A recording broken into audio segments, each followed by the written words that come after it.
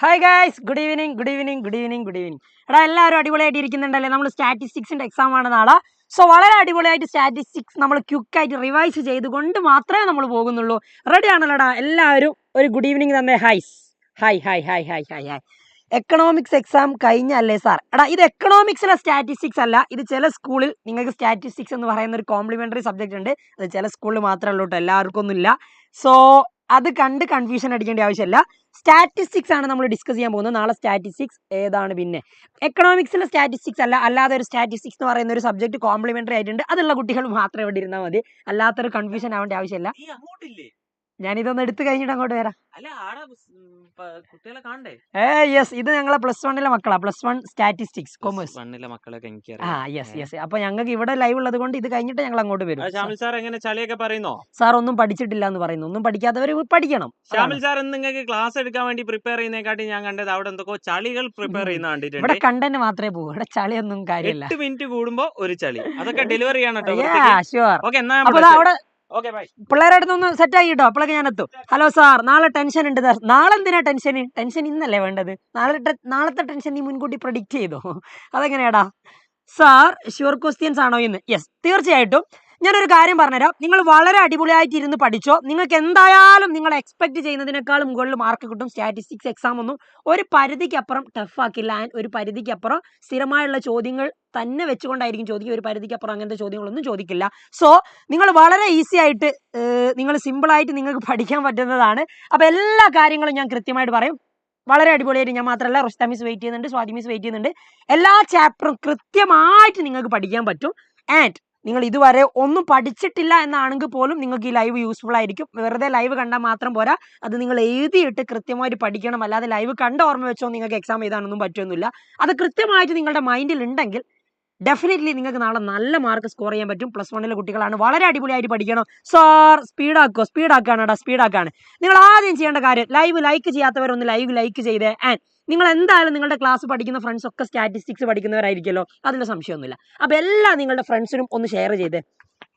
Yes, എല്ലാ ഫ്രണ്ട്സിനും ഒന്ന് ഷെയർ ചെയ്തിട്ട് നമ്മൾ വളരെ അടിപൊളിയായിട്ട് നിങ്ങൾ പഠിപ്പിക്കാൻ വരല്ലേ. അപ്പം നിങ്ങൾ തിരിച്ച് നമുക്ക് തരാൻ പറ്റിയൊരു ഗിഫ്റ്റ് എന്താ? നിങ്ങളതൊന്ന് ഷെയർ ചെയ്യാൻ, ലൈക്ക് ചെയ്യുക എന്നുള്ളത് തന്നെയാണ്. അപ്പോൾ ലൈവ് ലൈക്ക് ചെയ്യാത്തവരാണെങ്കിൽ ലൈക്ക് ചെയ്യുക, ഷെയർ ചെയ്യാത്തവരാണ് ക്ലാസ് ഗ്രൂപ്പിലൊക്കെ ഒന്ന് ഷെയർ ചെയ്തിട്ട് പറ്റുമെങ്കിൽ ആ സ്റ്റാറ്റസ് ഒക്കെ ഒന്ന് വെച്ചിട്ട് ഒന്ന് അടിപൊളിയാക്കിക്കേ. എന്നിട്ട് എല്ലാവരും ഒരു ലവ് സിമ്പിൾ ഷെയർ ചെയ്തു, ലൈക്ക് ചെയ്തു എന്നുള്ളതിന് സിമ്പിളായിട്ട് എല്ലാവരും ആ ഹാർട്ട് സിമ്പിൾ ഇല്ലേ, റെഡ് ഹാർട്ട് സിമ്പിൾ, അതൊന്ന് ഇട്ട് തന്നു. And then we can start. All chapters equation ആണ്, എല്ലാം നമ്മൾ കൃത്യമായിട്ട് പഠിക്കും. അങ്ങനെയാണ് നമുക്ക് സ്റ്റാർട്ട് ചെയ്യാം. എടാ, എല്ലാവരും ആ ലവ് സിമ്പിൾ ഒന്ന് തന്നെ, ഒരു ഹാർട്ട് സിമ്പിൾ ഒന്ന് തന്നിട്ടുണ്ടെങ്കിൽ നിങ്ങൾക്ക് അത് സ്റ്റാർട്ട് ചെയ്യാം എന്നുള്ള സിമ്പിളായിട്ട് നമുക്ക് പഠിക്കണം. തെറ്റ് ലൈക്ക് ഷെയർ രാജു കൊത്തരുത് നീ. സോ നോക്കിക്കോ. അങ്ങനെയാണെങ്കിൽ സാർ നമ്മൾ സ്റ്റാർട്ട് ചെയ്യല്ലേ? യെസ്, വളരെ സിമ്പിളായിട്ട് നമുക്ക് സ്റ്റാർട്ട് ചെയ്യാം. ഫസ്റ്റ് നോക്കിക്കോ. Write any 4 areas in which statistics has importance. സ്റ്റാറ്റിസ്റ്റിക്സിന് ഇമ്പോർട്ടൻസ് ഉള്ള ഏതെങ്കിലും 4 ഏരിയകളാണ് നിങ്ങളോട് ചോദിച്ചത്. ഇത് നിങ്ങൾക്ക് വളരെ സിമ്പിളായിട്ട് പറയാൻ പറ്റും കേട്ടോ. സ്റ്റാറ്റിസ്റ്റിക് ഇമ്പോർട്ടൻ്റ് ആയിട്ട് നമ്മൾ പറയുന്ന 4 ഏരിയകൾ ഏതൊക്കെയാണ്? നിങ്ങൾ ഈ 4 ഏരിയകൾ പഠിച്ചാൽ മതി. ഈസി ആണെന്ന് ഞാൻ പറഞ്ഞു, ഈസി ആയിട്ട് നമുക്ക് പഠിക്കാം. സോ നോക്കിക്കോ. ഫസ്റ്റ് എന്ന് പറയുന്നത് മാത്തമാറ്റിക്സ് ആൻഡ് സ്റ്റാറ്റിസ്റ്റിക്സ് കേട്ടോ. മാത്തമാറ്റിക്സും സ്റ്റാറ്റിസ്റ്റിക്സും ഭയങ്കര കോറിലേറ്റഡ് ആണ്. അപ്പോൾ ഫസ്റ്റ് വൺ അതാണ്. രണ്ടാമത്തത് മാനേജ്മെന്റ് സ്റ്റഡീസ്. എന്താണ്? മാനേജ്മെന്റ് സ്റ്റഡീസ് കേട്ടോ. Management studies and statistics, management സ്റ്റഡീസും സ്റ്റാറ്റിസ്റ്റിക്സും. മൂന്നാമത്തത് മെഡിക്കൽ സയൻസും അല്ലെങ്കിൽ മെഡിക്കൽ ഫീൽഡും സ്റ്റാറ്റിസ്റ്റിക്സും. 3 M മൈൻഡിൽ വന്നാൽ മതി. ഇനി ഒരുപാടുണ്ട്, നിങ്ങൾ ഈ 4 എണ്ണം പഠിച്ചു വെച്ചാൽ മതി.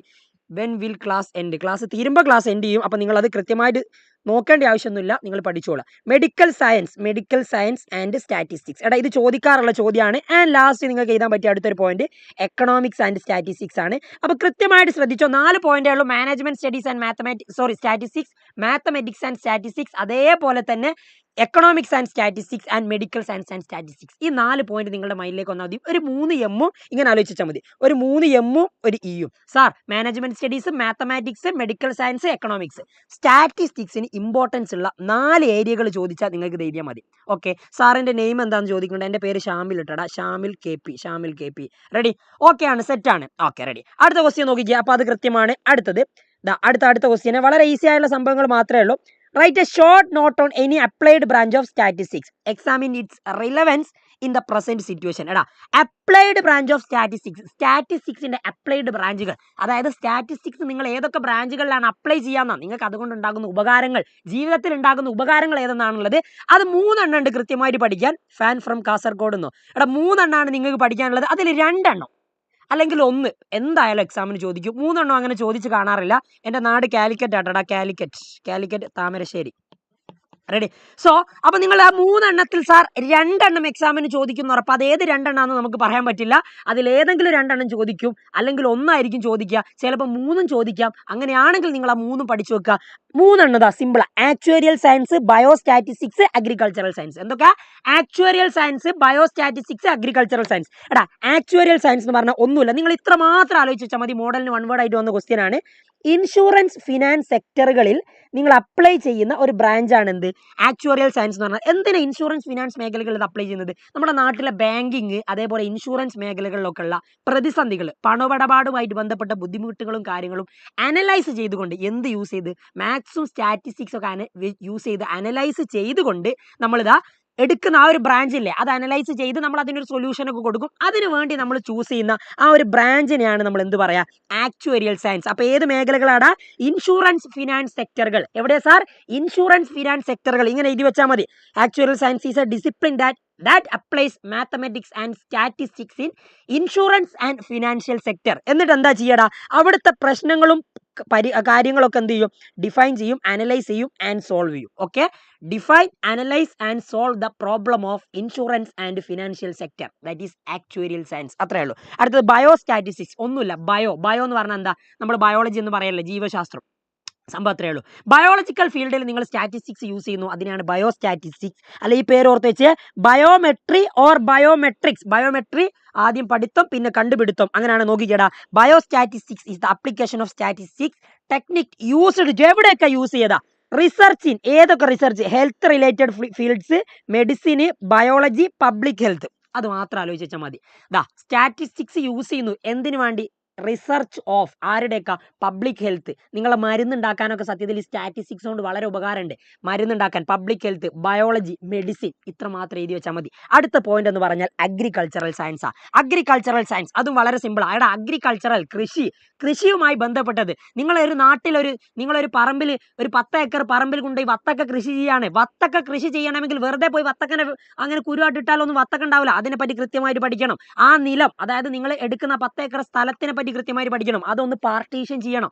അങ്ങനെ കൃഷിയായിട്ട് ബന്ധപ്പെട്ട കാര്യങ്ങൾ അനലൈസ് ചെയ്യാൻ, അതേപോലെ തന്നെ വിവരങ്ങൾ കളക്ട് ചെയ്യാൻ, ആ ഡാറ്റയൊക്കെ പ്രസന്റ് ചെയ്യാനൊക്കെ നമ്മൾ എന്ത് യൂസ് ചെയ്യാറുണ്ട്? സ്റ്റാറ്റിസ്റ്റിക്സ് യൂസ് ചെയ്യാറുണ്ട്. അഗ്രികൾച്ചറൽ ഫീൽഡിൽ സ്റ്റാറ്റിസ്റ്റിക്സ് യൂസ് ചെയ്യുന്നുണ്ടോ? അതാണ് അഗ്രികൾച്ചറൽ സയൻസ്. അപ്പോൾ 3 പോയിന്റ് കിട്ടി. Actuarial science, biostatistics, agricultural science. അത്ര മാത്രമേ ഉള്ളൂ. ആൻഡ് അടുത്ത് നോക്ക്, ISI പറ്റി ഒരു ഷോർട്ട് നോട്ട് ചെയ്താൽ. ഇപ്പൊ ഇത് 2 കാര്യങ്ങളും കൃത്യമാണെങ്കിൽ വേഗം ടിക്കറ്റ്. ഇമ്പോർട്ടന്റ് ആയിട്ട് സാർ പരീക്ഷയ്ക്ക് എന്തൊക്കെയാണ് ഇമ്പോർട്ടന്റ് ആയിട്ട് ചോദിക്കുന്നത്? ഇമ്പോർട്ടന്റ് ആയിട്ട് ചോദിക്കുന്ന ചോദ്യങ്ങൾ മാത്രമേ നമ്മൾ ഇവിടെ ഡിസ്കസ് ചെയ്യുന്നുള്ളൂ. നാളെ നിങ്ങൾക്ക് ചോദിക്കാൻ ഏറ്റവും കൂടുതൽ ചാൻസ് ഉള്ള ഒരു ക്വസ്റ്റ്യൻ ആണ് ISI, ഇന്ത്യൻ സ്റ്റാറ്റിസ്റ്റിക്കൽ ഇൻസ്റ്റിറ്റ്യൂട്ട്. മണിമുറ്റത്താവണിപ്പന്തൽ മേലാപ്പ് പോലെ അണിയാരത് അമ്പിളിത്തന്നൽ. അടിപൊളി. സാർ പരീക്ഷയ്ക്ക് ഏതൊക്കെയാണ് ഇമ്പോർട്ടൻ്റ് ആയിട്ടുള്ളത് നോക്കിക്കോ. എടാ ISI, Indian statistical institute, full form ആലോചിച്ച് നോക്കുക. എന്താണ് ISIയുടെ ഫുൾ ഫോം എന്ന് ചോദിക്കാം. Indian statistical institute. ഓക്കെ, ഇനി അത് ആരാണ് സ്ഥാപിച്ചതെന്ന് ചോദിക്കാം. Professor PC Mahalanobis. Professor PC Mahalanobis എവിടെയാണ് സ്ഥാപിച്ചത്? കൊൽക്കത്തയിൽ സ്ഥാപിച്ച ഇൻസ്റ്റിറ്റ്യൂട്ടാണ് ഇന്ത്യൻ സ്റ്റാറ്റിസ്റ്റിക്കൽ ഇൻസ്റ്റിറ്റ്യൂട്ട്. എന്തിനു വേണ്ടിയിട്ടാണടാ? ഒന്നുമില്ല, research, teaching and application of statistic, natural science and social science. നിങ്ങൾ അതൊന്നും എഴുതിയില്ലെങ്കിലും പ്രശ്നമില്ല. സ്റ്റാറ്റിസ്റ്റിക്സിന്റെ റിസർച്ച്, ആപ്ലിക്കേഷൻ, സ്റ്റഡി. സാർ ഇത് എത്ര മാർക്കിനാണ്? ഇതൊരു 2 മാർക്കിനോ 3 മാർക്കിനോ ചോദിക്കാൻ ചാൻസ് ഉള്ള ക്വസ്റ്റ്യൻ. ഓക്കെ, അങ്ങനെയാണെങ്കിൽ ഇത്രയേ ഉള്ളൂ. Research, teaching and application of statistic, natural science and social science. അതിനാണ് എന്ത് യൂസ് ചെയ്യുന്നത്? ISI ഉണ്ടായിട്ട് വന്നിട്ടുള്ളത്. സോ അതിന് അടുത്ത കാര്യം, professor PC Mahalanobis is known as the father of Indian statistics. അത് വൺവേർഡ് ആയിട്ട് പറയാം. അദ്ദേഹത്തിന്റെ ബർത്ത് ഡേറ്റ് ജൂൺ 29 നമ്മൾ നാഷണൽ സ്റ്റാറ്റിസ്റ്റിക് ഡേ ആയിട്ട് ഒബ്സർവ് ചെയ്യുന്നുണ്ട്. ഇനി ഈ ISI പബ്ലിഷ് ചെയ്യുന്ന ഒരു മാഗസിൻ ഉണ്ട്, അതിന്റെ പേരാണ് സംഖ്യ. ഇതും നമുക്ക് വൺവേർഡ് ആയിട്ട് പറയാം. കൃത്യമായിട്ട് നോട്ട് ചെയ്യണേ. നോട്ട് കിട്ടുമോടാ നോക്ക്. അടുത്തത് NSSOയെ പറ്റി ഷോർട്ട് നോട്ട് ചെയ്താനാണ്. NSSO, ഇതെനിക്ക് തോന്നുന്നു മോഡൽ എക്സാമിന് വന്നത് NSSO ആയിരുന്നു എന്നാണ് എൻ്റെ ഒരു പ്രതീക്ഷ. യെസ്, NSSO ആയിരുന്നു. NSSO എന്ന് പറഞ്ഞാൽ എന്താ? National sample survey office. അതിന്റെ പ്രത്യേകതകൾ എന്തൊക്കെയാ? പ്രത്യേകതകൾ കൃത്യമായിട്ട് പറഞ്ഞാൽ ഒന്നാമത്തത് ഇതാ, രാജ്യത്തുള്ള റെഗുലർ ആയിട്ടുള്ള സോഷ്യോ എക്കണോമിക് സർവേസ് കണ്ടക്ട് ചെയ്യുന്നത് NSSO ആണ്. Conducting regular socio economic surveys. ചോദിക്കാം വൺ വേർഡ്, ആരാണ് നമ്മുടെ രാജ്യത്തുള്ള റെഗുലർ ആയിട്ടുള്ള സോഷ്യോ എക്കണോമിക് സർവേസ് കണ്ടക്ട് ചെയ്യുന്നത്? സോഷ്യോ എക്കണോമിക് സർവേസ് കണ്ടക്ട് ചെയ്യുന്നത് NSSO. ഫുൾ ഫോം എന്താ sir? National sample survey office. അതടാ, it is an organisation under, ഏത് മിനിസ്ട്രിയുടെ അണ്ടറിലാണെന്ന് ചോദിക്കും. ഏത് മന്ത്രാലയത്തിന്റെ കീഴിലാണ് ഇത് വരുന്നതെന്ന് അത് കൃത്യമായിട്ട് പഠിച്ചു വെക്കണം. മിനിസ്ട്രി ഓഫ് സ്റ്റാറ്റിസ്റ്റിക് മിനിസ്ട്രിയുടെ അണ്ടറിലാണ് എന്ത് വരുന്നത്? NSSO വരുന്നത്. ഇനി അതെന്ന് എസ്റ്റാബ്ലിഷ് ചെയ്തതൊന്നും 1950. ഇനി ഇതിന്റെ ഒരു 4 ഡിവിഷൻ ഉണ്ട്. ഇതൊരു പാട്ടും പാടി പഠിക്കാവുന്നതാ. SDRD, Ford, DPD, CPD. പാട്ടും പാടി പഠിച്ചു വെക്കുക. SDRD, Ford, DPD, CPD. SDRD, Ford, DPD, CPD. എന്താ? SDRD, Ford, DPD, CPD. SDRD, Ford, DPD, CPD. നോക്കിക്കോ, അതിന്റെ ഫുൾ ഫോം പറ്റുമെങ്കിൽ ഫുൾ ഫോം എഴുതി കൊടുത്താൽ നല്ലത്.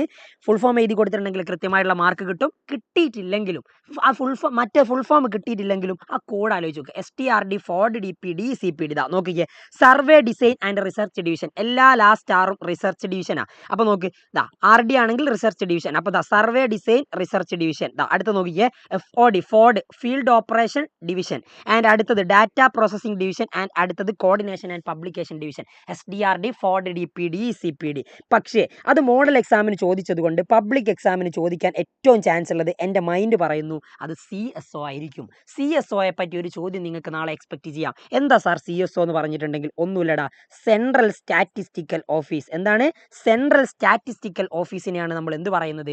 CSO എന്ന് പറയുന്നത്. ഇനി അതിന്റെ പ്രത്യേകതകൾ നോക്കിയേ. CSOനെ പറ്റി എഴുതാൻ വന്നിട്ടുണ്ടെങ്കിൽ നിങ്ങൾ എഴുതേണ്ട കാര്യങ്ങൾ ഫോർഡ് അല്ലട്ടടാ, FOD. ഫോർഡ് ഇല്ല, FOD കേട്ടോ. സോറി. ഫോർഡ് തന്നെ. റെഡി. ഇനി അടുത്ത കാര്യം നോക്കിക്കോ. CSOനെ പറ്റി എഴുതാൻ വന്നാൽ ആദ്യം നിങ്ങൾ എഴുതേണ്ട പോയിന്റ്, CSO ഇത്ര മാത്രം ആലോചിച്ച് വെച്ചാൽ മതി. CSOന് ഒരു ഹെഡ് ഉണ്ടാവും, ഒരു വിരൽ, ഒരു കൈ ആലോചിച്ച് വെച്ചാൽ മതി. ഒരു കൈ, അതിനെന്തുണ്ട്?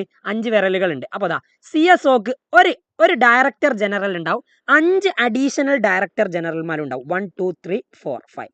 ഒരു ഡയറക്ടർ ജനറലും അണ്ടറിലായിട്ട് 5 അഡീഷണൽ ഡയറക്ടർ ജനറൽമാരും ഉണ്ടാവും. അപ്പോൾ അത് കൃത്യമായിട്ട് ആലോചിച്ച് വെക്കുക. CSO is headed by a director general who is assisted by 5 additional director generals. കേട്ടോ, അത് ഓർത്ത് വെക്കുക. അതാണ് കൃത്യമായിട്ട് പഠിച്ചു വെക്കേണ്ടത്. ഇനി അടുത്ത പോയിന്റ്, ആദ്യത്തെ പോയിന്റ് ഞാൻ പറഞ്ഞുതരാം. ഇതെവിടെ ലൊക്കേറ്റ് ചെയ്യുന്നത്? നിങ്ങൾ ഒന്നും എഴുതണ്ട.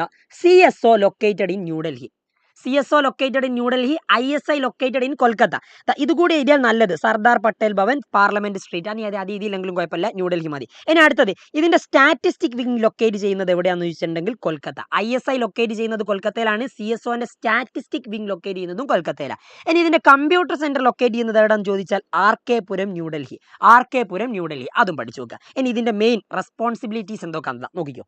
Coordination of statistical activities in the country. രാജ്യത്തുള്ള സ്റ്റാറ്റിസ്റ്റിക്കൽ ആക്ടിവിറ്റീസിന്റെ coordination, maintaining statistical standard maintain ചെയ്യുക. ഇനി അതേപോലെ നോക്കിക്കോ, കമ്പൈലേഷൻ ഓഫ് നാഷണൽ അക്കൗണ്ട്സ്. അതേപോലെ തന്നെ conduct annual survey of industries.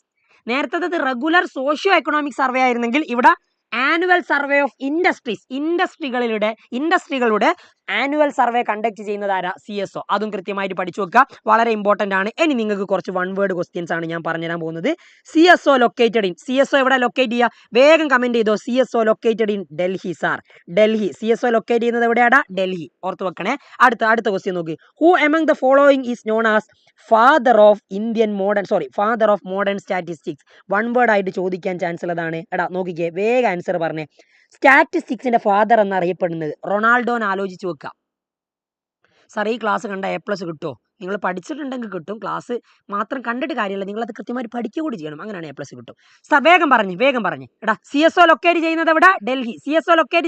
Delhi. ഇനി അടുത്ത ചോദ്യം, ഇതിന് answer who is the father of modern statistics? എല്ലാവരും ഒന്ന് കമന്റ് ചെയ്ത് ആരാണ് മോഡേൺ സ്റ്റാറ്റിസ്റ്റിക്സിന്റെ ഫാദർ? Ronald Fisher. ഇനി അടുത്ത ചോദ്യം ഇതാ, who is known as the father of Indian statistics? Indian സ്റ്റാറ്റിസ്റ്റിക്സിന്റെ ഫാദർ ആരാ? നമ്മൾ നേരത്തെ പറഞ്ഞു, അത് PC മഹലനോബിസ് ആണ്. എന്താ സാറേ? PC മഹലനോബിസ്.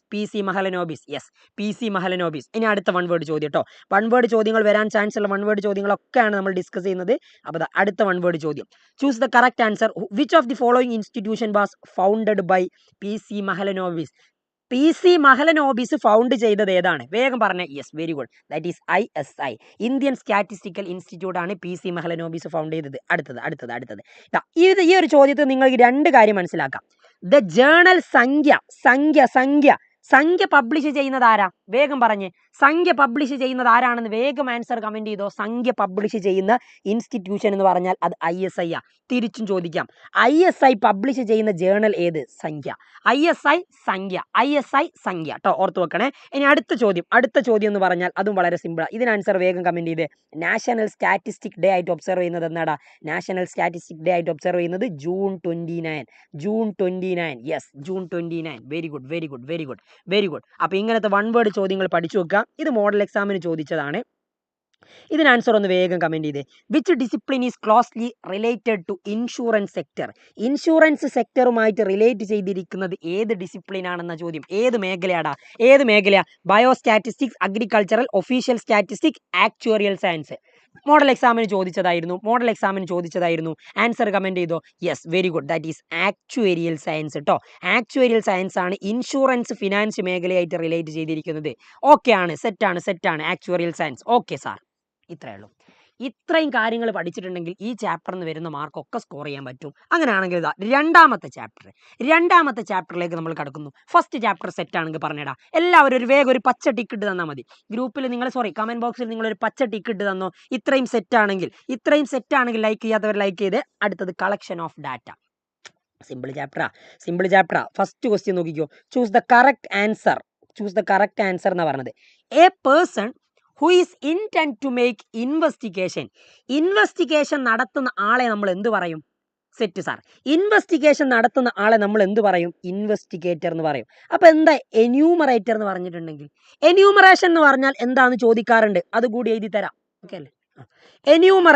എന്യൂമറേഷൻ എന്ന് പറഞ്ഞാൽ അതുകൂടി എഴുതി തരാം. ഇൻവെസ്റ്റിഗേഷൻ എന്ന് പറഞ്ഞാൽ നമ്മളൊരു കാര്യത്തിനെ പറ്റി പഠനം നടത്തുക. അപ്പം നമ്മൾ ഡാറ്റ കളക്ട് ചെയ്യും, അതിനെപ്പറ്റി അനലൈസ് ചെയ്യും, അതിനെപ്പറ്റി പഠിക്കും, അത് പ്രസന്റ് ചെയ്യും, ഇത് വേണ്ട രീതിയിൽ അത് ഇംപ്ലിമെന്റ് ചെയ്യും. ഇതൊക്കെ ചെയ്യുന്ന ആ ഒരു മൊത്തം പ്രോസസ്സിനാണ് നമ്മൾ എന്ത് പറയുക? ഇൻവെസ്റ്റിഗേഷൻ. ആ ഇൻവെസ്റ്റിഗേഷൻ നടത്തുന്ന ആളാണ് ഇൻവെസ്റ്റിഗേറ്റർ. എന്യൂമറേഷൻ എന്ന് പറഞ്ഞാൽ ഇത്രയേ ഉള്ളൂ. Data collection for investigation. ഞാൻ പറഞ്ഞു, ഇൻവെസ്റ്റിഗേഷനിൽ ഡാറ്റ കളക്ഷൻ പെടും, അതിന്റെ പ്രസന്റേഷൻ പെടും, അതിന്റെ അനാലിസിസ് വരും, അതിന്റെ ഇന്റർപ്രിട്ടേഷൻ വരും. പക്ഷേ എന്യൂമറേഷൻ എന്ന് പറഞ്ഞാൽ ഡാറ്റ കളക്ഷൻ ഫോർ ഇൻവെസ്റ്റിഗേഷന് വേണ്ടി നിങ്ങൾ ഡാറ്റ കളക്ട് ചെയ്യുകയാണെങ്കിൽ അതിനെയാണ് എന്യൂമറേഷൻ എന്ന് പറയാ. ആൻഡ് ഈ ഡാറ്റ കളക്ട് ചെയ്യുന്ന ആളെ എന്താ പറയാ? The person who collect data, the person who conduct enumeration. അല്ലെങ്കിൽ ആരാണോ ഡാറ്റ കളക്ട് ചെയ്യുന്നത് അയാളെ നമ്മൾ എന്ത് പറയും? The person who conduct enumeration അല്ലെങ്കിൽ ഡാറ്റ കളക്ഷൻ. ഇത് നടത്തുന്ന ആളെയാണ് നമ്മൾ എന്ത് പറയുക? എന്യൂമറേറ്റർ. എന്താണ്? എന്യൂമറേറ്റർ. അതൊന്ന് ആലോചിച്ച് വെക്കണേ, എന്യൂമറേറ്റർ കേട്ടോ. അപ്പം അത്രയേ ഉള്ളൂ, കാര്യം സിമ്പിളാണ്. അപ്പം ഇതുകൂടി ഒന്ന് അറിഞ്ഞു വെക്കുക. അങ്ങനെയാണെങ്കിൽ നമുക്ക് അടുത്ത ക്വസ്റ്റ്യനിലേക്ക് പോകാം. സിമ്പിൾ അല്ലേ? ഓക്കെ അല്ലേ? ഇനി ഡാറ്റ പല വിധത്തിൽ ക്ലാസിഫൈ ചെയ്യാം. ഓക്കെ ആണേ, നോക്കണേ. ഡാറ്റനെ ഞാൻ നിങ്ങൾക്ക് പറഞ്ഞുതരാം. ഫസ്റ്റ് നിങ്ങൾക്ക് അത് ക്വാണ്ടിറ്റേറ്റീവും അതേപോലെ തന്നെ ക്വാളിറ്റേറ്റീവ് ആക്കാം. എന്താക്കാം? Qualitative and quantitative. ഇനി നിങ്ങൾക്ക് ക്വാണ്ടിറ്റേറ്റീവ് എന്ന് പറഞ്ഞാൽ സംതിങ് റിലേറ്റഡ് ടു നമ്പർ വെച്ചുള്ള എന്തെങ്കിലും, അതായത് നിങ്ങളുടെ ഹൈറ്റ്, വെയിറ്റ്, അങ്ങനത്തെ സാധനങ്ങളൊക്കെ ക്വാണ്ടിറ്റേറ്റീവ് ആയിരിക്കും. ക്വാളിറ്റേറ്റീവ് എന്ന് പറഞ്ഞാൽ ക്വാളിറ്റികൾ, നിങ്ങളുടെ ബുദ്ധി, നിങ്ങളുടെ നിങ്ങളുടെ ബുദ്ധി, നിങ്ങളുടെ അതേപോലെ തന്നെ നിങ്ങളുടെ ജെൻഡർ, നിങ്ങളുടെ കളറ്, അങ്ങനത്തെ കാര്യങ്ങളൊക്കെ എന്താ? ക്വാളിറ്റേറ്റീവാണ്. ക്വാണ്ടിറ്റേറ്റീവിനെ നമ്മൾ വീണ്ടും രണ്ടാക്കും, ഡിസ്ക്രീറ്റും കണ്ടിന്യൂസും. എന്തൊക്കെയാടാ? Discrete and continuous. ഇനി നോക്കിക്കേ, കാര്യം കൃത്യമായിട്ട് ശ്രദ്ധിച്ചു. ഇവിടെ ഡിസ്ക്രീറ്റ് ഏത്, കണ്ടിന്യൂസ് ഏതെന്നാണ് ക്വസ്റ്റ്യൻ. അപ്പോൾ സംഭവം സിമ്പിളാണ്. ഡിസ്ക്രീറ്റ് ഏത് നിങ്ങൾ പറഞ്ഞു തരണം, കണ്ടിന്യൂസ് ഏതെന്ന് പറഞ്ഞു തരണം. ഡിസ്ക്രീറ്റും കണ്ടിന്യൂസും അത് നമുക്ക് കമ്പയർ ചെയ്യാം. ഇത് ചോദിക്കാറുണ്ട് എക്സാമിന്. അപ്പോൾ ഡിസ്ക്രീറ്റും കണ്ടിന്യൂസ് എന്താ നിങ്ങൾ മനസ്സിലാക്കി വെക്കുക. ഇത്രയേ ഉള്ളൂ. ഡിസ്ക്രീറ്റ് എന്ന് പറഞ്ഞാൽ അത് കൗണ്ടബിൾ ആയിരിക്കും. കൗണ്ട് ചെയ്യാം. കൗണ്ടബിൾ എന്നാ പറയാം നമ്മൾ. അതായത് എണ്ണി തിട്ടപ്പെടുത്താൻ പറ്റും. കൗണ്ടബിൾ. എടാ എന്താണ്? കൗണ്ട് ചെയ്യാൻ പറ്റും. കണ്ടിന്യൂസ് ആണെങ്കിൽ അതങ്ങനെ പ്രത്യേകിച്ച് കൗണ്ട് ചെയ്യാനൊന്നും പറ്റൂല. അപ്പോൾ ഡിസ്ക്രീറ്റിന് എക്സാമ്പിൾ ആയിട്ട് കൗണ്ട് ചെയ്യാൻ പറ്റും. നോക്ക്, ഇൻകം എന്ന് പറയുന്നത് കൗണ്ട് ചെയ്യാവുന്ന ഒരു സംഭവമാണോ? അല്ല. ഇൻകം എന്ന് പറയുന്നത് കണ്ടിന്യൂസിലാണ് വരിക. കണ്ടിന്യൂസ്. ഹൈറ്റ് എന്ന് പറയുന്നതും കണ്ടിന്യൂസിലാണ് വരിക. അത് നമുക്ക് കൗണ്ട് ചെയ്യാൻ പറ്റൂല, പക്ഷെ മെഷർ ചെയ്യാൻ പറ്റും. ഇനി നോക്ക്, number of petals in a ഫ്ലവറും number of members in a ഫാമിലിയും അത് രണ്ടും എന്താ? ഡിസ്ക്രീറ്റാ. Number of petals in a flower എന്ന് പറയുന്ന അതും അതേപോലെ തന്നെ നമ്പർ ഓഫ് മെമ്പേഴ്സ് എന്ന് പറയുന്ന അതും എന്താണ്? ഡിസ്ക്രീറ്റ് ആണ്. ഓക്കെ ആണല്ലോ? സെറ്റ് ആണല്ലോ? ഇത് പ്രശ്നമൊന്നുമില്ലല്ലോ. അപ്പൊ ഡിസ്ക്രീറ്റും കണ്ടിന്യൂസ് എന്താന്ന് മനസ്സിലായില്ലേ? സെറ്റ് ആണെങ്കിൽ വേഗം ഒരു ഗ്രീൻ ടിക്കറ്റ്. അടുത്തതാണ് ഈ ചാപ്റ്റർ. നിങ്ങൾ നാളെ കാണാൻ പോകുന്ന ക്വസ്റ്റ്യൻ പേപ്പറിൽ ഈ പ്രൈമറി ഡാറ്റ കളക്ഷൻ വെച്ചിട്ടുള്ള ഒരു ചോദ്യം ഉണ്ടാവും എന്നുള്ളത് 100% ഉറപ്പാണ്. ഇതിലേതാണെങ്കിലും നിങ്ങൾ അത് ചെയ്തിരിക്കണം. ചിലപ്പോൾ നിങ്ങളോട് ഏതെങ്കിലും 2 എണ്ണം എഴുതാനാ പറയാ, ചിലപ്പോൾ സ്പെസിഫൈ ചെയ്തിട്ട് ഏതെങ്കിലും കൃത്യമായിട്ട് ചോദിക്കും. അങ്ങനെയാണെങ്കിലും എങ്ങനെയാണെങ്കിലും സാർ അത് 2 എണ്ണം എഴുതിയിരിക്കണം. That's the point. അടാ, പ്രൈമറി ഡാറ്റ കളക്ഷൻ ഉണ്ട്, സെക്കൻഡറി ഡാറ്റ കളക്ഷൻ ഉണ്ട്. പ്രൈമറി ഡാറ്റ കളക്ഷൻ എന്ന് പറഞ്ഞാൽ നേരിട്ട് പ്രൈമറി എന്ന് പറഞ്ഞാൽ എന്താ? ഫസ്റ്റ്. അപ്പോൾ നേരിട്ട് വിവരങ്ങൾ ശേഖരിക്കുകയാണെങ്കിൽ അതാണ് പ്രൈമറി. സെക്കൻഡറി എന്ന് പറഞ്ഞാൽ അത് ഭയങ്കര ഡയറക്റ്റ് ആയിരിക്കില്ല, ഇൻഡയറക്റ്റ് ഒക്കെ ആയിരിക്കും. ഞാൻ പറഞ്ഞുതരാം, നിങ്ങൾക്ക് ആ ഡിഫറൻസ് മനസ്സിലാവും. പ്രൈമറിയിൽ ഫസ്റ്റ് നിങ്ങൾ എഴുതേണ്ടത് ഡയറക്റ്റ് പേഴ്സണൽ ഇന്റർവ്യൂ. അതായത് ഇൻവെസ്റ്റിഗേഷൻ, നിങ്ങൾ നടത്തുന്ന ഇൻവെസ്റ്റിഗേഷൻ വളരെ സ്മോൾ ആണ്. ഇൻവെസ്റ്റിഗേറ്റർക്ക് എന്ത് ചെയ്യാൻ പറ്റും? ഇൻഫർമേഷൻ ഒക്കെ പെട്ടെന്ന് സ്പോട്ട് എൻക്വയറി വെച്ച് കണ്ടെത്താൻ പറ്റുമെങ്കിൽ ദാറ്റ് ഈസ് ഡയറക്റ്റ്. അതായത് ഞാൻ നിങ്ങളെ ഇവിടെ വിളിച്ചു വരുത്തി, നിങ്ങളെ ഞാൻ കസേരയിൽ ഇരുത്തി നിങ്ങളോട് ഞാൻ ചോദ്യങ്ങളൊക്കെ ചോദിക്കുന്നു. ഡയറക്റ്റ് ഇന്റർവ്യൂ അല്ലേ? ഡയറക്റ്റ് ആയിട്ട് പേഴ്സണൽ ആയിട്ട് ചോദിക്കുന്ന കാര്യമാണെങ്കിൽ that is direct personal interview. അപ്പോൾ ദാ informants personally and conduct spot enquiry. പെട്ടെന്ന് സ്പോട്ടായിട്ട് നമ്മൾ എന്ത് ചെയ്യും? വിവരങ്ങൾ അന്വേഷിക്കും. സോ ആ മെത്തേഡാണ് പേഴ്സണൽ. ഇനി അടുത്തത് ഇൻഡയറക്റ്റ് ഓറൽ ഇൻവെസ്റ്റിഗേഷൻ. ഡയറക്റ്റ് അല്ല. അവിടെ അപ്പം നിങ്ങൾ യൂസ് ചെയ്യുന്ന ഒരാളുണ്ട്, തേർഡ് പാർട്ടി. അതായത് ഞാൻ നാട്ടിലൊരു കല്യാണം നടത്താൻ, നിങ്ങളുടെ നാട്ടിൽ ഒരു കല്യാണം, എൻ്റെ ഒരു ഫ്രണ്ട് ഉണ്ട്, അവന് കല്യാണം കഴിക്കാൻ വേണ്ടി നിങ്ങളുടെ നാട്ടിൽ നിന്നാണ് അവന് പെണ്ണ്, അതായത് അവൻ്റെ വധു നിങ്ങളുടെ നാട്ടിൽ നിന്നാണെങ്കിൽ ഞാൻ നിങ്ങളുടെ നാട്ടിൽ വന്നിട്ട് അവരെ പറ്റി ഒന്ന് അന്വേഷിക്കും. അല്ലെങ്കിൽ ഒരു വരനാണെങ്കിൽ വരനെ പറ്റി അന്വേഷിക്കും. അത് അവരോട് ഡയറക്റ്റ് ആയിട്ട് പോയി അന്വേഷിക്കൂലല്ലോ, ഇല്ല, നമ്മൾ മൂന്നാമതൊരാളോടാണ് അന്വേഷിക്കുക. അപ്പോൾ മൂന്നാമതൊരാളെയാണ് നമ്മൾ എന്ത് പറയുക? തേർഡ് പാർട്ടി എന്ന് പറയുക. അയാളെ നമ്മൾ വിളിക്കുന്ന പേരാണ് വിറ്റ്നസ്. അപ്പോൾ ഞാനിപ്പോൾ ഒരു നാട്ടിൽ ഒരു റെസിഡൻസ് ഏരിയ ഉണ്ട്, ആ റെസിഡൻസിനെ പറ്റിയാണ് വിവരം തേടുന്നതെങ്കിൽ ആ റെസിഡൻസിനെ പറ്റി കൃത്യമായിട്ടുള്ള വിവരങ്ങൾ തരാൻ പറ്റുന്ന ആളായിരിക്കണം നിങ്ങളുടെ തേർഡ് പാർട്ടി. അതായത് ഇപ്പോൾ കല്യാണം നടത്തുന്നുണ്ടെങ്കിൽ നാളെ എക്സാം ആൾ വരുമ്പോൾ ഓർക്കണം, ഡയറക്റ്റ് അല്ലാത്ത ഓറൽ എന്ന് പറഞ്ഞാൽ വായ കൊണ്ട് എന്നാണ്. അപ്പോൾ ഇൻഡയറക്റ്റ് ഓറൽ ഇൻവെസ്റ്റിഗേഷൻ എന്ന് പറഞ്ഞിട്ടുണ്ടെങ്കിൽ വേറെ ആരോടെങ്കിലും ചോദിച്ച് കുശുമ്പോ കുഞ്ഞായ്മ മനസ്സിലാക്കിയെടുക്കുക. അതാണ് ഇൻഡയറക്റ്റ് ഓറൽ ഇൻവെസ്റ്റിഗേഷൻ. സെറ്റ് അല്ലേ? ഓക്കെ അല്ലേ? അപ്പം അങ്ങനത്തെ ഒരു ഏരിയ കൂടിയുണ്ട്. Okay, indirect oral investigation. അടുത്തതാണ് ഡയറക്റ്റ് ഒബ്സർവേഷൻ. ഡയറക്റ്റ് ആണ്. അവിടെ നിങ്ങൾ യൂസ് ചെയ്യേണ്ടത് ഇതാ, these methods are used by journalist and mass media. പത്രപ്രവർത്തകരാണ് ഇത് മെയിനായിട്ട് യൂസ് ചെയ്യുക. അതായത് ഒരു നാട്ടിൽ ഇപ്പം എന്തെങ്കിലും ഒരു വെള്ളപ്പൊക്കം നടന്നു വിചാരിച്ചു. ഒരു വെള്ളപ്പൊക്കം നടന്നിട്ടുണ്ടെങ്കിൽ ആ വെള്ളപ്പൊക്കം നടക്കുന്ന സ്ഥലത്തേക്ക് പത്ര റിപ്പോർട്ടർ പോകുന്നു, അവിടെയുള്ള കാര്യങ്ങൾ അനലൈസ് ചെയ്യുന്നു, എഴുതുന്നു, പേപ്പറിലേക്ക് കൊടുക്കുന്നു അല്ലേ? അങ്ങനെയാണ് മാസ് മീഡിയയും ജേർണലിസ്റ്റുകളും എന്ത് സംഭവമാണ് ഉണ്ടാകുന്നതെങ്കിലും അവിടെ പോയിട്ടാണ് വിവരം തേടുക. Direct observation. അവരെന്താണോ കാണുന്നത്, അവർ ഡാറ്റ കളക്ട് ചെയ്യുന്നത് എങ്ങനെയാണ്? What they observes. എന്താണോ കാണുന്നത് അത് അവരെന്ത് ചെയ്യും? ഡാറ്റ ആക്കി മാറ്റും. അപ്പോൾ ആ കാര്യം കൃത്യമായിട്ട് പഠിച്ചു വെക്കുക. ഇനി എക്സാമ്പിൾ എന്താ നോക്ക്. Investigator wants to report the current situation in due to heavy rain and flood. ഒരു ഫ്ലഡും അല്ലെങ്കിൽ മഴ നടന്നിട്ടുള്ള ഒരു ഏരിയയിൽ വെച്ചിട്ട് അയാൾക്ക് ഇൻവെസ്റ്റിഗേഷൻ നടത്തണം. അയാൾ അവിടെ പോയിട്ട് ഇൻവെസ്റ്റിഗേഷൻ നടത്തും. അപ്പോൾ അയാളുടെ കയ്യിൽ ഇതുകൂടി ആലോചിച്ച് വെച്ചോ, they do not have a set of question to collect data. ഒരു പ്രത്യേകമായിട്ടുള്ള ക്വസ്റ്റ്യൻസും കാര്യങ്ങളൊന്നും ഉണ്ടാവില്ല.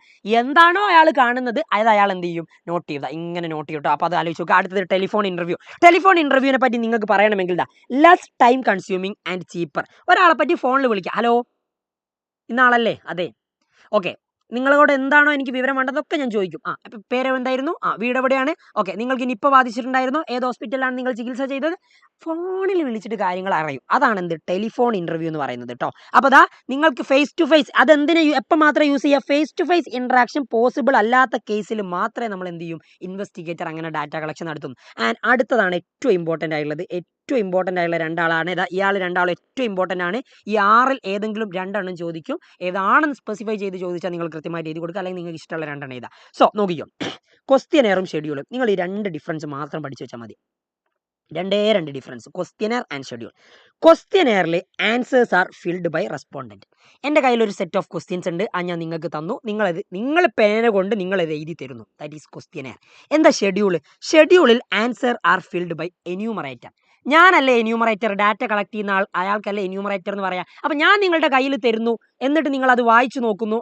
വായിച്ചു നോക്കിയില്ലെങ്കിലും പ്രശ്നമില്ല, ഞാനത് നിങ്ങൾക്ക് വായിച്ചു തരുന്നു, എന്നിട്ട് ഞാൻ തന്നെ വിവരങ്ങൾ ശേഖരിക്കുന്നു, ഞാൻ എഴുതുന്നു. That is the difference between questionnaire and schedule. Questionnaire schedule, questionnaire schedule മനസ്സിലാക്കി വെക്കണം. ഫോക്കസ് ഗ്രൂപ്പ് ഡിസ്കഷൻ, FGD ചോദിക്കാറുണ്ട്.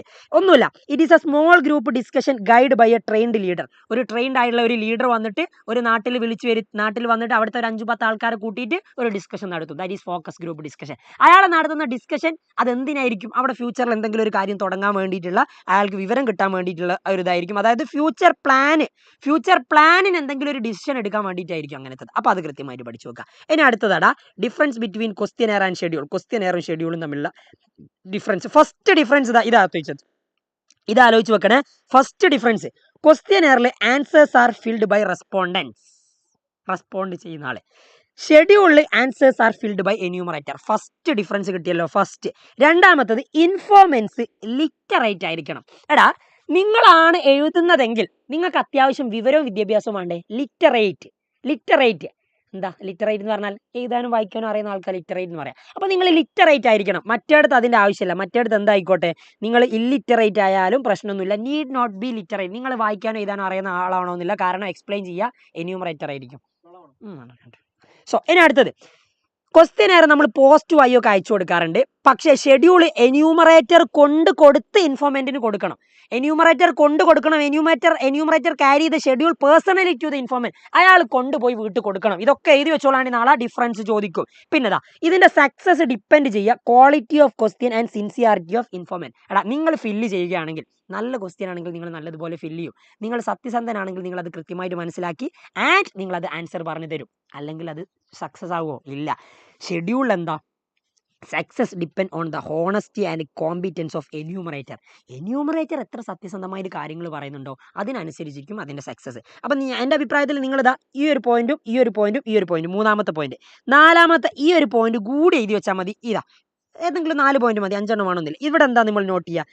Chance of getting incomplete information is more. തെറ്റായ വിവരങ്ങൾ കിട്ടാൻ ചാൻസ് കൂടുതലാണ്. ഇവിടെ ഗെറ്റിംഗ് ഇൻഫർമേഷൻ ഈസ് ലെസ്. അതായത് chance of getting incomplete information is less. അതായത് എന്യൂമറേറ്റർ അല്ലേ കാര്യങ്ങൾ പറഞ്ഞു കൊടുക്കുന്നത്. അപ്പോൾ കറക്റ്റ് ആയിട്ട് ചോദ്യങ്ങൾ പറഞ്ഞു കൊടുത്തിട്ട് ആൻസർ എന്യൂമറേറ്റർ ചെയ്തു. അപ്പോൾ ഇൻകംപ്ലീറ്റ് ഇൻഫർമേഷൻ കിട്ടാനുള്ള ചാൻസ് വളരെ കുറവാണ്. ഇനി അടുത്തത് പ്രൈമറി ആൻഡ് സെക്കൻഡറി ഡാറ്റ. ഇത് എക്സാമിന് ചോദിക്കാറുള്ള ഒരു സംഭവം. What is the difference between primary and secondary data? അല്ലെങ്കിൽ compare primary and secondary data. Primary data sir നോക്ക്, പ്രൈമറി ഡാറ്റ എന്ന് പറഞ്ഞാൽ എന്താ? ഡയറക്റ്റ് ആയിട്ട് നിങ്ങൾ കളക്ട് ചെയ്യാണ് ഡാറ്റ. സെക്കൻഡറി ഡാറ്റ എന്ന് പറഞ്ഞാൽ ഡയറക്റ്റ് അല്ല, കുറച്ച് ഇൻഡയറക്റ്റ് ആയിരിക്കും. അപ്പോൾ ഇതാ കൃത്യമായിട്ട് നോട്ട് ചെയ്ത് 4 പോയിന്റ് പഠിച്ചു വെച്ചാൽ മതി. 4 പോയിന്റ്. ഫസ്റ്റത്തത് it is original in nature. മറ്റേത് എന്തായിരിക്കും? Not original in nature. അതിൻ്റെ ഓപ്പോസിറ്റ് എഴുതിയാൽ മതി. Primary data original in nature, secondary data not original in nature. ഇനി it is in the form of raw materials. Secondary data എന്തായിരിക്കും? Form of finished product. ഒരൊറ്റ example പറഞ്ഞാൽ കാര്യം മനസ്സിലാവും. ജേർണലിസ്റ്റുകൾ direct observation നടത്തി ഒരു ക്രിക്കറ്റ് മാച്ച് റിപ്പോർട്ട് ചെയ്യുന്നു. അപ്പോൾ ഗ്രൗണ്ടിൽ പോയിട്ട് കളി കണ്ടിട്ട് അയാൾ എന്ത് ചെയ്യുന്നു? റിപ്പോർട്ട് ചെയ്യുന്നു. That is primary data collection. നാളത്തെ ന്യൂസ് പേപ്പറിൽ നിങ്ങൾ ആ വാർത്ത വായിക്കുന്നു, ഇന്ത്യ ഓസ്ട്രേലിയയോട് ക്രിക്കറ്റിൽ വിജയിച്ചു. നിങ്ങൾ വായിച്ചത് അതൊരു ഡാറ്റയല്ലേ? നിങ്ങൾക്കൊരു ഡാറ്റ നിങ്ങൾ അവിടെ നിന്ന് കളക്ട് ചെയ്തതല്ലേ? ന്യൂസ് പേപ്പറിൽ നിന്ന് നിങ്ങൾ വായിച്ച ഡാറ്റ സെക്കൻഡറി ഡാറ്റ, ന്യൂസ് പേപ്പറിൽ കൊടുക്കാൻ വേണ്ടി ആ റിപ്പോർട്ടർ പോയി കളക്ട് ചെയ്ത ഡാറ്റ ആണ് പ്രൈമറി ഡാറ്റ. ആ ഒരു ഡിഫറൻസ് മനസ്സിലാക്കി വെച്ചാൽ മതി. അപ്പോൾ സെക്കൻഡറി ഡാറ്റ എപ്പോഴും ഫിനിഷ്ഡ് പ്രൊഡക്റ്റ് ആയിരിക്കും. പ്രൈമറി ഡാറ്റ എന്ന് പറയുന്നത് കളക്ട് ചെയ്ത ഡാറ്റ അല്ലേ, റോ മെറ്റീരിയൽസ് ആയിട്ടായിരിക്കും. പിന്നെ ഇതിന് collection involves more money and time. ഒരുപാട് സമയവും പൈസയും ആവശ്യമാണ്. പക്ഷേ സെക്കൻഡറി ഡാറ്റയ്ക്ക് less time and money needed. Trained person വേണം അല്ലേ? ഒരു പത്രക്കാരൻ വേണ്ട റിപ്പോർട്ട് ചെയ്യണമെങ്കിൽ. പക്ഷേ നിങ്ങൾ ആ സെക്കൻഡറി ഡാറ്റ കളക്ട് ചെയ്യുന്ന നിങ്ങൾ വലിയ ട്രെയിൻഡ് ആണോ? വേണ്ട. നിങ്ങൾ എന്ത് ചെയ്താൽ മതി? ഒന്ന് വിജിലൻ്റ് ആയാൽ മതി while collecting the secondary data. നിങ്ങൾ പത്രം വായിക്കുമ്പോൾ അതിനെപ്പറ്റി ഒരു ബോധം ഉണ്ടായാൽ മതി. ഇനി അടുത്തത് primary data after use it become secondary data. Primary data നമ്മൾ അടിപൊളിയാക്കി സെക്കൻഡറി ഡാറ്റ ആക്കും. പക്ഷേ സെക്കൻഡറി ഡാറ്റനെ ഒരിക്കലും നിങ്ങൾക്ക് പത്രത്തിലുള്ള വായിച്ച വാർത്ത ഇനി പിന്നീട് ആ പ്രൈമറി ഡാറ്റ ആക്കി മാറ്റാൻ പറ്റുമോ? ഇല്ല. ഇതിൽ 4 എണ്ണം ഏതെങ്കിലും 4 എണ്ണം പഠിച്ചു വെക്കുക. ആൻഡ് വളരെ ഇമ്പോർട്ടൻ്റ് ആട്ടോ, ഇത് എക്സാമിന് ചോദിക്കും. Compare primary data and secondary data. സെറ്റല്ലേ? അങ്ങനെയാണ് അടുത്ത ക്വസ്റ്റ്യൻ നോക്കിക്കോ. സെക്കൻഡറി ഡാറ്റൻ്റെ ഇമ്പോർട്ടൻ്റ് ആയിട്ടുള്ള സോഴ്സുകൾ. പ്രൈമറി ഡാറ്റൻ്റെ ഇമ്പോർട്ടൻറ്റ് സോഴ്സുകൾ നമ്മൾ പറഞ്ഞു. പത്രവാർത്തയ്ക്ക് വേണ്ടി കളക്ട് ചെയ്യുന്ന ഡാറ്റകൾ, അങ്ങനത്തെ സംഭവങ്ങളൊക്കെ പ്രൈമറി ഡാറ്റ. ഇൻ്റർവ്യൂവിന് നമ്മൾ കളക്ട് ചെയ്യുമ്പോൾ കിട്ടുന്ന കാര്യങ്ങൾ, അതൊക്കെ പ്രൈമറി ഡാറ്റ. ഇനി സെക്കൻഡറി ഡാറ്റയ്ക്ക് എക്സാമ്പിളാണ് ഇതാ. ഒന്ന് ഗവൺമെൻറ് പബ്ലിക്കേഷൻസ്. രണ്ടാമത്തത് ഓഫീസ് റെക്കോർഡ്സ്, പഞ്ചായത്തിലും മുനിസിപ്പാലിറ്റിയിലും ഒക്കെ ഉള്ള ഓഫീസ് റെക്കോർഡ്സ്. മൂന്നാമത്തത് സർവേ റിപ്പോർട്ട്സുകൾ. നാലാമത്തത് സർവേ റിപ്പോർട്ട്സ് ഇൻ ജേണൽസ്. ഇതാണ് ഏറ്റവും ഇമ്പോർട്ടൻ്റ് ആയിട്ടുള്ളത്. Journals, news papers, other publications. അടുത്തത് വെബ്സൈറ്റ്. വേണമെങ്കിൽ നിങ്ങൾക്ക് ടെലിവിഷൻ ഒക്കെ എഴുതട്ടോ, ടെലിവിഷൻ ന്യൂസസ്, TV ന്യൂസസ് ഒക്കെ എഴുതാം. ഇതൊക്കെ എന്താണ്? ഇതൊക്കെ സെക്കൻഡറി ഡാറ്റയ്ക്ക് എക്സാമ്പിൾ ആണ് കേട്ടോ. റെഡി? അപ്പം നിങ്ങൾക്ക് അത് മനസ്സിലാവും, അത് നിങ്ങൾ എഴുതി വെക്കുക. അത് സെറ്റല്ലേ? സെറ്റാണെങ്കിൽ വേഗം സെറ്റാന്ന് പറഞ്ഞേ. ഇനി അടുത്ത ക്വസ്റ്റ്യൻ. ഇതിന് ആൻസർ പറഞ്ഞേ. സെറ്റല്ലേ? ഇതിന് ആൻസർ പറഞ്ഞേ. Which of the following is not a method of collecting primary data? ഇതിൽ പ്രൈമറി ഡാറ്റ കളക്ഷൻ മെത്തേഡ് അല്ലാത്തത് ഏത്? ഡയറക്റ്റ് ഒബ്സർവേഷൻ പ്രൈമറി ഡാറ്റയാണോ? ടെലിഫോൺ ഇൻ്റർവ്യൂ പ്രൈമറി ഡാറ്റയാണോ? ഫോക്കസ് ഗ്രൂപ്പ് ഡിസ്കഷൻ പ്രൈമറി ഡാറ്റയാണോ? School records. പ്രൈമറി ഡാറ്റ അല്ലാത്തത് എന്ന് പറഞ്ഞാൽ സെക്കൻഡറി ഡാറ്റ ആയുള്ളത്. വേഗം ആൻസർ പറഞ്ഞ്. ഇതിൽ പ്രൈമറി ഡാറ്റ അല്ലാത്തത് കൃത്യമായിട്ടൊന്ന് നോക്കിയിട്ട് പറഞ്ഞടാ. School record. Very good. School record എന്തല്ല? പ്രൈമറി ഡാറ്റ അല്ല. സ്കൂൾ റെക്കോർഡ് ഒരു ഫിനിഷ്ഡ് പ്രൊഡക്റ്റ് ആണ് അല്ലേ? അപ്പോൾ അതെന്തല്ല? പ്രൈമറി ഡാറ്റ അല്ല. Yes, very good. ഇനി അടുത്തതടാ, ഈ ചാപ്റ്ററിൽ ഏറ്റവും ഇമ്പോർട്ടൻ്റ് ആയുള്ളത് ഒരു ക്വസ്റ്റ്യനെയർ. നമ്മൾ പറഞ്ഞു ക്വസ്റ്റ്യനെയർ എന്ന് പറഞ്ഞിട്ടുണ്ടെങ്കിൽ എന്താ സംഭവം? ക്വസ്റ്റ്യനെയർ എന്ന് പറഞ്ഞാൽ ഒന്നുമില്ല, എന്യൂമറേറ്റർ അത് എത്തിച്ചു കൊടുക്കും ആൻഡ് റെസ്പോണ്ടന്റ് അത് ഫില്ല് ചെയ്യും. ഒരു നല്ല ക്വസ്റ്റ്യനെയർ ഉണ്ടാകേണ്ട ക്വാളിറ്റി അത് നിങ്ങൾ പഠിച്ചു വെക്കണം. യെസ് ഓർ നോ ക്വസ്റ്റ്യനും MCQ ക്വസ്റ്റ്യനും ഉണ്ടായിരിക്കണം അതിൽ. പിന്നെ പേഴ്സണൽ ക്വസ്റ്റ്യൻസ് അവോയ്ഡ് ചെയ്യണം, പേഴ്സണൽ ക്വസ്റ്റ്യൻസ് ഒഴിവാക്കണം. നല്ല ക്വസ്റ്റ്യനെയർ ആണെങ്കിൽ മിനിമം ഒരു 20 to 25 ക്വസ്റ്റ്യൻസ് എങ്കിലും ഉണ്ടായിരിക്കണം. Question should have A logical order. ഒരു ലോജിക്കൽ ഓർഡറിലായിരിക്കണം. ആദ്യം പോയിട്ട് താങ്ക്സ് പറഞ്ഞിട്ട് അവസാനം പോയിട്ട് നിങ്ങളുടെ പേരെന്താണെന്ന് ചോദിക്കരുത്. ആദ്യം നിങ്ങളുടെ പേരും ഇൻഫർമേഷനും ഒക്കെ എടുത്തിട്ട് വേണം നിങ്ങളുടെ ടോപ്പിക്കിലേക്ക് വരാൻ. ഒരു ലോജിക്കൽ ഓർഡർ ഉണ്ടായിരിക്കണം. സെൽഫ് എക്സ്പ്ലനേറ്ററി ആയിരിക്കണം. അതായത് ഇത് ഫില്ല് ചെയ്യുക റെസ്പോണ്ടന്റ് അല്ലേ, അപ്പോൾ അയാൾക്ക് വായിച്ചാൽ മനസ്സിലാകുന്ന രീതിയിലായിരിക്കണം. സെൽഫ് എക്സ്പ്ലനേറ്ററി ആയിരിക്കണം. ഇനി അടുത്തതടാ, ക്വസ്റ്റ്യൻ ഷുഡ് ബി അട്രാക്റ്റീവ്. നല്ല അട്രാക്റ്റീവ് ആയിരിക്കണം, സൗന്ദര്യമുള്ളതായിരിക്കണം. എന്നെ പോലെ നല്ല സൗന്ദര്യമുള്ള ക്വസ്റ്റ്യൻ ആയിരിക്കണം എന്നാണ് പറഞ്ഞത്. കറക്റ്റ് അല്ലേ? അതിലെന്തെങ്കിലും തെറ്റുണ്ടോടാ? തെറ്റുണ്ടെങ്കിൽ പറഞ്ഞേ. സോ ഇനി അടുത്ത ക്വസ്റ്റ്യൻ. ഇതൊക്കെ ഇമ്പോർട്ടൻ്റ് ആണ് കേട്ടോ. ഇതൊക്കെ നിങ്ങൾ പഠിച്ചിരിക്കണം. Data available in news papers. എടാ വേഗം പറഞ്ഞേ, ഇതിന് ആൻസർ കൂടി വേഗം പറഞ്ഞേ. ഡാറ്റ അവൈലബിൾ ഇൻ ന്യൂസ് പേപ്പറിൽ നമുക്ക് കിട്ടുന്ന ഡാറ്റ എന്തായിരിക്കും? ന്യൂസ് പേപ്പറിൽ കിട്ടുന്ന ഡാറ്റ വേഗം. ഓക്കെ, ന്യൂസ് പേപ്പറിൽ കിട്ടുന്ന ഡാറ്റ അതിൽ തെറ്റുണ്ട് എന്നാണ് പറയുന്നത് മിസോലിയ. എസ് എ ക്വസ്റ്റ്യൻ ഏതാ വരാന്നോ? എടാ എസ് എ ക്വസ്റ്റ്യൻ നമ്മൾ പറഞ്ഞല്ലോ, പ്രൈമറി ഡാറ്റ കളക്ഷൻ. ഈ ചാപ്റ്ററിൽ വരുന്ന എസ് എ ക്വസ്റ്റ്യൻ എന്ന് പറയുന്നത് that is primary data collection കേട്ടോ. The methods of primary data collection ചോദിക്കും, അല്ലെങ്കിൽ the difference between questionnaire on ഷെഡ്യൂളോ difference between primary and secondary ഡാറ്റയൊക്കെയാണ് ചോദിക്കുക. സോ യെസ്, ഏതാ? Yes, B. Data available in newspaper എന്ന് പറയുന്നത് അതൊരു സെക്കൻഡറി ഡാറ്റയാണ്, കിട്ടി. സിമ്പിൾ. ആൻഡ് അടുത്ത ക്വസ്റ്റ്യൻ നോക്കിക്കുക. Prepare a question regarding the travelling problems faced by school children. നിങ്ങളോട് മോഡൽ എക്സാമിന് ചോദിച്ചത് ക്വസ്റ്റ്യനെയർ ഉണ്ടാക്കാൻ ചോദിച്ചിരുന്നു. സാർ എന്തായിരുന്നു ക്വസ്റ്റ്യനെയർ ഉണ്ടാക്കാൻ പറഞ്ഞത്? നിപ്പ വൈറസിൻ്റെതാ. അത് നമ്മളൊരു ഷോർട്ട് ക്വസ്റ്റ്യൻ വീഡിയോ ചെയ്തപ്പോൾ അതിൽ നമ്മൾ ഡിസ്കസ് ചെയ്തിട്ടുണ്ട്. അതേ മോഡൽ വേറൊരു സംഭവം. നിങ്ങൾ സ്കൂളിലേക്ക് പോകുന്ന കുട്ടികളുടെ ട്രാവലിംഗ് പ്രോബ്ലംസ് അതിൻ്റെ ഒരു ക്വസ്റ്റ്യനെയർ ഞാൻ നിങ്ങൾക്ക് തരാം. നിങ്ങളല്ലേ സ്കൂളിൽ പഠിക്കുന്ന കുട്ടികളെ, അപ്പം നിങ്ങൾക്ക് ഞാനത് തരാം. അപ്പം നിങ്ങളോട് ഞാൻ എന്തൊക്കെ ചോദിക്കണം? ഒന്നുതാ പേഴ്സണൽ ഡീറ്റെയിൽസ് ആയിട്ട് നിങ്ങൾ first name, age, gender and contact information.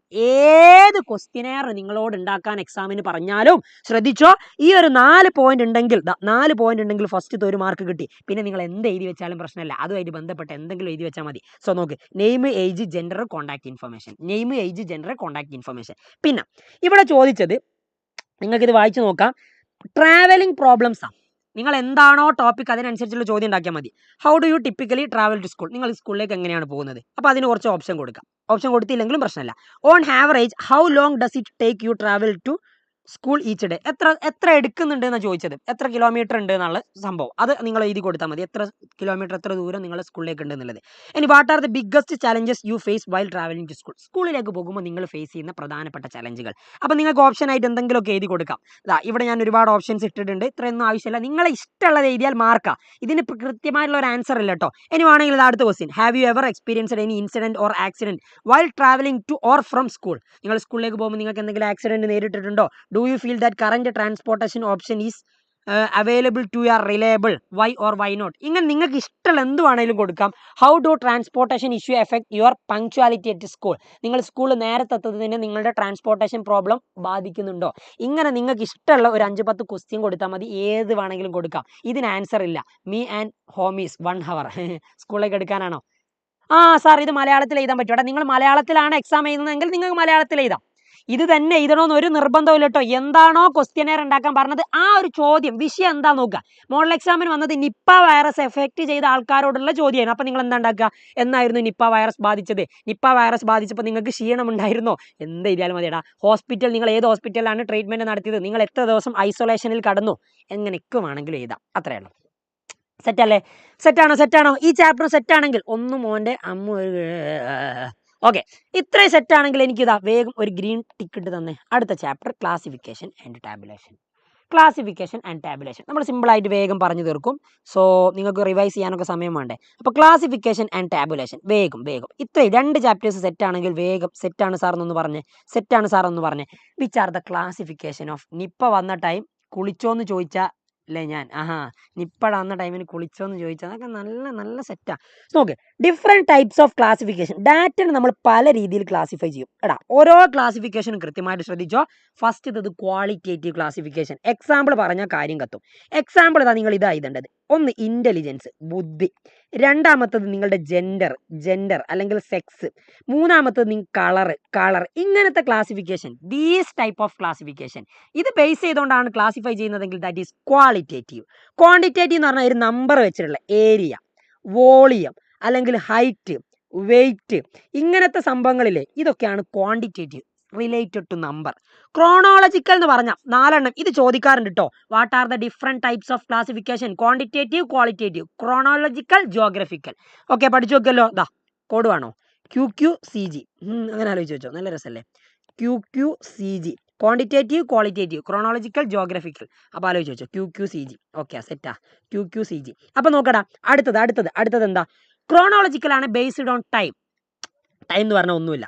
നിങ്ങൾ മന്ത്ലി നിങ്ങളുടെ നാട്ടിൽ വരുന്ന എന്തെങ്കിലും ഒരു സാധനം, മന്ത്ലി വരുന്നത് എന്താ? എന്തെങ്കിലും മാസികെങ്കിലും ആയിക്കോട്ടെ, മന്ത്ലി. പിന്നെ ഇയർലി വരുന്ന എന്തെങ്കിലും ഇയർ, അതേപോലെ തന്നെ ഹവർലി. ഇങ്ങനെ ടൈം ബേസ് ചെയ്തുകൊണ്ടുള്ള classification, that is chronological classification. English Malayalam ഒപ്പം എഴുതാൻ പറ്റുമോ? അത് എഴുതാണ്ട് നിൽക്കുന്നതാണ് ബെറ്റർ. ഒന്നെങ്കിൽ ഇംഗ്ലീഷ് അല്ലെ മലയാളം, ഏതെങ്കിലും ഒന്ന് എഴുതിയാൽ മതിയടാ. ജോഗ്രഫിക്കൽ ആണെങ്കിൽ ഒന്നുമില്ല, district,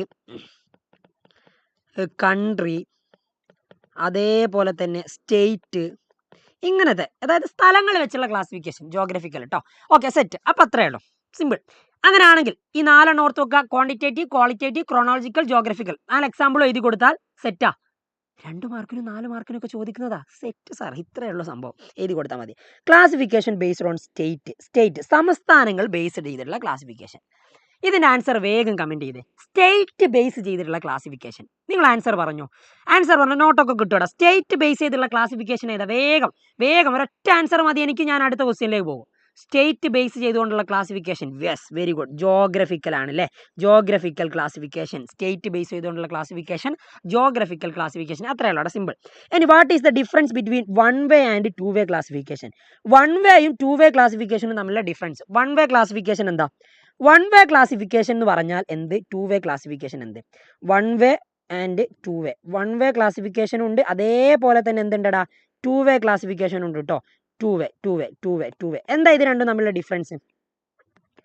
2 way classification, what is the difference between them? സംഭവം ഈസിയാണ്, നോക്കിയോ. ഞാൻ വെറുതെ ഡിഫറൻസ് ചെയ്താൻ വേണ്ടിയിട്ട് കള്ളി വരച്ചൊന്നല്ല, ഞാൻ വെറുതെ ഒരു ഭംഗിക്ക് വേണ്ടി വരച്ചതാണ്. നോക്ക്, 1 വേ ക്ലാസിഫിക്കേഷൻ എന്ന് പറഞ്ഞാൽ ബേസ്ഡ് ഓൺ 1 വേരിയബിൾ. എന്താണ്? Based on 1 variable. ഏതെങ്കിലും ഒരു വേരിയബിൾ വെച്ചായിരിക്കും ക്ലാസിഫിക്കേഷൻ. 2 വേ എന്ന് പറഞ്ഞാലോ ബേസ്ഡ് ഓൺ 2 വേരിയബിൾ. 2 വേ അല്ലേ? അപ്പോൾ based on 2 variable. Okay, ready. അതായത് നിങ്ങളുടെ സ്കൂളിലെ സ്റ്റുഡൻസിനെ പോയോ എടാ, നിങ്ങളുടെ സ്കൂളിലെ സ്റ്റുഡൻസിനെ ഞാൻ ക്ലാസിഫൈ ചെയ്യുന്നത് സ്റ്റുഡൻസ് നിങ്ങൾ പഠിക്കുന്ന സ്ട്രീം വെച്ചിട്ടാന്ന് വിചാരിച്ചോ. സ്റ്റുഡൻസിനെ ക്ലാസിഫൈ ചെയ്യാണ്. നിങ്ങളുടെ സ്കൂളിലെ കുട്ടികളുണ്ട്, ആ കുട്ടികളെ സ്റ്റുഡൻസിനെ ഞാൻ ക്ലാസിഫൈ ചെയ്യുന്നത് സ്ട്രീം വെച്ചിട്ടാണ്. നിങ്ങളുടെ സ്ട്രീം ഏതാണോ ആ സ്ട്രീം വെച്ചിട്ടാണ് ക്ലാസിഫൈ ചെയ്യുന്നത്. സ്ട്രീം ഒന്നെങ്കിൽ നിങ്ങൾ എന്തായിരിക്കാം? ഒന്നെങ്കിൽ നിങ്ങൾ കൊമേഴ്സ് ആയിരിക്കാം, ഓക്കെ, അല്ലെങ്കിൽ നിങ്ങൾ സയൻസ് ആയിരിക്കാം, ഓക്കെ, അല്ലെങ്കിൽ നിങ്ങൾ എന്തായിരിക്കും, ഹ്യൂമാനിറ്റീസ് ആയിരിക്കാം, ഓക്കെ, റെഡി. അപ്പോൾ ഇങ്ങനെ ബേസ് ചെയ്തുള്ള ക്ലാസിഫിക്കേഷൻ ആണ് എന്ത്, 1 വേ ക്ലാസിഫിക്കേഷൻ. 2 വേ ആകുമ്പോൾ നിങ്ങളെ ഞാൻ സ്റ്റുഡൻസിനെ ക്ലാസിഫൈ ചെയ്യുന്ന രീതി 2 സംഭവം യൂസ് ചെയ്യും. ഒന്ന് ബോയ്സ് ആയിരിക്കും, രണ്ടാമത്തത് ഗേൾസ് ആയിരിക്കും. ബോയ്സും ഉണ്ടാവും ഗേൾസും ഉണ്ടാവും, ബോയ്സ് ആൻഡ് ഗേൾസ്. ബോയ്സ് തന്നെ കൊമേഴ്സ് വരും, ഹ്യൂമാനിറ്റീസ് വരും, സയൻസ് വരും. ഗേൾസിലും എന്ത് വരും, കൊമേഴ്സ് വരും, ഹ്യൂമാനിറ്റീസ് വരും, സയൻസ് വരും. ഇവിടെ ഞാൻ ചെയ്ത ക്ലാസിഫിക്കേഷൻ നിങ്ങൾ കണ്ടോ? ഇവിടെ ഞാൻ യൂസ് ചെയ്തത് ഒറ്റ വേരിയബിൾ സ്ട്രീം. ഇവിടെ ഞാൻ യൂസ് ചെയ്തത് ജെൻഡർ, ബോയ്സ് ആൻഡ് ഗേൾസ് എന്ന് പറയുന്ന ഒന്ന്, അതേപോലെ തന്നെ കൊമേഴ്സ് ആൻഡ് ഹ്യൂമാനിറ്റീസ് എന്ന് പറയുന്ന രണ്ടാമത്തത്. അതായത് നോക്കിക്കുക, ഞാൻ യൂസ് ചെയ്തുള്ള 2 കാര്യം എന്ന് പറഞ്ഞാൽ, ഒന്ന് ഇവരുടെ ജെൻഡറാ അല്ലേ, ജെൻഡർ. ഒന്നാമത്തത് ജെൻഡർ യൂസ് ചെയ്തുകൊണ്ടാ, രണ്ടാമത്തത് സ്ട്രീം അല്ലേ.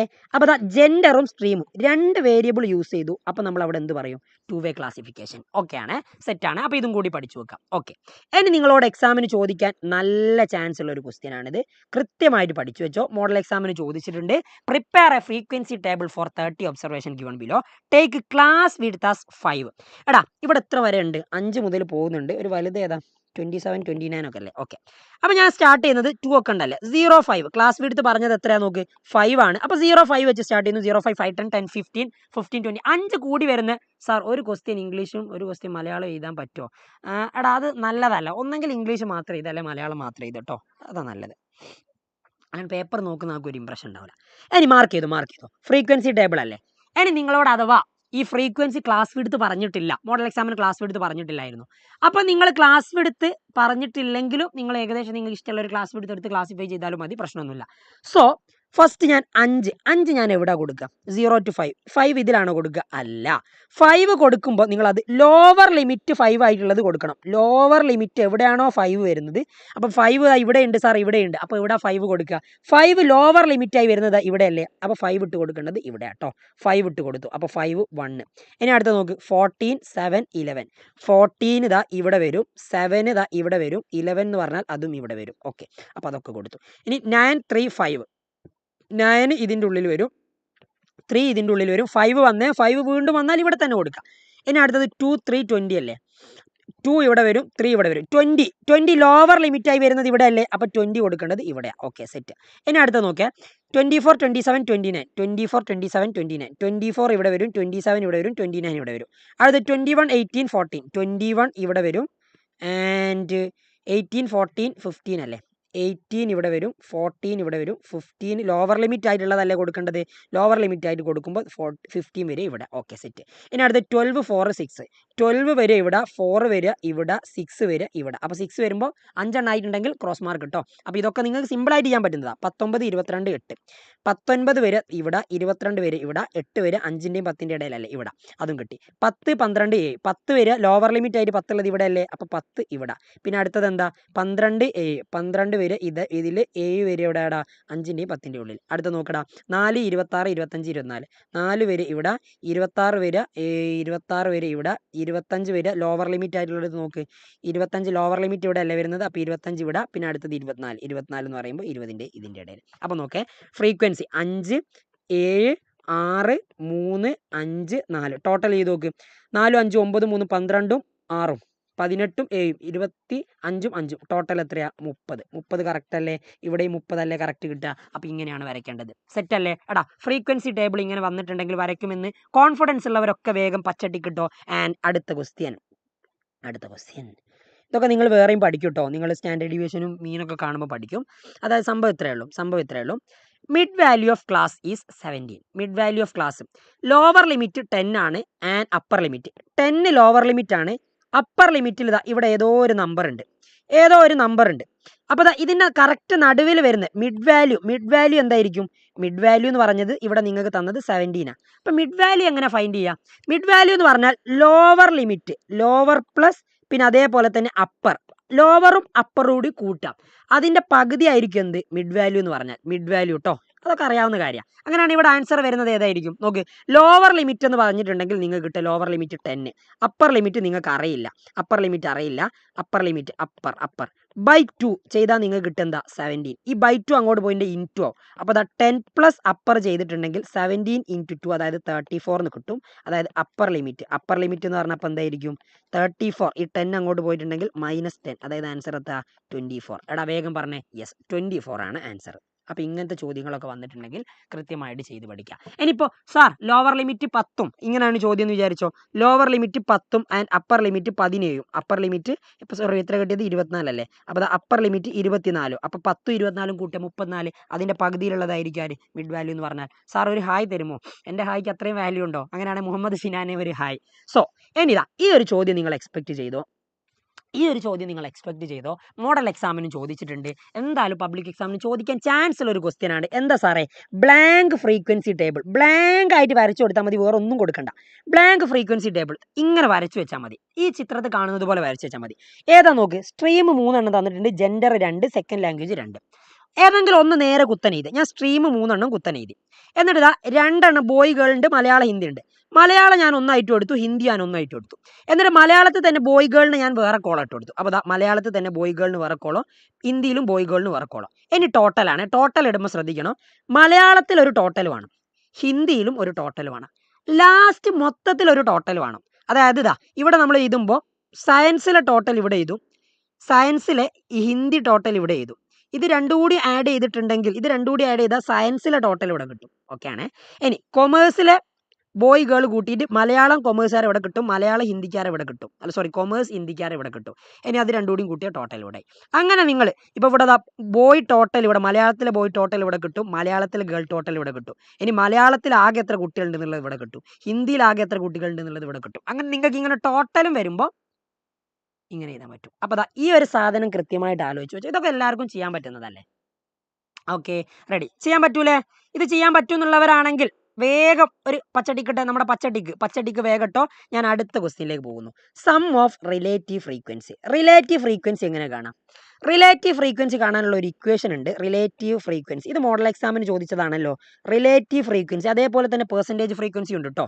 റിലേറ്റീവ് ഫ്രീക്വൻസി എന്ന് പറഞ്ഞാൽ എന്താണോ ഫ്രീക്വൻസി അത് ബൈ ടോട്ടൽ ഫ്രീക്വൻസിനെ നമ്മൾ പറയുന്ന പേരാണ് ടോട്ടൽ ഫ്രീക്വൻസിക്ക് നമ്മൾ കൊടുക്കുന്ന ലെറ്ററാണ് ക്യാപിറ്റൽ N. അപ്പോൾ റിലേറ്റീവ് ഫ്രീക്വൻസി എന്ന് പറഞ്ഞാൽ ഏതാണോ ഫ്രീക്വൻസി അത് by total frequency, F/N.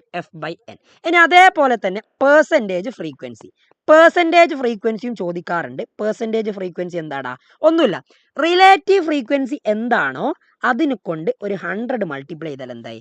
Percentage frequency ആയി. അങ്ങനെയാണെങ്കിൽ ഇതിൻ്റെ സം എന്ന് പറയുന്നത് റിലേറ്റീവ് ഫ്രീക്വൻസിൻ്റെ സം എപ്പോഴും 1 ആയിരിക്കും, പെർസെൻറ്റേജ് ഫ്രീക്വൻസിൻ്റെ സം എപ്പോഴും 100 ആയിരിക്കണ്ടേ, പെർസെൻറ്റേജ് 100. അങ്ങനെയാണ് ഇതിൻ്റെ ആൻസർ എന്താ? സം ഓഫ് റിലേറ്റീവ് ഫ്രീക്വൻസി എന്ന് പറഞ്ഞാൽ ദാറ്റ് ഈസ് 1 ട്ടോ. ഓക്കെ. ഇനി അങ്ങനെയാണെന്ന് നോക്ക്. Construct A relative frequency table four the following data. നിങ്ങൾക്ക് ഈ ഒരു ഡാറ്റയ്ക്ക് ഒരു റിലേറ്റീവ് ഫ്രീക്വൻസി ടേബിൾ ഉണ്ടാക്കാൻ പറഞ്ഞത് വളരെ സിമ്പിളാണ്. നോക്കിയോ, 0, 2, 2, 4, 4, 6, 6, 8, 8, 10. അപ്പോൾ ഞാൻ ആ ഫ്രീക്വൻസി എഴുതിയിട്ടുണ്ട്. ഒന്നുമില്ല, ടോട്ടൽ എത്ര ഉണ്ട് നോക്കും. എല്ലാം കൂടി കൂട്ടിയാൽ 5, 6, 11, 3, 14, 7, 21, 4, 25. റിലേറ്റീവ് ഫ്രീക്വൻസി ഇങ്ങനെ ഫൈൻഡ് ചെയ്യുക. 5 അവിടെ ഉള്ളത് 5 അല്ലേ ഫ്രീക്വൻസി, ടോട്ടൽ 25. 5/25 ചെയ്തിട്ടുണ്ടെങ്കിൽ ആൻസർ 0.2. അടുത്തത് നിങ്ങൾ ഇത് 6/25 ആൻസർ ഇവിടെ എഴുതുക. അടുത്തത് 3/25 ആൻസർ ഇവിടെ എഴുതുക. 7/25 ആൻസർ ഇവിടെ എഴുതുക. അടുത്തത് 4/25 ആൻസർ ഇവിടെ എഴുതുക. ഇതെല്ലാം കൂടി കൂട്ടി നോക്കിയാൽ നിങ്ങൾ ടോട്ടൽ കിട്ടുന്നത് എത്രയായിരിക്കും? 1 ആയിരിക്കും. ഇത് കാൽക്കുലേറ്റർ യൂസ് ചെയ്തുകൊണ്ട് ചെയ്യട്ടോ. ഇത് ഞാൻ ഇവിടെ ലീവ് ചെയ്യുന്നു. സംഭവം ഒന്ന് മാത്രം ഞാൻ എഴുതിയിട്ടുണ്ട്. കാൽക്കുലേറ്റർ യൂസ് ചെയ്തുകൊണ്ടാണ് ഇത് ചെയ്യേണ്ടത്. റിലേറ്റീവ് ഫ്രീക്വൻസി സിമ്പിൾ ആണ്. അപ്പോൾ ഇങ്ങനത്തെ ഒരു കാര്യം വന്നിട്ടുണ്ടെങ്കിൽ നിങ്ങൾക്ക് എഴുതാൻ പറ്റണം. പെർസെൻറ്റേജ് ഫ്രീക്വൻസിയും ഇതേ സംഭവം തന്നെ. ഇനി ഇവിടെ നിങ്ങളോട് ചോദിക്കുകയാണ് പെർസെൻറ്റേജ് ഫ്രീക്വൻസി. ഇതിൻ്റെ പെർസെൻറ്റേജ് ഫ്രീക്വൻസി ടേബിളാണ് ഉണ്ടാക്കാൻ പറയുന്നതെങ്കിലോ ഒന്നുമില്ലടാ. പെർസെൻറ്റേജ് ഫ്രീക്വൻസി ആണെങ്കിൽ എന്താ ചെയ്യാന്നറിയോ? Relative frequency into 100. അപ്പോൾ നിങ്ങൾ 0.2നെ 100 കൊണ്ട് മൾട്ടിപ്ലൈ ചെയ്യുമ്പോൾ നിങ്ങൾക്ക് കിട്ടും 20. അപ്പോൾ 20% എന്ന് കിട്ടും. അപ്പോൾ ഇവിടുത്തെ ചെയ്യുകയാണെങ്കിൽ നിങ്ങൾക്ക് 6/25 ഇൻറ്റു 100 എന്നാണ് കിട്ടുക. ആൻസറായി. ഇത്രയേ ഉള്ളൂ. ഇനി പെർസെൻറ്റേജ് ഫ്രീക്വൻസി അതിന് എല്ലാം കൂടി കൂട്ടിയാൽ പെർസെൻറ്റേജ് ഫ്രീക്വൻസി ആണെങ്കിൽ അതെന്തായിരിക്കും? 100. യെസ്, സെറ്റാണ്. അപ്പോൾ ഇത്രയേ ഉള്ളൂ. ഈ ചാപ്റ്ററിൽ നിങ്ങൾ കൃത്യമായിട്ട് പഠിച്ചിരിക്കേണ്ട കാര്യങ്ങളൊക്കെ നമ്മൾ ഡിസ്കസ് ചെയ്തു. അടുത്തത് chapter number 4 diagrams and graph. ഈ ചാപ്റ്റർ കുറച്ച് ഇമ്പോർട്ടൻ്റാണ്. കാരണം ഇതിൽ നിന്ന് ഒരുപാട് 1 മുതൽ 6 വരെയുള്ള ചാപ്റ്റേഴ്സ് പഠിച്ചാൽ എത്ര മാർക്ക് കിട്ടും? അത്യാവശ്യം നല്ല മാർക്ക് കിട്ടുമടാ. ഓൾമോസ്റ്റ് 1 മുതൽ 6 വരെ ചാപ്റ്റേഴ്സ് പഠിച്ചിട്ടുണ്ടെങ്കിൽ തന്നെ ഒരു 30+ കിട്ടും കേട്ടോ എന്തായാലും. ഇനി അടുത്തതാ, explain the importance of diagrams and graphs in statistical analysis. എടാ നമ്മൾ ഡാറ്റ ക്ലാസിഫൈ ചെയ്യുമ്പോൾ നമ്മൾ ഡയഗ്രംസും ഗ്രാഫുകളൊക്കെ ആക്കുമ്പോൾ അത് നമുക്ക് പഠനം വളരെ എളുപ്പമാക്കും. എന്തുകൊണ്ട് വളരെ എളുപ്പമാക്കും എന്ന് ചോദിച്ചിട്ടുണ്ടെങ്കിൽ ഒരുപാട് ഫാക്ടേഴ്സ് ഉണ്ട്. നിങ്ങൾ ആ ഫാക്ടേഴ്സുകളെ പറ്റിയല്ല എഴുതേണ്ടത്. നിങ്ങൾ ചെയ്യേണ്ട കാര്യം ഇത്രയേ ഉള്ളൂ. അതിൻ്റെ ഇമ്പോർട്ടൻസ് ആണ് ഇവിടെ ചോദ്യം. ആ ഇമ്പോർട്ടൻസ് ഒക്കെ ഒന്ന് പറഞ്ഞേ. It gives a clear picture about data. നിങ്ങൾ എന്തിനെ പറ്റിയാണോ പഠിക്കുന്നത് അതിനെപ്പറ്റിയുള്ള ഒരു ക്ലിയർ പിക്ചർ തരുന്നു. റെഡി. അടുത്തത്, we can make comparison between different sample easily. Comparison between different sample easily. Comparison വളരെ ഈസി ആയിരിക്കും. പിന്നെ അതേപോലെ തന്നെ it can be used universally at any time at any place. ഗ്രാഫുകളും ഡാറ്റയും ഒക്കെ നിങ്ങൾക്ക് ഏത് സ്ഥലത്തും ഏത് സമയത്തും യൂസ് ചെയ്യാം. It is more attractive and impressive. ഗ്രാഫൊക്കെ വരയ്ക്കല്ലേ നല്ല രസമായിരിക്കും കാണാൻ. വീണ്ടും ഞാൻ എന്നെ പറഞ്ഞതുപോലെ നല്ല രസമുള്ളതായിരിക്കും കാണാൻ. Okay, ready. ഇനി അടുത്തത്, what are the different types of bar diagram. Different types of bar diagram ചോദിച്ചാൽ എടാ വൺ വേർഡ് ആയിട്ടേ ചോദിക്കൂ. Different type of bar diagram ഏതൊക്കെയാ? Simple bar diagram, multiple bar diagram. ഇത് രണ്ടും വളരെ ഇമ്പോർട്ടൻ്റ് ആണ്. ഇത് വരയ്ക്കാനും ചോദിക്കാറുണ്ട്. Simple bar diagram, multiple bar diagram. അടുത്തത് സബ് ഡിവൈഡഡ് ബാർ ഡയഗ്രാം അല്ലെങ്കിൽ കമ്പോണന്റ് ബാർ ഡയഗ്രാം. അങ്ങനെയും പറയേ, കമ്പോണന്റ് ബാർ ഡയഗ്രാം. ഇനി പെർസെൻറ്റേജ് ബാർ ഡയഗ്രാം കൂടി. ഇത് ആലോചിച്ച് നോക്കുക. Simple, multiple, component bar diagram, percentage bar diagram. Component അല്ലെങ്കിൽ സബ് ഡിവൈഡഡ് ഏത് എഴുതി കൊടുത്താലും മാർക്കാം. ഇനി ഇതാ നോക്ക്, നിങ്ങളോട് നാളത്തെ എക്സാമിന് എന്തായാലും ചോദിക്കാൻ ചാൻസ് ഉള്ള ഒരു ക്വസ്റ്റ്യൻ ആയിട്ട് ഞാൻ പ്രഡിക്റ്റ് ചെയ്യുന്ന ഒരു ക്വസ്റ്റ്യൻ ആണ് സിമ്പിൾ ബാർ ഡയഗ്രാം വരയ്ക്കാൻ. കാരണം മോഡൽ എക്സാമിന് നിങ്ങളോട് ചോദിച്ചത് മൾട്ടിപ്പിൾ ബാർ ഡയഗ്രാം ഇതേപോലെ വരയ്ക്കാനാണ്. രണ്ടും വരച്ചു നോക്കാം. സിമ്പിൾ ബാർ ഡയഗ്രാം വരയ്ക്കുമ്പോൾ അത് വളരെ സിമ്പിൾ ആയിരിക്കണം എന്നാണോ സാറേ? അല്ല. നോക്ക്, സിമ്പിൾ ബാർ ഡയഗ്രാം നിങ്ങൾ ശ്രദ്ധിക്കേണ്ട കാര്യങ്ങൾ എന്തൊക്കെയാ? ഈസിയാ. നോക്കേ, ഇവിടെ തന്ന കാര്യങ്ങൾ ഏതൊക്കെ നോക്ക്. Rice, wheat, oil, sugar. ഇവിടെ ഒരു 80, 20, 30, 50 വരെ തന്നിട്ടുണ്ട്. അപ്പം ഞാൻ മാർക്ക് ചെയ്യുമ്പോൾ ഞാൻ ജസ്റ്റ് എന്ത് ചെയ്യുന്നു, ഇതാ നോക്ക്.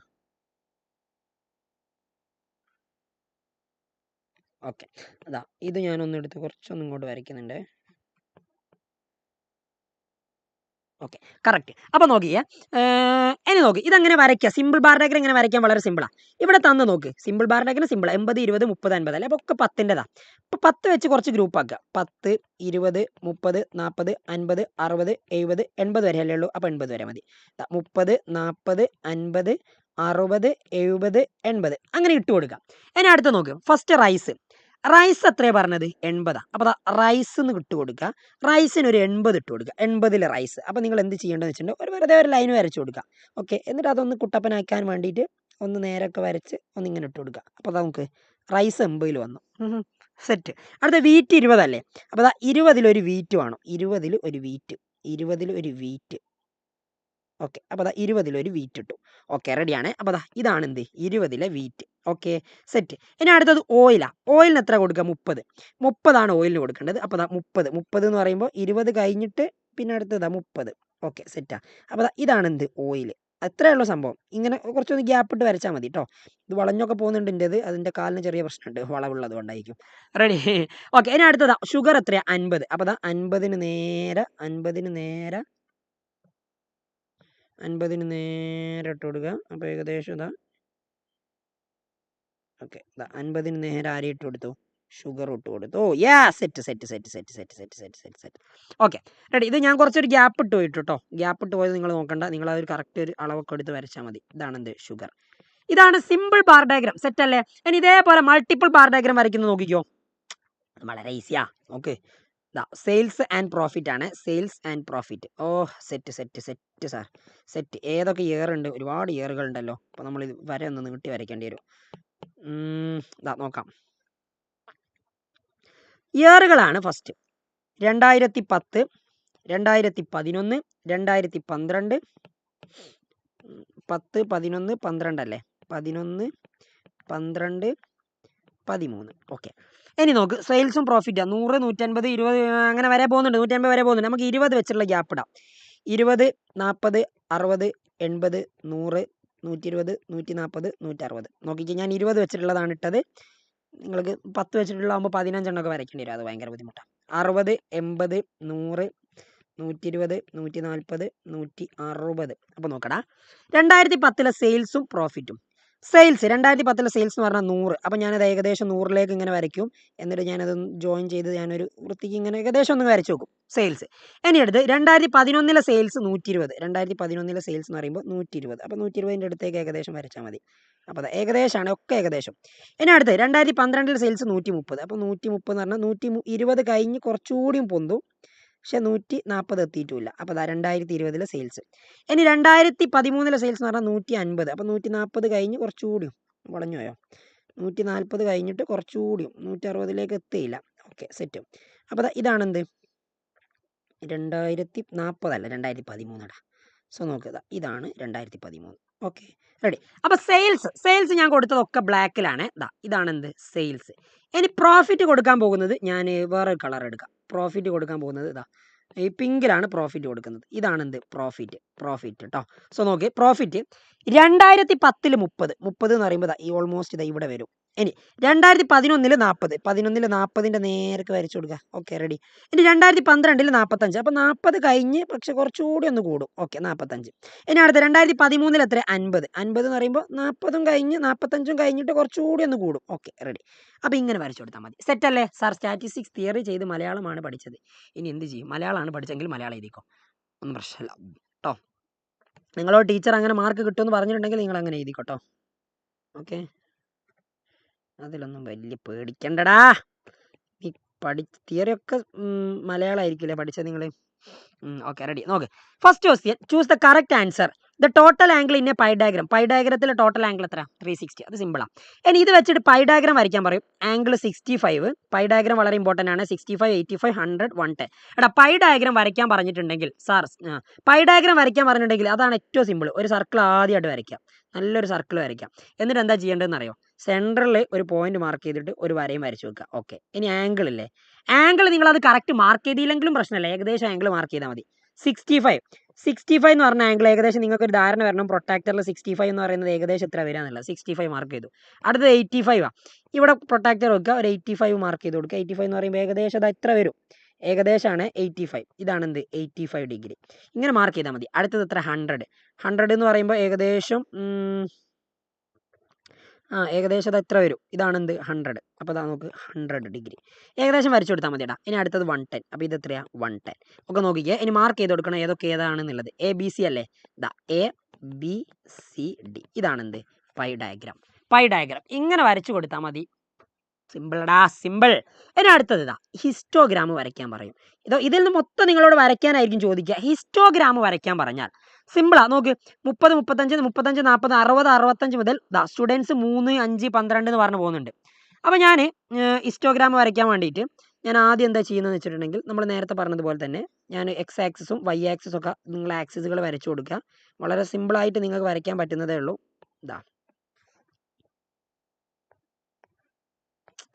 പോയി ഒരു സുഖമല്ല.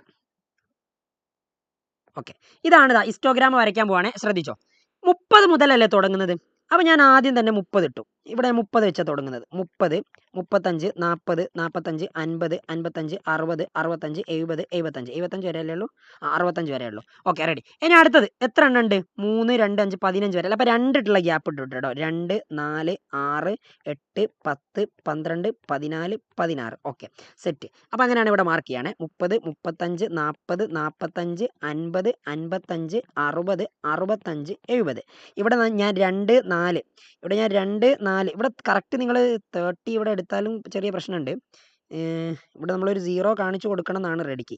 അതുകൊണ്ട് ഞാനിത് എന്ത് ചെയ്യുന്നു എന്ന് വെച്ചിട്ടുണ്ടെങ്കിൽ കുറച്ചൊന്നും ഇങ്ങോട്ട് നീക്കുന്നു.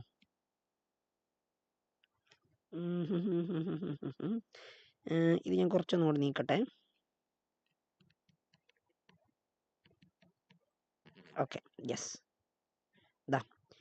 ഇതൊന്നും കൂടെ നീക്കിയിട്ടുണ്ട് കേട്ടോ. ഓക്കെ, യെസ്, അത് പ്രശ്നമൊന്നുമില്ലല്ലോ. അതായത് എന്തിനാ നീക്കിയെന്ന് വെച്ചാൽ കറക്റ്റ് നിങ്ങൾ ഇവിടെ ഹിസ്റ്റോഗ്രാം വരയ്ക്കുമ്പോഴേ ഇതെപ്പോഴും ഒരു 0 ആയിട്ട് കൺസിഡർ ചെയ്യുന്നതാണ് നല്ലത്. ഓക്കെ, അപ്പോൾ ഇവിടെ കുറച്ച് ഗ്യാപ്പ് ഉണ്ട്. ഗ്യാപ്പ് എന്തെങ്കിലും ആവട്ടെ. 30 വരെ ഒന്നും വരുമൊന്നുമില്ല. Pi diagram ചോദിക്കാറുണ്ടടാ. അപ്പോൾ അതാ നോക്ക്, 2, 4, 6, 8, 10, 12, 14, 16. പൈ ഡയഗ്രാം ചോദിച്ചാൽ നമുക്ക് എഴുതണ്ടേ.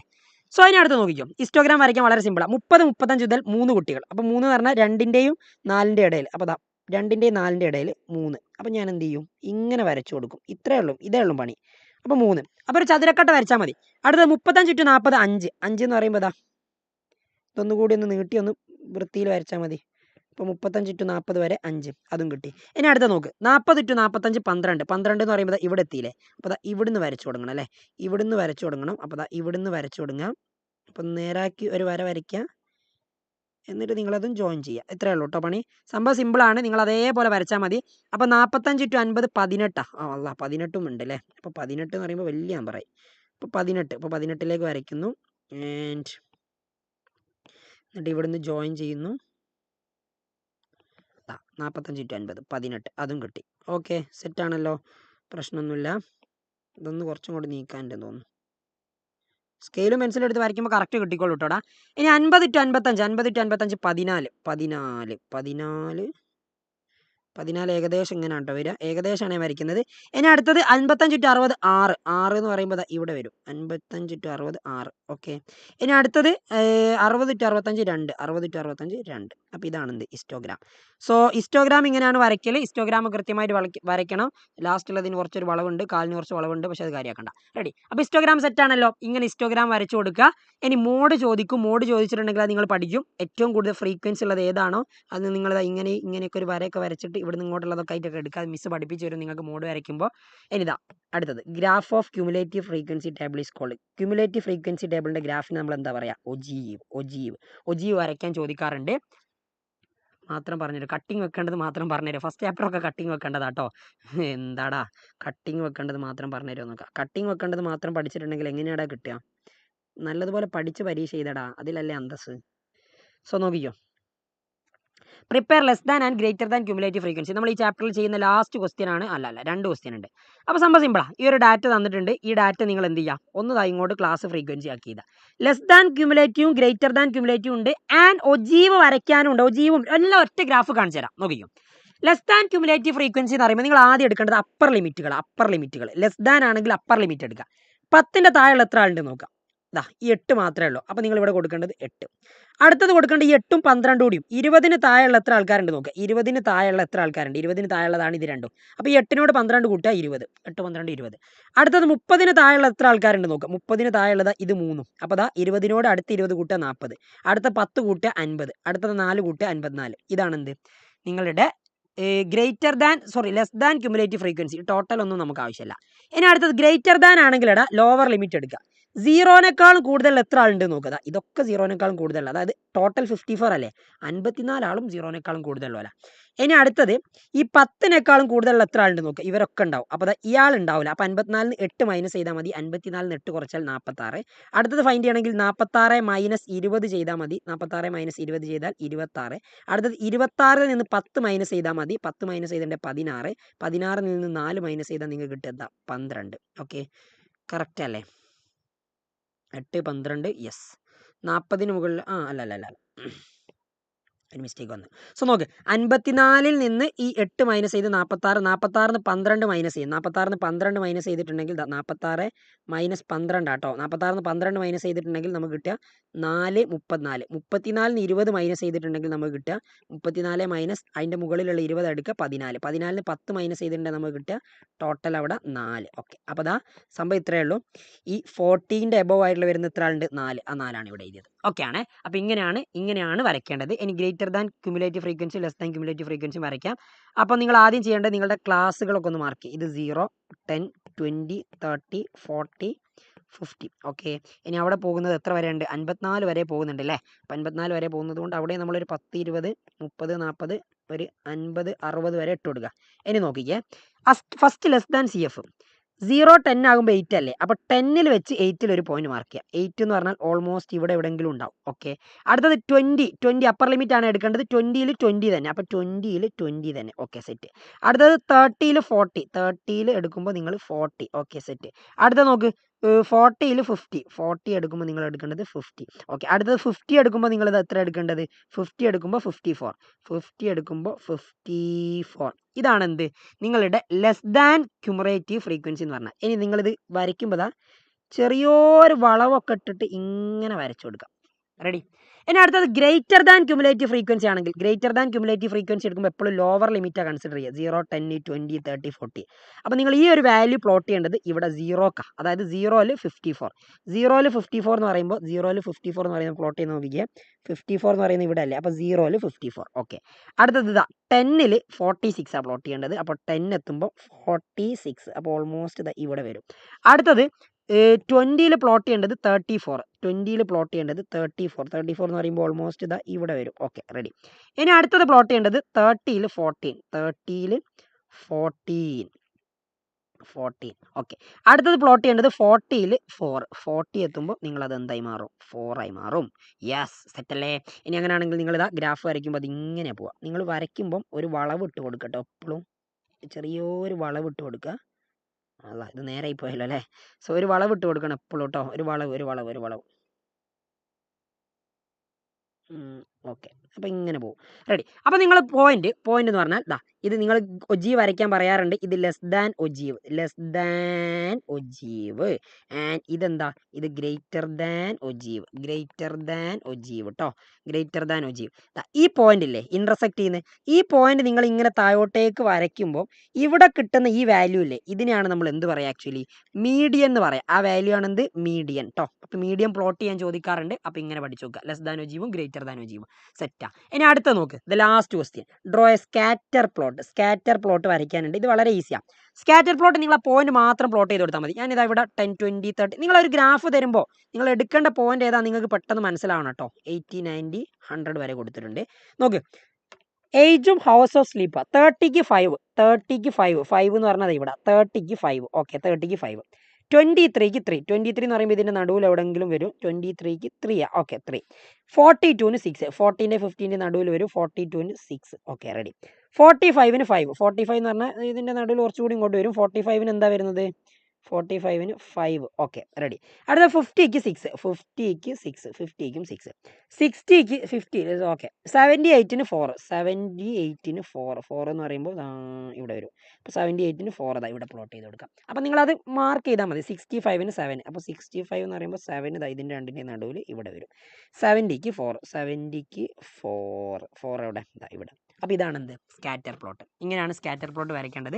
അപ്പോൾ സെറ്റല്ലേ? 4 ചാപ്റ്റർ സെറ്റല്ലേ? ഇനി ഞാനിതാ റുഷ്ദ മിസ്സിനെ വിളിക്കാം. ഇതൊക്കെ കൃത്യമായിട്ട് പഠിച്ചോ കേട്ടോ. റുഷ്ദ മിസ്,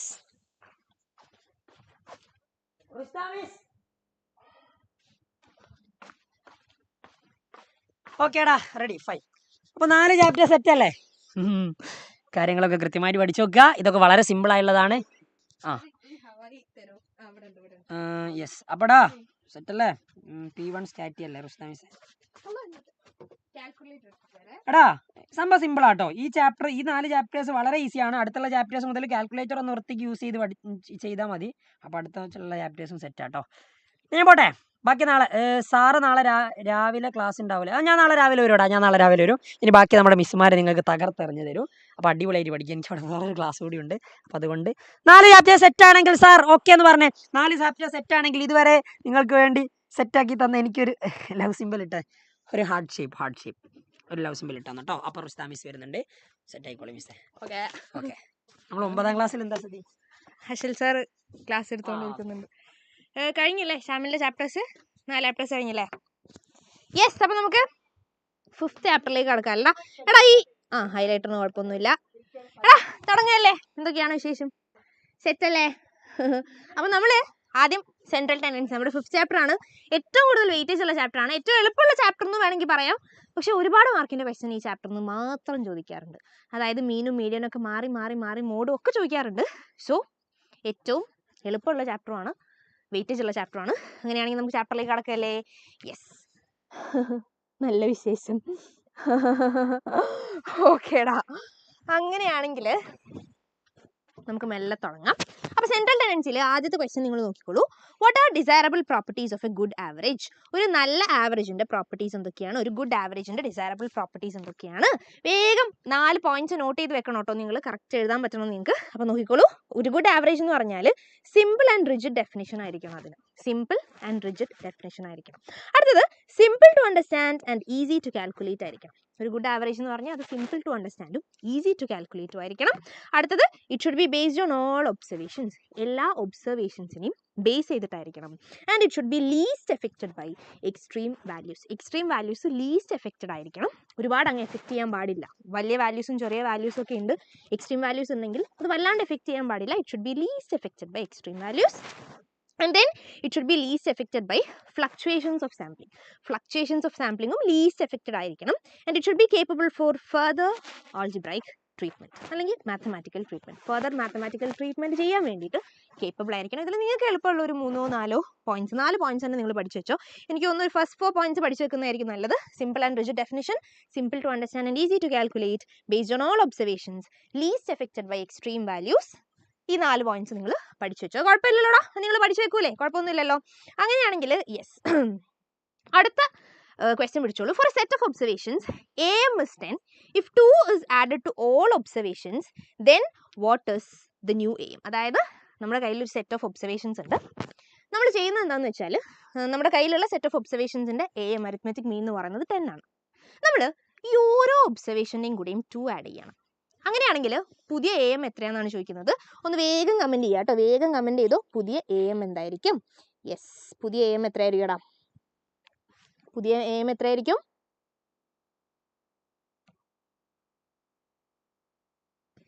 യെസ്, ഇവിടെ 12. ആരിഫ ജാഫറിൻ്റെ കമൻറ്റ് മാത്രമേ ഞാൻ കണ്ടുള്ളൂ.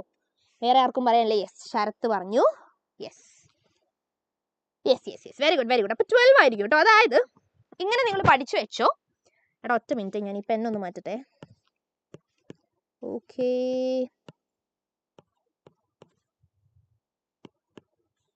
ഇത്രയും വേണ്ട. Okay yes. അപ്പോൾ നമ്മുടെ കയ്യിലുള്ള ഒബ്സർവേഷൻസിന് നമ്മളിപ്പോൾ എല്ലാ ഒബ്സർവേഷൻസിനും 2 ആണ് ആഡ് ചെയ്ത് കൊടുക്കുന്നെങ്കിൽ നമ്മുടെ മീനും ഒരു 2 ആഡ് ആവും. അത്രയേ ഉള്ളൂ കേട്ടോ ഡിഫറൻസ്. അപ്പോൾ 10 എന്നുള്ള മീൻ എത്രയായിട്ട് മാറും? 10 + 2 12 ആയിട്ട് മാറും. അതേപോലെ 3 ആണ് നമ്മൾ ആഡ് ചെയ്യുന്നതെങ്കിലോ 13 ആയിരിക്കും. ഇനി മൈനസ് ചെയ്യുന്നതാണെങ്കിലോ അതേ ഡിഫറൻസ് മീനിലും വരും, മൾട്ടിപ്ലൈ ആണെങ്കിലും അതേ ഡിഫറൻസ് വരും. അപ്പോൾ അങ്ങനെ ഒരു കോൺസ്റ്റന്റ് നമ്പർ നമ്മൾ എല്ലാ ഒബ്സർവേഷൻസിനും മൈനസ് ചെയ്യുക, പ്ലസ് ചെയ്യുക, മൾട്ടിപ്ലൈ ചെയ്യുക തുടങ്ങിയ ഡിഫറൻസസ് ഒക്കെ വരുത്തുകയാണെങ്കിൽ മീനിലും അതേ ഡിഫറൻസ് നിങ്ങൾ കൊടുത്താൽ മതി. സോ ഒരു 1 മാർക്കിനൊക്കെ ചോദിക്കുമ്പോൾ ആ ഒരു ഡിഫറൻസ് കൊടുത്താൽ മതി, അല്ലാണ്ട് കഷ്ടപ്പെട്ടിരുന്ന് മീൻ കാൽക്കുലേറ്റ് ചെയ്യാനൊന്നും നിൽക്കരുത് കേട്ടോ. യെസ്, അങ്ങനെയാണെങ്കിൽ അടുത്ത ക്വസ്റ്റ്യൻ നോക്കിക്കോളൂ. The distribution of daily wages of workers in A factory is given below. Find the mean daily wage. അപ്പോൾ തന്നിട്ടുള്ളത് വേജസും നമ്പർ ഓഫ് വർക്കേഴ്സും. എന്ന് വെച്ചാൽ ഇത് ആക്ച്വലി എന്ത് ഡേറ്റയാടാ? കയ്യിലുള്ളത് എന്ത് ഡേറ്റയാണ്? കയ്യിലുള്ളത് ഡിസ്ക്രീറ്റ് ഫ്രീക്വൻസി ഡേറ്റയാണ്. എന്ന് വെച്ചാൽ എക്സൈസും ഉണ്ട്, കറസ്പോണ്ടിങ് FIയും ഉണ്ട്, ഒബ്സർവേഷനും കറസ്പോണ്ടിങ് ഫ്രീക്വൻസിയും ഉണ്ട്. ഇങ്ങനെ തന്നു കഴിഞ്ഞാൽ മീൻ ഫൈൻഡ് ചെയ്യാൻ പറഞ്ഞാൽ നമ്മൾ എന്ത് ഇക്വേഷനാണ് യൂസ് ചെയ്യുക? ഒന്ന് ഇക്വേഷൻ കമൻറ്റ് ചെയ്യാൻ പറ്റുമോ? എന്താ നമ്മൾ ചെയ്യുക? എങ്ങനെയാണ് നമ്മൾ ചെയ്യുക? എക്സ് ബാർ ചോദിച്ചാൽ നമ്മൾ ചെയ്യേണ്ടത് sigma FIXI divided by N ആണ്. എന്താ എക്സ് ബാർ എന്ന് പറയുന്നത്? Sigma FIXI divided by N ആണ്. ഈ N എന്ന് പറഞ്ഞാൽ എന്താ? Total frequency. സിഗ്മ FI ആണ് നമ്മുടെ N എന്ന് പറയുന്നത്. എനിവേസ് ഇവിടെ നമ്മൾ എന്താ ചെയ്യേണ്ടത്? നമ്മുടെ കയ്യിൽ എന്തുണ്ട്? XIയും FIയും ഉണ്ട്. നമുക്ക് വേണ്ടത് സിഗ്മ FIXI ആണ്. അപ്പം നമ്മൾ FIXIക്ക് ഒരു കോളം കൊടുക്കണം. നോക്കിക്കേ, എക്സും എഫും കയ്യിലുണ്ട്, FXന് ഒരു കോളം കൊടുത്താൽ മതി. എന്താ ഈ FX എന്ന് വെച്ചാൽ എക്സും എഫും അങ്ങ് മൾട്ടിപ്ലൈ ചെയ്ത് കൊടുത്താൽ മതി. നോക്കിക്കേ, 6 × 6. അപ്പോൾ ഇവിടെ ഇങ്ങനെ മൾട്ടിപ്ലിക്കേഷൻ നമ്മൾ ചെയ്യാം. ടേംസ് നോക്കിക്കേ, നമ്മുടെ ടേംസ് എന്ന് പറയുമ്പോൾ എക്സും എഫും നമ്മൾ എടുക്കുക, അവർ തമ്മിൽ മൾട്ടിപ്ലൈ ചെയ്യുക. 600 × 6 എന്ന് വെച്ചാൽ 3600 എന്ന് വരും. 800 × 3 എന്ന് വെച്ചാൽ 8 × 3. 2400 എന്ന് വരും. 4 × 1000 4000 എന്ന് വരും. അതേപോലെ 1200 × 5 വരും. ആൻഡ് ദെൻ പിന്നെ വരുന്ന ആരാടാ? 6000 വരും അല്ലേ. ആൻഡ് ദെൻ 1400 × 2 എന്ന് പറയുമ്പോൾ 2800 വരും. ഇതാണ് നമ്മുടെ FX എന്ന് പറയുന്നത്. FX കിട്ടിക്കഴിഞ്ഞാൽ നമ്മൾ എന്ത് ചെയ്യണം? ഈ FXന്റെ സമ്മ് കാൽക്കുലേറ്റ് ചെയ്യണം. നമുക്ക് കാൽക്കുലേറ്റർ യൂസ് ചെയ്യാം. അപ്പോൾ FXന്റെ കോളത്തിന്റെ സമ്മ് എടുത്താൽ 3600 പ്ലസ് 2400 പ്ലസ് 4000 പ്ലസ് 6000 പ്ലസ് 2800 ആണ്. And that is 18800. And similarly നമ്മുടെ സിഗ്മ F എന്ന് പറയുന്നത് എന്താണ്? സം ഓഫ് ഫ്രീക്വൻസീസ് ആണ്. And here it is 9 plus 4 13 plus 5 18 plus 2 20 എന്ന് വരും. എന്ന് വെച്ചാൽ നമ്മുടെ എക്സ് ബാർ എന്തായിരിക്കും? Sigma FX divided by sigma F ആണ്. And here it is 18800 divided by 20. അപ്പോൾ നമുക്ക് എന്ത് കിട്ടും? 1880/2 എന്ന് വരും. And that is equal to 940 ആണ് നമുക്ക് എന്തായിട്ട് കിട്ടുക. Very good very good. So 940 ആണ് നമുക്ക് എക്സ് ബാർ ആയിട്ട് കിട്ടുക. അപ്പോൾ നോട്ട് ചെയ്ത് വെക്കുക. XIയും FIയും തന്നാൽ FX എന്ന് പറയുന്ന ഒരൊറ്റ കോൾ ഉണ്ടാക്കുന്ന പണിയേ ഉള്ളൂ. അവിടെ നിന്ന് സം എടുക്കുക, സിഗ്മ എഫ് ഐയും കാൽക്കുലേറ്റ് ചെയ്യുക, തമ്മിൽ ഡിവൈഡ് ചെയ്ത് കൊടുത്താൽ നമുക്ക് എന്ത് കിട്ടും? എക്സ് ബാർ കിട്ടും. ഇതേപോലെ തന്നെയാണ് ആക്ച്വലി കണ്ടിന്യൂസ് ഡേറ്റയിൽ മീൻ ചോദിച്ചാലും നമ്മൾ ചെയ്യേണ്ടത്. ഇവിടെ നോക്കിക്കേ, മീൻ തന്നെയാണ് ചോദിച്ചിട്ടുള്ളത്. ഡേറ്റയിലുള്ള വ്യത്യാസം എന്താടാ? കണ്ടിന്യൂസ് ഡേറ്റ ആണ്. എന്ന് വെച്ചാൽ ഇന്റർവലും തന്നിട്ടുണ്ട്, കറസ്പോണ്ടിങ് ഫ്രീക്വൻസിയും തന്നിട്ടുണ്ട്. ഇന്റർവലും തന്നിട്ടുണ്ട്, കറസ്പോണ്ടിങ് ഫ്രീക്വൻസിയും തന്നിട്ടുണ്ട്. 0 to 10, 10 to 20, 20 to 30 എന്നൊക്കെ പറയുന്ന ഇന്റർവൽസും കറസ്പോണ്ടിങ് ഫ്രീക്വൻസി നോക്കിക്കേ 6, 7, 16 എന്ന് പറഞ്ഞ് തന്നിട്ടുണ്ട്. നമ്മൾ എന്താ ചെയ്യേണ്ടത്? ഇന്റർവെൽസ് തന്നു കഴിഞ്ഞാൽ, അതായത് ക്ലാസ്സും കറസ്പോണ്ടിങ് ഫ്രീക്വൻസി അല്ലേ തന്നിട്ടുള്ളത്, നമ്മൾ എന്ത് ചെയ്യണം? എക്സ് ഐ എന്ന് പറയുന്ന ഒരു കോളം ക്രിയേറ്റ് ചെയ്യണം. എന്താ എക്സ് ഐ എന്ന് പറയുന്നത്? ഈ ഇന്റർവെൽസിന്റെ മിഡ് പോയിന്റ് ആണ്. 0 to 10 എന്ന് പറയുമ്പോൾ എക്സ് ഐ 5 ആയിരിക്കും, 10 to 20 എന്ന് പറയുമ്പോൾ 15 ആയിരിക്കും. അങ്ങനെ മിഡ് പോയിന്റ്സിന് ഒരു കോളം ക്രിയേറ്റ് ചെയ്യുക. അപ്പൊ എന്ത് കിട്ടി? എഫ് ഐയും എക്സ് ഐയും കിട്ടി. എഫ് ഐയും എക്സ് ഐയും കിട്ടിക്കഴിഞ്ഞാൽ പിന്നെ നമ്മൾ നേരത്തെ ചെയ്ത പോലെ തന്നെ എഫ് ഐ എക്സ് ഐ കാണുന്നു, അതിന്റെ സം എടുക്കുന്നു, സിഗ്മ എഫ് ഐ കാണുന്നു. അപ്പൊ നോക്കിക്കേ, 0 to 10, 10 to 20 എന്ന് പറഞ്ഞ് നമുക്ക് ഇന്റർവെൽസ് തന്നിട്ടുണ്ട്. നമുക്ക് ആദ്യം എന്ത് ചെയ്യാം? എക്സ് ഐയുടെ കോളം ഫില്ല് ചെയ്യാം. എന്ന് വെച്ചാൽ മിഡ് പോയിന്റ്സ് ആണ്, ഞാൻ പെട്ടെന്ന് ചെയ്യുന്നുണ്ട് കേട്ടോ. 0 to 10 മിഡ് പോയിന്റ് എങ്ങനെയാ കാണുക? 0 plus 10 by 2. രണ്ട് എൻ പോയിന്റ്സ് ആഡ് ചെയ്യുക, ബൈ 2 ചെയ്താൽ മതി. സോ 5 എന്ന് കിട്ടും. 10 to 20 മിഡ് പോയിന്റോ 15 ആയിരിക്കും. സിമിലർലി 25, 35, 45, 55 ആൻഡ് 65 ആണ് നമുക്ക് മിഡ് പോയിന്റ്സ് ആയിട്ട് കിട്ടുക. മിഡ് പോയിന്റ്സ് കിട്ടിക്കഴിഞ്ഞാൽ വേഗം കാൽക്കുലേറ്റ് ചെയ്യേണ്ടത് എന്താടാ? നമ്മൾ F I X I calculate ചെയ്യണം. 6 into 5 30 ആണ്. അടുത്തത് 7 into 15 വരും അല്ലേ? That is 105. And then 16 into 25 ആണ്. That is 400. 35 into 11 എത്രയാണ് വരുന്നത്? 385 ആണ്. 45 into 6 എന്ന് പറയുന്നത് 270 ആണ്. യെസ്. ദെൻ പിന്നെ വരുന്നത് 55 into 2 ആണ്. That is 110. 65 into 7 എന്ന് പറഞ്ഞാൽ 455. ഇത്രയും കിട്ടിക്കഴിഞ്ഞാൽ F I X I's full നമ്മൾ ഫില്ല് ചെയ്ത് കഴിഞ്ഞിട്ടുണ്ട്. എഫ് ഐ എക്സ് ഐയുടെ സമ്മ് നമ്മൾ എടുക്കണം. എന്താ നമ്മുടെ X bar? Sigma F I X I divided by N ആണ്. സോ എഫ് ഐ എക്സ് ഐയുടെ സമ്മ് എടുക്കുമ്പോഴേ 30 പ്ലസ്, നിങ്ങൾ ഈ വാല്യൂസ് നോക്കണം കേട്ടോ. അതായത് ചെയ്ത് പഠിക്കണം സ്റ്റാറ്റിസ്റ്റിക്സ്, അല്ലെങ്കിൽ നിങ്ങൾക്ക് മിസ്റ്റേക്ക് കൂടുതൽ വരാനുള്ള ചാൻസ് ഉണ്ട്. ചെയ്ത് പഠിച്ചാലേ അത് ക്ലിയർ ആവുള്ളൂ. നിങ്ങൾ ഓൾറെഡി ചെയ്ത് പഠിച്ചിരിക്കുകയാണെങ്കിൽ ഒന്ന് ഓർമ്മിപ്പിക്കാൻ വേണ്ടി നിങ്ങൾ കണ്ടാൽ മതി. പക്ഷെ അല്ലാത്ത പക്ഷം നിങ്ങൾ ഇത് ചെയ്ത് പഠിക്കുക തന്നെ വേണം കേട്ടോ. സോ 385 പ്ലസ് 270 പ്ലസ് 110 പ്ലസ് 455 എന്ന് വരും അല്ലേ? And that is equal to 1755. ആൻഡ് സിഗ്മ എഫ് ഐയുടെ കേസിൽ 6 plus 7 plus 16 plus 11 plus 6 plus 2 plus 7 and that is equal to 55 ആണ്. എന്ന് വെച്ചാൽ നമ്മൾ സമ്മേഷൻ എടുക്കുമ്പോൾ 1755 ഡിവൈഡഡ് ബൈ 55 ആണ് ചെയ്യേണ്ടത്. എത്രയാണ് നമുക്ക് കിട്ടുകയെന്ന് നോക്കാം. 1755 ഡിവൈഡ് ബൈ 55 എന്ന് പറയുമ്പോൾ 31.9 ആണ് നമുക്ക് എക്സ് ബാർ ആയിട്ട് കിട്ടുന്നത്. എടാ ഫസീല, എങ്ങനെയാടാ 45.1 വന്നേ? 31.9 ആണല്ലോ എനിക്ക് കിട്ടിയത്. വേറെ ആരെങ്കിലും ചെയ്ത് നോക്കിയിട്ടുണ്ടെങ്കിൽ ഒന്ന് പറഞ്ഞേ. യെസ്, അപ്പോൾ എക്സ് ബാർ എന്ന് പറയുന്നത് നമുക്ക് 31.90. യെസ്, 90 അല്ലേ? അപ്പോൾ ഞാൻ 9 എഴുതിയിട്ടേ ഉള്ളൂ, 90 ആയതുകൊണ്ട്. അപ്പോൾ ഇതാണ് നമ്മുടെ എക്സ് ബാർ എന്ന് പറയുന്നത്. അപ്പോൾ എഫ് ഐയും എക്സ് ഐയും കിട്ടിക്കഴിഞ്ഞാൽ എഫ് ഐ എക്സ് ഐ കാണുക, sigma F I X I കാണുക. റൈറ്റ്. എക്സ് ഐക്ക് പകരം എം യൂസ് ആക്കാമോന്നാ? അങ്ങനെ ഒരു നൊട്ടേഷൻ നിങ്ങൾ എഴുതാറുണ്ടോ? എം ഐ എന്ന് പറഞ്ഞിട്ട് എങ്ങനെ എഴുതാറുണ്ടോ? എം എന്ന് പറഞ്ഞിട്ട് നൊട്ടേഷൻ കൊടുക്കാറുണ്ടോ? എനിക്കറിയില്ല കേട്ടോ. അങ്ങനെ ഒരു സ്റ്റാൻഡേർഡ് നൊട്ടേഷൻ ഞാൻ കണ്ടിട്ടില്ല. എക്സ് ഐ എഴുതുന്നതിനായിരിക്കും നല്ലത് ഇക്വേഷൻസിലൊക്കെ. കാരണം ടെക്സ്റ്റിലായാലും അല്ലാണ്ടൊക്കെ നമ്മൾ പഠിക്കുന്ന സ്റ്റാൻഡേർഡ് ഇതാണ് കേട്ടോ. ആടാ ഫസീല 50 ആണോ സം എടുത്ത? അതുകൊണ്ടാണ് കേട്ടോ. ഇറ്റ്സ് ഓക്കെ, പ്രശ്നമില്ല. അടുത്ത ക്വസ്റ്റ്യൻ നോക്കിക്കോളൂ. Mean score obtained in an examination by a group of 100 students was found to be 49. നമ്മുടെ കയ്യിൽ 2 ഗ്രൂപ്പ് ഓഫ് സ്റ്റുഡൻസ് ഉണ്ട് ആക്ച്വലി. ഫസ്റ്റത്തെ ഗ്രൂപ്പ് എന്ന് പറഞ്ഞാൽ 100 സ്റ്റുഡൻസിന്റെ ഒരു ഗ്രൂപ്പാണ്. അവരുടെ മീൻ സ്കോർ 49 ആണ് എന്ന് കിട്ടിയിട്ടുണ്ട്. അടുത്ത group, the mean scores obtained in the same examination by another group of 200 students. ഒരു 200 സ്റ്റുഡൻസിന്റെ വേറൊരു ഗ്രൂപ്പ് ഉണ്ട് നമ്മുടെ കയ്യിൽ. ആൻഡ് അവരുടെ മീൻ സ്കോർ എന്ന് പറയുന്നത് 56 ആണ്. അങ്ങനെയാണെങ്കിൽ ചോദിക്കുന്നത് എന്താണെന്നറിയോ? Find mean scores obtained by both the groups taken together. അപ്പോൾ ഈ ക്വസ്റ്റ്യൻ നോട്ട് ചെയ്ത് വെച്ചോ, നിങ്ങൾക്ക് ചോദിക്കാറുള്ളതാണ്. എനിക്ക് തോന്നുന്നു ഇത് നിങ്ങളുടെ മോഡൽ എക്സാമിന് ചോദിച്ചിട്ടുള്ള ക്വസ്റ്റ്യൻ തന്നെയാണ് അല്ലേ? സോ ഇവിടെ ടേക്കൺ ടുഗദർ എന്ന് പറഞ്ഞാലേ നമ്മുടെ കയ്യിൽ ആദ്യം നമ്മളിങ്ങനെ ഒബ്സർവ് ചെയ്യാണ് 2 ഡിഫറെൻറ്റ് ഗ്രൂപ്പ്സ്. ഇവർ തമ്മിൽ ബന്ധമൊന്നുമില്ല. ഒരു 100 സ്റ്റുഡൻസിന്റെ ഗ്രൂപ്പും ഉണ്ട്, വേറൊരു 200 സ്റ്റുഡൻസിന്റെ ഗ്രൂപ്പും ഉണ്ട്. ഇവരിൽ സെയിം എലമെന്റ്സ് ഒന്നും ഉണ്ടാവില്ല. 100 വേറെ 200 വേറെ, ഒന്ന് ഗേൾസും ഒന്ന് ബോയ്സും, ആ രീതിയിൽ. അങ്ങനെ 100 സ്റ്റുഡൻസിന്റെ ആവറേജ് നമ്മുടെ കയ്യിലുണ്ട്, 200 സ്റ്റുഡൻസിന്റെ ആവറേജ് നമ്മുടെ കയ്യിലുണ്ടെങ്കിൽ കമ്പൈൻഡ് ഗ്രൂപ്പ് കൊണ്ട് ഉദ്ദേശിക്കുന്നത് ഇവരെ നമ്മൾ അങ്ങ് മിക്സ് ചെയ്യണം. അതായത് 100 + 200 300 സ്റ്റുഡൻസിനെ നമ്മൾ ഒരു ഗ്രൂപ്പാക്കി മാറ്റാണ്. അങ്ങനെയാണെങ്കിൽ ആ കമ്പൈൻഡ് ഗ്രൂപ്പിന് ഒരു പുതിയ ആവറേജ് ഉണ്ടാവുമല്ലോ. രണ്ടാൾക്കും ഇൻഡിവിജ്വലി ആവറേജ് ഉണ്ട്, പക്ഷേ ഇവരിപ്പോൾ ടീമായല്ലോ, ഒന്നായ അവർക്കൊരു ആവറേജ് ഉണ്ടാവില്ലേ? ആ ആവറേജ് ആണ് ചോദിക്കുന്നത്. നോട്ട് ചെയ്ത് വെച്ചോളൂ. കമ്പൈൻഡ് മീൻ എന്ന് പറഞ്ഞാൽ എക്സ് ബാർ എന്ന് ഞാൻ അതിനെ വിളിക്കുകയാണെങ്കിൽ it is equal to n1x1 bar plus n2x2 bar divided by n1 plus n2. എന്താണ് കമ്പൈൻഡ് മീൻ എന്ന് പറയുന്നത്? n1x1 bar plus n2x2 bar by n1 plus n2. അങ്ങനെയാണെങ്കിൽ ഇവിടെ what is n1 and what is x1 bar? N1 എന്ന് പറഞ്ഞാൽ first ഗ്രൂപ്പിലെ number of elements ആണ് 100 and first ഗ്രൂപ്പിന്റെ മീൻ എത്രയാടാ 49 ആണ്. അപ്പോൾ x1 ബാറും കിട്ടി. ഇതേപോലെ N2 എന്താ സെക്കൻഡ് ഗ്രൂപ്പിലെ number of elements 200 and what is x2 bar? x2 bar എന്ന് പറഞ്ഞാൽ സെക്കൻഡ് ഗ്രൂപ്പിന്റെ മീൻ ആണ് and that is equal to 56. N1 ഉം N2 ഉം x1 ബാറും x2 ബാറും ഒക്കെ കിട്ടിയ സ്ഥിതിക്ക് നമുക്ക് വേഗം സബ്സ്റ്റിറ്റ്യൂട്ട് ചെയ്യാം. 100 into 49 പ്ലസ് N2 ന് പകരം 200 into 56 divided by N1 plus N2 എന്ന് പറഞ്ഞാൽ നമുക്ക് എത്രയാണ് കിട്ടുക? 100 plus 200 300 എന്ന് വരും. ദാറ്റ് ഈസ് 200 into 56 എന്ന് പറയുമ്പോൾ 11200 പ്ലസ് 49 into 100 എന്ന് പറയുമ്പോൾ 4900. അപ്പോൾ നമുക്ക് സമ്മ് കിട്ടുക 16100 ആണ്. ഡിവൈഡഡ് ബൈ 300 ആണ് നമ്മൾ ചെയ്യേണ്ടത്. സീറോസ് ക്യാൻസൽ ആയ 161/3 ആണ് നമ്മൾ ചെയ്യേണ്ടത്. And that is equal to very good 53.66. Arifa Jafar 53.66 ആണ് കേട്ടോ നമുക്ക് ആൻസർ ആയിട്ട് കിട്ടുക.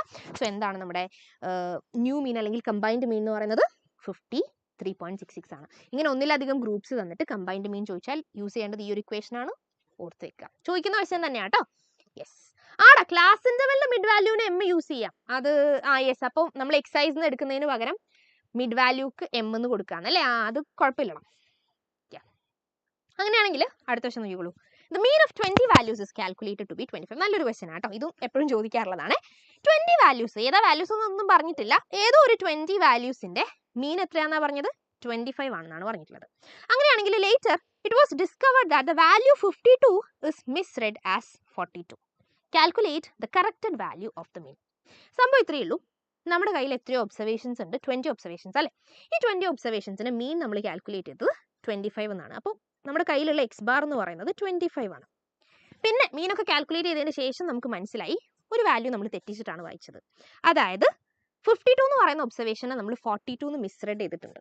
42 എന്ന് തെറ്റായി വായിച്ചിട്ടുണ്ട്. അപ്പോൾ 52 എന്ന് വായിക്കുന്നതിന് പകരമാണ് നമ്മൾ 42 എന്ന് വായിച്ചത്. എന്ന് വെച്ചാൽ അവിടെ ഒരു 10 കുറച്ചിട്ടാണ് നമ്മൾ ഒബ്സർവേഷൻ എടുത്തത് എന്നർത്ഥം. അല്ലടാ 52 ആരും 42 എന്ന് വായിച്ചാൽ അവിടെ ഒരു 10 വാല്യൂ അവിടെ മിസ്സിംഗ് ആ. അപ്പോൾ ആ മിസ്സിംഗ് പ്രശ്നം പരിഹരിച്ചിട്ട് നമ്മൾ എന്ത് ഫൈൻഡ് ചെയ്യണം? Corrected value of mean find ചെയ്യണം. അപ്പോൾ ഇപ്പോൾ ഉള്ള എക്സ് ബാർ ഈക്വൽ ടു 25 എന്തോ ഒരു മിസ്റ്റേക്ക് ഉണ്ട്. കാരണം നമ്മൾ ഒരു ഒബ്സർവേഷൻ എടുത്തത് തെറ്റാണ്. അതിൽ നിന്ന് നമ്മൾ കറക്റ്റഡ് വാല്യൂയിലേക്ക് എത്തണം. ആദ്യം എങ്ങനെ ഈ എക്സ് ബാർ ഫൈൻഡ് ചെയ്യുക? എന്താ ഈ എക്സ് ബാർ എന്ന് പറഞ്ഞാൽ നമുക്കറിയാം sum of observations by number of observations ആണ്. So sigma X by number of observations ഇവിടെ ഉണ്ട് 20 വാല്യൂസ് അല്ലേ? സിഗ്മ എക്സ് ബൈ 20 എന്ന് എനിക്ക് പറയാം. എൻ്റെ എത്ര എക്സ് ബാർ 25 ആണ് തന്ന സ്ഥിതിക്ക് 25 is equal to sigma X by 20 എന്ന് പറയാം. അങ്ങനെയാണെങ്കിൽ സിഗ്മ എക്സ് എന്തായിരിക്കും? സം ഓഫ് ഒബ്സർവേഷൻസ് ആണ്. സിഗ്മ എക്സ് എന്ന് പറഞ്ഞാൽ ഈ 20 ഇപ്പുറത്തേക്ക് വന്നാൽ 25 into 20 എന്ന് വരും. ദാറ്റ് ഈസ് 25 into 20 എന്ന് വരും അല്ലേ? 25 into 20 and that is equal to 500 എന്ന് വരും. ഇത് ഓക്കെ ആണോ? Sigma X is equal to 500 എന്നുള്ളത്. ഇത് ശരിക്കും നമ്മുടെ കറക്റ്റഡ് സം അല്ല. ഇത് ആദ്യത്തെ 25ന് കറസ്പോണ്ടിങ് ആയിട്ടുള്ള സം ആണ്. അതായത് മീൻ 25 ആണെങ്കിൽ നമ്പർ ഓഫ് ഒബ്സർവേഷൻസ് 20 ആണെങ്കിൽ അവിടുത്തെ സം എന്ന് പറയുന്നത് വിൽ ബി 500. നമ്മൾ ഫൈൻഡ് ചെയ്യേണ്ടത് കറക്റ്റഡ് മീൻ അല്ലേ? കറക്റ്റഡ് മീൻ എന്ന് പറഞ്ഞാൽ corrected sum divided by number of observations ആണ്. എങ്ങനെ നമ്മൾ സം കറക്റ്റ് ചെയ്യുക? കറക്റ്റഡ് സം എത്രയായിരിക്കും? ഒന്ന് കമന്റ് ചെയ്യണം. കറക്റ്റഡ് സം എത്രയായിരിക്കും? നമുക്കുള്ള പ്രശ്നം എന്താണെന്ന് വെച്ചാൽ 42നെ നമ്മൾ വിളിച്ചത് 52 എന്നായിപ്പോയി. അല്ല 52നെ നമ്മൾ 42 എന്നായിപ്പോയി കൗണ്ട് ചെയ്തത്. എന്ന് വെച്ചാൽ ഒരു 10ന്റെ വ്യത്യാസം അവിടെ വന്നിട്ടുണ്ട്. അങ്ങനെയാണെങ്കിൽ ഇപ്പോൾ ഉള്ള സമ്മ് 500 ആണെങ്കിൽ ശരിക്കുള്ള സം അല്ലെങ്കിൽ കറക്റ്റഡ് സം എന്ന് പറയുന്നത് എത്രയായിരിക്കും? ചെറിയൊരു വ്യത്യാസമേ ഉള്ളൂ. 500 കൂടെ ആ 10 ആഡ് ചെയ്ത് കൊടുക്കുക. അപ്പോൾ പിന്നെ 42ന് പകരം 52 കൺസിഡർ ചെയ്ത പോലെ തന്നെ ആയി. കാരണം ആ 10 നമ്മൾ ആ പ്രശ്നം നമ്മൾ സോൾവ് ചെയ്തു. കറക്റ്റഡ് സം കിട്ടിക്കഴിഞ്ഞാൽ what is corrected x bar അല്ലെങ്കിൽ corrected mean? It is corrected sum divided by number of observations. So എന്താ നമുക്ക് കിട്ടുക? corrected x bar is equal to 5 and divided by 20, that is 51/2. 50/2 25 ആണ്. 51/2 എന്ന് പറഞ്ഞാൽ 25.5 ആണ്. Very good. സോ 25.5 ആണ്. 225 എന്താടാ? അത് പോയിന്റ് ഒക്കെ ഇടാൻ മറന്നുപോയതാണോ? യെസ്. അപ്പോൾ ഇതാണ് നമ്മുടെ കറക്റ്റഡ് മീൻ എന്ന് പറയുന്നത്. അപ്പോൾ ശ്രദ്ധിക്കുക, ഇങ്ങനെ ഒരു വാല്യൂ ആടെ നാളെ മോർണിംഗ് ക്ലാസ് ഉണ്ടാവും കേട്ടോ. ഒരു വാല്യൂ മിസ്റെഡ് ആയി അങ്ങനെയുള്ള കേസിലൊക്കെ ശരിക്കും നമ്മൾ ചെയ്യുന്നത് എന്താണെന്ന് വെച്ചാൽ ആ വാല്യൂ എന്ത് പ്രശ്നമാണോ വന്നത് ആ പ്രശ്നം നമ്മൾ എവിടെ സോൾവ് ചെയ്ത് കൊടുക്കും? സമ്മിൽ സോൾവ് ചെയ്ത് കൊടുക്കും. കുറച്ചിട്ടാണ് വായിച്ചെങ്കിൽ നമ്മൾ അത് കൂട്ടി കൊടുക്കും. കൂട്ടി വായിച്ചു പോയിട്ടുണ്ടെങ്കിൽ നമ്മൾ അത് കുറച്ച് ടാലിയാക്കി കറക്റ്റഡ് സം ആക്കി മാറ്റി കഴിഞ്ഞാൽ കറക്റ്റഡ് മീൻ ഫൈൻഡ് ചെയ്യാൻ വേണ്ടി corrected sum divided by number of observations ചെയ്താൽ മതി. സോ ആ രീതിയിൽ ചെയ്ത് പഠിക്കാം. അങ്ങനെയാണെങ്കിൽ നമ്മൾ ഇനി മീഡിയനിലേക്ക് കിടക്കുകയാണ്. വേഗം കമന്റ് ചെയ്തോളൂ. What is the median of these values? 1, 13, 7, 6, 9, 10ന്റെ മീഡിയൻ എന്താണെന്നാണ് ചോദിച്ചിട്ടുള്ളത്. നമുക്കറിയാം മീഡിയൻ ഒരു പൊസിഷണൽ ആവറേജ് ആണ്. മീഡിയൻ ഫൈൻഡ് ചെയ്യുമ്പോൾ ആദ്യം നമ്മൾ എന്ത് ചെയ്യണം? തന്നിട്ടുള്ള ഡേറ്റയെ അസെൻഡിങ് ഓർഡറിൽ എഴുതണം. അപ്പോൾ ഇവിടുത്തെ ഡേറ്റേനെ അസെൻഡിങ് ഓർഡറിൽ എഴുതുമ്പോൾ ആദ്യം 1 വരും, പിന്നെ 6 വരും, 7, 9, 10, 13. എല്ലാവരും ആയില്ലടാ. 1 2 3 4 5 6 6 ഒബ്സർവേഷൻസ് ആണ് എല്ലാവരും ഞാൻ അസെൻഡിങ് ഓർഡറിലേക്ക് മാറ്റി എഴുതിയിട്ടുണ്ട്. ഇനി ഞാൻ എന്ത് ചെയ്യണം? സെൻറ്ററിലുള്ള മിഡിൽ മോസ്റ്റ് ഒബ്സർവേഷനെ പിക്ക് ചെയ്യണം. പക്ഷേ ഇവിടെ ഈവൻ നമ്പർ ഓഫ് ഒബ്സർവേഷൻസ് ആണ്, 6 ഒബ്സർവേഷൻസ് ആണുള്ളത്. ഈവൻ നമ്പർ ഓഫ് ഒബ്സർവേഷൻസ് ആണെങ്കിൽ കറക്റ്റ് ഒരാൾ സെൻറ്ററിൽ ഉണ്ടാവില്ല പിക്ക് ചെയ്യാൻ. ഓടാണെങ്കിൽ ഒരാളെ പിക്ക് ചെയ്യാൻ പറ്റും, പക്ഷേ ഇവിടെ സെൻറ്ററിൽ ഒരാളല്ല 2 പേരുണ്ട്. 7ഉം 9ഉം സെൻറ്ററിൽ വരുന്ന ആൾക്കാരാണ്. ഒരാളെ എനിക്ക് എടുക്കാൻ പറ്റില്ല. അപ്പം ഞാൻ എന്ത് ചെയ്യണം? സെൻറ്ററിൽ 2 പേരുണ്ടെങ്കിൽ അവരുടെ മീനാണ് എൻ്റെ മീഡിയൻ എന്ന് പറയുന്നത്. എന്ന് വെച്ചാൽ 7 + 9/2 ആയിരിക്കും എൻ്റെ മീഡിയൻ എന്ന് പറയുന്നത്. അപ്പോൾ എന്താ ഇവിടെ വരിക? 7 + 9 എന്ന് പറയുമ്പോൾ 16/2. ദാറ്റ് ഈസ് ഈക്വൽ ടു 8 ആണ് മീഡിയൻ എന്ന് പറയുന്നത്. കറക്റ്റ് കമൻറ്റ് ഞാൻ കണ്ടില്ല കേട്ടോ, 8 ആൻസർ നിങ്ങൾ പറഞ്ഞത്. അപ്പോൾ ശ്രദ്ധിക്കണേ, സെൻറ്ററിൽ ഒരാളാണെങ്കിൽ അയാൾ മാത്രം പിക്ക് ചെയ്യുക. 2 പേരുണ്ടെങ്കിൽ അവരുടെ ആവറേജ് നിങ്ങൾ എടുക്കണം. അവരെ ആഡ് ചെയ്യുക, /2 ചെയ്താൽ അതാണ് നമ്മുടെ മീഡിയൻ എന്ന് പറയുന്നത്. സോ ഓപ്ഷൻ 2 ആണ് right answer. That is 8. Yes ചെയ്താലി ആരിഫ, യെസ്. ഇപ്പോൾ കണ്ടു കേട്ടോ. അങ്ങനെയാണെങ്കിൽ അടുത്ത ക്വസ്റ്റ്യൻ നോക്കിക്കോളൂ. Calculate the median for the following data. Median calculate ചെയ്യാൻ പറഞ്ഞാൽ ആദ്യം മീഡിയൻ്റെ ഇക്വേഷൻ ഓർക്കുക. m = L + n/2 - c/f × h. L + n/2 - c/f × h. ഇതാണ് നമ്മുടെ മീഡിയൻ്റെ ഇക്വേഷൻ എന്ന് പറയുന്നത് അല്ലേ. ഇനി ഇതിലേക്ക് വേണ്ട സിയും എഫും എച്ചും അതേപോലെ എല്ലും ഒക്കെ നമ്മൾ ഫൈൻഡ് ചെയ്യണം. എങ്ങനെയാണ് നമ്മൾ ഫൈൻഡ് ചെയ്യുക? ആദ്യം നമ്മൾ തന്നിട്ടുള്ളത് ക്ലാസും ഫ്രീക്വൻസിയും അല്ലേ, ഇതിന് കറസ്പോണ്ടിങ് ആയിട്ട് ക്യുമുലേറ്റീവ് ഫ്രീക്വൻസിക്ക് ഒരു കോളം ക്രിയേറ്റ് ചെയ്യണം. ക്ലാസും ഫ്രീക്വൻസിയും കിട്ടിക്കഴിഞ്ഞാൽ ക്യുമുലേറ്റീവ് ഫ്രീക്വൻസിക്ക് നമ്മളൊരു കോളം ക്രിയേറ്റ് ചെയ്യണം. അതാണ് നിങ്ങളിവിടെ കാണുന്നത്. ഓക്കെ, സോ ക്ലാസും ഫ്രീക്വൻസി അവർ തന്നിട്ടുണ്ട്. മീഡിയം കാണാൻ എളുപ്പമാണ്. ആകെ ഒരു കോളം മതി, ക്യുമുലേറ്റീവ് ഫ്രീക്വൻസി. അതാണ് ഞാൻ ഈ CF എന്ന് പറഞ്ഞു കൊടുത്തിട്ടുള്ളത്. എന്താ ഈ CF എന്ന് പറഞ്ഞാൽ? CF എന്ന് പറഞ്ഞാൽ ഫ്രീക്വൻസീസ് ആഡ് ചെയ്ത് നമ്മൾ എഴുതുന്നതല്ലേ. അതായത് ആദ്യം 6 എന്ന് തന്നെ എഴുതുക, ഫസ്റ്റ് ഫ്രീക്വൻസി അങ്ങനെ തന്നെ എഴുതുക. അടുത്തത് 6 + 7 ദാറ്റ് ഇസ് 13 എന്ന് കൊടുക്കുക. ആൻഡ് ദെൻ 13 പ്ലസ് അടുത്തയാൾ 15. അങ്ങനെ ഫ്രീക്വൻസീസ് നിങ്ങൾ ആഡ് ചെയ്ത് പോവുക. 13 + 15 ചെയ്താൽ 28 എന്ന് വരും. പ്ലസ് 16 ചെയ്താലോ 38, 44 എന്ന് വരും. പ്ലസ് 4 ചെയ്താൽ 48 എന്ന് വരും. അവസാനം പ്ലസ് 2 ചെയ്താൽ 50 എന്ന് വരും. ചുരുക്കി പറഞ്ഞാൽ സം ഓഫ് ഫ്രീക്വൻസീസ് 50 ആയിരിക്കും. കാരണം നമ്മൾ ഈ ഫ്രീക്വൻസീസ് ആഡ് ചെയ്താണ് CF എഴുതിയത്. CS-ൽ വരുന്ന CF-ന്റെ കോളത്തിൽ വരുന്ന ലാസ്റ്റ് നമ്പർ തന്നെയായിരിക്കും നമ്മുടെ സം ഓഫ് ഫ്രീക്വൻസി. അപ്പം നമുക്ക് എന്ത് കിട്ടി? സം ഓഫ് ഫ്രീക്വൻസീസ് കിട്ടി. അതിന് നമുക്ക് n എന്ന് പറഞ്ഞ നൊട്ടേഷൻ കൊടുക്കാം. സോ n = 50 ആണ്. n കിട്ടിക്കഴിഞ്ഞാൽ നമ്മൾ ആദ്യം എന്താണെന്നറിയോ ഇവിടെ ചെയ്യേണ്ടേ? n/2 കാണണം. എന്ന് വെച്ചാൽ 50/2 that is equal to 25. n/2 എന്താ? 25 ആണ്. n/2 25 എന്ന് കിട്ടിക്കഴിഞ്ഞാൽ നിങ്ങളൊന്ന് കമൻറ്റ് ചെയ്യോ, എന്താ ഇവിടുത്തെ മീഡിയൻ ക്ലാസ് എന്ന് പറയുന്നത്? എന്താ ഈ മീഡിയൻ ക്ലാസ് എന്ന് പറഞ്ഞാൽ? What is median class? ഏതാ ഇവിടുത്തെ മീഡിയൻ ക്ലാസ് എന്ന് പറഞ്ഞാൽ ഏതാ? നമ്മൾ ചെയ്യേണ്ടത് n/2 ഫൈൻഡ് ചെയ്ത് കഴിഞ്ഞാൽ ഈ കിട്ടിയ വാല്യൂ ഇല്ലടാ. ഇപ്പോൾ ഇവിടെ 25 ആണ് നമ്മുടെ n/2 എന്ന് പറയുന്നത്. 25ഓ അതിൽ കൂടുതലോ ക്യുമുലേറ്റീവ് ഫ്രീക്വൻസി വരുന്ന റോ ആണ് നമ്മൾ സെലക്ട് ചെയ്യേണ്ടത്. 25ഓ അതിൽ കൂടുതലോ ക്യുമുലേറ്റീവ് ഫ്രീക്വൻസി വരുന്ന റോ. Very good. ആരാ പറഞ്ഞ? ആരിഫ ജഫർ. യെസ്. അപ്പോൾ ഇവിടെ നമ്മൾ നോക്കുമ്പോൾ 25 കാണുന്നില്ല, പക്ഷേ അതിൽ കൂടുതലായിട്ട് 28 കാണുന്നുണ്ട്. ഈ റോ ആണ് നമ്മൾ സെലക്ട് ചെയ്യേണ്ടത്. ഇതാണ് നമ്മുടെ മെയിൻ റോ. 25 അല്ലെങ്കിൽ അതിൽ കൂടുതൽ എന്താണോ n/2 ആ വാല്യൂ അല്ലെങ്കിൽ അതിൽ കൂടുതൽ വരുന്ന ആരാണോ അതാണ് നമ്മൾ ചൂസ് ചെയ്യേണ്ടത്. ആൻഡ് ഈ റോ ചൂസ് ചെയ്ത് കഴിഞ്ഞാൽ ഇവിടെ നമുക്കൊരു ക്ലാസ് കാണുന്നില്ലേ, 20 to 30 എന്ന് പറയുന്ന ക്ലാസ്. ഇതിനെയാണ് നമ്മൾ മീഡിയൻ ക്ലാസ് എന്ന് വിളിക്കുക. ഈ 20യുടെയും 30യുടെയും ഇടയിലായിരിക്കും നമ്മുടെ മീഡിയൻ ലൈ ചെയ്യുക. റൈറ്റ്? അങ്ങനെയാണെങ്കിൽ വേഗം പറ, വാട്ട് ഇസ് എൽ? എൽ എന്ന് പറഞ്ഞാൽ മീഡിയൻ ക്ലാസിന്റെ ലോവർ ലിമിറ്റ് ആണ്. That is 20. Lower limit of median class എന്ന് പറഞ്ഞാൽ ഇവിടെ 20 ആണ്. എന്താ എഫ് എന്ന് പറഞ്ഞാൽ? ഈ മീഡിയൻ ക്ലാസിന്റെ ഫ്രീക്വൻസി ആണ്. എന്ന് വെച്ചാൽ 15 ആണ് ഇവിടുത്തെ എഫ് എന്ന് പറയുന്നത്. സി എന്ന് പറഞ്ഞാൽ എന്താ? ക്യുമുലേറ്റീവ് ഫ്രീക്വൻസി ആണ്. പക്ഷെ ആരുടെയാ? 28 അല്ല. ഇവിടുത്തെ സി എന്താണ്? ഒന്ന് കമന്റ് ചെയ്യോ. ഇവിടുത്തെ സി എന്താ? നമ്മുടെ ഈ ഒരു ക്ലാസിന്റെ ക്യുമുലേറ്റീവ് ഫ്രീക്വൻസി അല്ല, അതിന്റെ തൊട്ട് മുന്നേ ഉള്ള ക്ലാസിന്റെ ക്യുമുലേറ്റീവ് ഫ്രീക്വൻസി. എന്ന് വെച്ചാൽ 13 ആണ് നമ്മുടെ സി. ക്ലിയർ? സോ നമ്മൾ എന്തൊക്കെ പറഞ്ഞു? എൽ ആണ് ലോവർ ലിമിറ്റ്. എഫ് എന്ന് പറഞ്ഞാൽ കറസ്പോണ്ടിങ് ഫ്രീക്വൻസി 15 ആണ്. 13 തൊട്ട് മുന്നേ ഉള്ള ക്ലാസിന്റെ ക്യുമുലേറ്റീവ് ഫ്രീക്വൻസിനെയാണ് നമ്മൾ സി എന്ന് വിളിക്കുന്നത്. ഇത്രയും കിട്ടിക്കഴിഞ്ഞാൽ നമുക്ക് മീഡിയൻ ഫൈൻഡ് ചെയ്യാം. എങ്ങനെ മീഡിയൻ ഫൈൻഡ് ചെയ്യാം? m = L + n/2 - c/f × h. And that is equal to L എന്താ? 20 ആണ്. പ്ലസ് n/2 എന്താ? 50/2 ദാറ്റ് ഇസ് 25. മൈനസ് സി എന്ന് പറഞ്ഞാൽ എന്താ? 13 ആണ്. ഇവിടെ നമ്മൾ ഫൈൻഡ് ചെയ്ത് വെച്ചിട്ടുണ്ട്. എന്താ എഫ്? അതും നമ്മൾ ഫൈൻഡ് ചെയ്ത് വെച്ചിട്ടുണ്ട്. 15 ആണ്. ഒക്കെ കറക്റ്റായിട്ട് സബ്സ്റ്റിറ്റ്യൂട്ട് ചെയ്യുക. ഇൻറ്റു എച്ച് എന്ന് പറഞ്ഞാൽ എന്താടാ? ക്ലാസ് വിഡ്ത്ത് ആണ്. ഒന്ന് വേഗം കമൻറ്റ് ചെയ്യോ. എന്താ ഈ ക്ലാസ് വിഡ്ത്ത് എന്ന് പറയുന്നത്? ഈ കേസിൽ ക്ലാസ് വിഡ്ത്ത് എന്ന് പറഞ്ഞാൽ 0 to 10, 10 to 20 എന്ന് പറയുമ്പോൾ എന്തായിരിക്കും ക്ലാസ് വിഡ്ത്ത്? വേഗം കമൻറ്റ് ചെയ്തേ. ഒബ്വിയസ്ലി 10 ആയിരിക്കും അല്ലേ? 0 മുതൽ 10 വരെ, 10 to 20 വരെ. അപ്പോൾ ആ ഇൻ്റർവെല്ലിൻ്റെ ലെങ്ത് എത്രയാ? 10 ആണ്. സോ ക്ലാസ് വിഡ്ത്ത് 10 എന്ന് കൊടുക്കാം. And this is equal to 20 plus 25 minus 13 ചെയ്താൽ 12 വരും. 12 × 10 120/15 എന്ന് പറഞ്ഞാൽ 8 വരും. സോ 20 + 8 28 ആണ് നമുക്ക് എന്തായിട്ട് കിട്ടുക, നമുക്ക് നമ്മുടെ മീഡിയൻ ആയിട്ട് കിട്ടുക. ഓക്കെ ആണോ? യെസ്. അപ്പോൾ 20 + 8 ആണ് നമ്മുടെ മീഡിയൻ എന്ന് പറയുന്നത്. മീഡിയൻ ഫൈൻഡ് ചെയ്യാൻ സെറ്റ് ആണോ? യെസ്. അപ്പോൾ മീഡിയൻ്റെ ക്വസ്റ്റ്യൻ വന്നാൽ L + n/2 - C/F × H എന്ന് പറയുന്ന ഇക്വേഷൻ ഓർത്ത് വെക്കണം. എല്ലും എന്നും എഫും സിയും ഒക്കെ നിങ്ങൾക്ക് അറിഞ്ഞിരിക്കണം. കറക്റ്റായിട്ട് സബ്സ്റ്റിറ്റ്യൂട്ട് ചെയ്താൽ മീഡിയൻ വാല്യൂ കിട്ടും. അങ്ങനെയാണെങ്കിൽ അടുത്ത ക്വസ്റ്റ്യൻ നോക്കിക്കോളൂ. Median can be located graphically using. നമ്മൾ മീഡിയൻ ഗ്രാഫിക്കലി ലൊക്കേറ്റ് ചെയ്യാൻ യൂസ് ചെയ്യുന്നത് ഏത് ഗ്രാഫാണ്? ഹിസ്റ്റോഗ്രാം, ഫ്രീക്വൻസി പോളിഗൺ, ഒജിബ്സ്, സ്കേറ്റർ പ്ലോട്ട്. നിങ്ങൾക്ക് ഇവിടെ ഫിഗർ കാണാം അല്ലേ? ഒജിബ്സ് വെച്ചിട്ടാണ് നമ്മൾ മീഡിയനെ ഗ്രാഫിക്കലി പ്ലോട്ട് ചെയ്യുക. സോ ഇവിടെ നോക്കിക്കോളൂ. ഒജിബ്സ് നമ്മൾ ലെസ് ദാൻ ഒജുവും ഗ്രേറ്റർ ദാൻ ഒജുവും വരച്ചു കഴിഞ്ഞാൽ അവരുടെ ആ ഒരു മീറ്റിംഗ് പോയിന്റ് ഇല്ലടാ, ആ മീറ്റിംഗ് പോയിന്റിൽ നിന്ന് താഴോട്ട് നമ്മൾ ലൈൻ വരച്ചാൽ അത് മീറ്റ് ചെയ്യുന്ന എക്സ് ആക്സിസിൽ മീറ്റ് ചെയ്യുന്ന ഒരു പോയിന്റ് ഉണ്ടാവില്ലേ, അത് നമ്മുടെ മീഡിയൻ ആയിരിക്കും. സോ ഒജിബ്സ് മീറ്റ് ചെയ്യുന്ന പോയിന്റിൽ നിന്ന് നേരെ താഴോട്ട് നമ്മൾ വെർട്ടിക്കലി താഴോട്ട് ലൈൻ വരയ്ക്കുക. ആ ലൈൻ എക്സ് ആക്സിസിന് മീറ്റ് ചെയ്യുന്ന ഒരു പോയിന്റ് ഉണ്ടാവില്ലേ. ഇപ്പോൾ ഇവിടെ നോക്കിക്കുക, 30യുടെയും 40യുടെയും ഇടയിലുള്ള ഒരു പോയിന്റ് ആയിരിക്കും. അത് നമ്മൾ എക്സാക്ട്ലി ഗ്രാഫ് പേപ്പറൊക്കെ വരച്ച് ചെയ്യുമ്പോൾ നമുക്ക് കറക്റ്റ് കിട്ടും. ഇപ്പോൾ 32 പോയിന്റ് സംതിങ് അല്ലെങ്കിൽ 34 എന്നൊക്കെ പറഞ്ഞ് നമുക്ക് കറക്റ്റ് വാല്യൂ കിട്ടും. ആ വാല്യൂ ആയിരിക്കും നമ്മുടെ മീഡിയൻ എന്ന് പറയുന്നത്. സോ ഒജിബ്സ് വെച്ചിട്ടാണ് നമ്മൾ മീഡിയനെ ഗ്രാഫിക്കലി ലൊക്കേറ്റ് ചെയ്യുക. അങ്ങനെയാണെങ്കിൽ വേഗം പിടിച്ചു അടുത്ത question. Choose the correct answer. The most frequently occurred observation in a data is called. ഒരു ഡേറ്റയിൽ ഏറ്റവും കൂടുതൽ തവണ റിപ്പീറ്റ് ചെയ്യുന്ന അല്ലെങ്കിൽ ഫ്രീക്വൻറ്റ്ലി ഒക്കർ ചെയ്യുന്ന ഒബ്സർവേഷനെ നമ്മൾ എന്താണ് വിളിക്കുക? വേഗം കമന്റ് ചെയ്തേ. ആരാ കൂടുതൽ തവണ ഒക്കർ ചെയ്യുന്ന ആള്? മീനാണോ, മീഡിയൻ ആണോ, മോഡാണോ, അല്ലെങ്കിൽ സ്റ്റാൻഡേർഡ് ഡീവിയേഷൻ ആണോ? സ്റ്റാൻഡേർഡ് ഡീവിയേഷൻ ഒന്നും അല്ല അല്ലേ, അതൊക്കെ നമ്മുടെ മെഷർ ഓഫ് ഡിസ്പേർഷൻ ആണ്. ഇവിടെ നമ്മൾ മീൻ മീഡിയൻ മോഡിൽ ഒരാളാണല്ലേ ഏറ്റവും കൂടുതൽ തവണ റിപ്പീറ്റ് ചെയ്യുന്ന ആളെ നമ്മൾ എന്താ വിളിക്കുക? മീനാണോ? മീനല്ല, മോഡാണ്. ഏറ്റവും കൂടുതൽ തവണ റിപ്പീറ്റ് ചെയ്യുന്ന ആള് മോഡാണ് കേട്ടോ. മീൻ എന്ന് പറഞ്ഞ ആൾക്കാർ കറക്റ്റ് ചെയ്യണേ മോഡ് എന്ന് തന്നെയാണ് ഓൾമോസ്റ്റ് എല്ലാവരും പറഞ്ഞത്. സോ കൂടുതൽ തവണ റിപ്പീറ്റ് ചെയ്യുന്ന ആളെ നമ്മൾ മോഡ് എന്നാണ് വിളിക്കുക. അങ്ങനെയാണെങ്കിൽ വേഗം കമന്റ് ചെയ്തോ. Mode of the values 15, 12, 18, 12, 14, 18, 18. വേഗം കമന്റ് ചെയ്തോ. എന്താ ഇവിടുത്തെ മോഡ് എന്ന് പറയുന്നത്?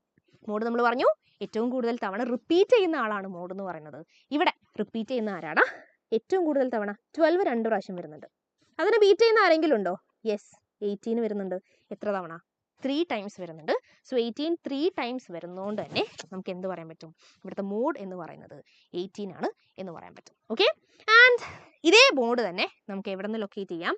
ഗ്രാഫിക്കലി ലൊക്കേറ്റ് ചെയ്യാൻ പറ്റും. സോ എങ്ങനെയാണ് ഗ്രാഫ് യൂസ് ചെയ്ത് മോഡ് ലൊക്കേറ്റ് ചെയ്യാന്നാണ് ചോദിച്ചിട്ടുള്ളത്. Frequency polygon, frequency curve, histogram, ഒജിബ്സ്. എന്താണ് നമ്മുടെ ആൻസർ? ഞാൻ ഫിഗർ ഇവിടെ കൊടുത്തിട്ടുണ്ട്. സോ ഹിസ്റ്റോഗ്രാംസ് യൂസ് ചെയ്തിട്ടാണ് നമ്മൾ മോഡ് ലൊക്കേറ്റ് ചെയ്യുക. മീഡിയൻ ലൊക്കേറ്റ് ചെയ്യാൻ നമ്മൾ ഒജിബാണ് യൂസ് ചെയ്യുക. ഹിസ്റ്റോഗ്രാംസ് യൂസ് ചെയ്തിട്ടാണ് നമ്മൾ മോഡ് ലൊക്കേറ്റ് ചെയ്യുക. അപ്പോൾ ഹിസ്റ്റോഗ്രാം വരച്ചു കഴിഞ്ഞാൽ അവിടെ നമ്മുടെ ഹയസ്റ്റ് ഫ്രീക്വൻസിക്ക് കറസ്പോണ്ടിങ് ആയിട്ട് വരുന്ന ഈ ഒരു ബാർ ഇല്ലടാ, ഇവിടുന്ന് നമ്മൾ താഴോട്ട് ഇങ്ങനെ കണക്ട് ചെയ്ത് അവരുടെ മീറ്റിംഗ് പോയിന്റ് താഴോട്ട് വരയ്ക്കും. അപ്പോൾ ഈ ഒരു മീറ്റിംഗ് പോയിന്റിൽ നിന്ന് നമ്മൾ താഴോട്ട് ലൈൻ വരച്ചാൽ അത് എക്സ് ആക്സിസിൽ മീറ്റ് ചെയ്യുന്ന ഒരു പോയിന്റ് ഉണ്ടാവും. അതിനെയാണ് നമ്മൾ മോഡ് എന്ന് വിളിക്കുക. സോ മോഡ് ലൊക്കേറ്റ് ചെയ്യാൻ നമ്മൾ യൂസ് ചെയ്യുക ഹിസ്റ്റോഗ്രാം ആണ്. ഇതൊക്കെ നിങ്ങളുടെ ടെക്സ്റ്റിലുണ്ട് കേട്ടോ. ടെക്സ്റ്റ് വായിക്കാറുണ്ടല്ലോ അല്ലേ? സാറേ ഇന്ന് എന്ത് മോട്ടിവേഷൻ ആടാ, ഇന്ന് നിങ്ങളുടെ കയ്യിൽ ഉണ്ട് കാര്യങ്ങളൊക്കെ, നിങ്ങൾ വെറുതെ ടെൻഷൻ അടിക്കൊന്നും വേണ്ട. അതായത് നാളെയാണല്ലോ നമ്മുടെ എക്സാം. നിങ്ങളിപ്പോൾ ലൈവിൽ ഇരിക്കുകയാണ്, പഠിക്കുകയാണ്. ഇപ്പം ഇനി ടെൻഷൻ അടിച്ചിട്ട് ഒരു കാര്യമില്ല. ഇപ്പം മാക്സിമം കാര്യങ്ങൾ മനസ്സിലാക്കുക.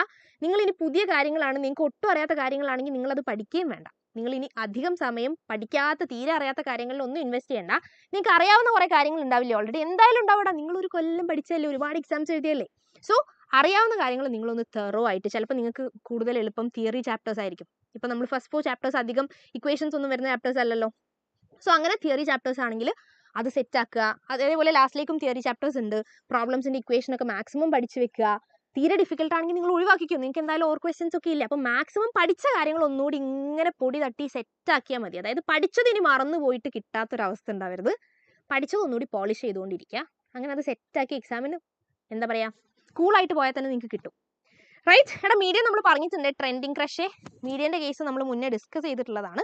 സോ മീഡിയൻ ഞാൻ ഇവിടെ വീണ്ടും പറയുന്നില്ല. മീഡിയൻ ഒന്ന് ലൈവിൽ പുറകോട്ട് പോയാൽ മതി കേട്ടോ.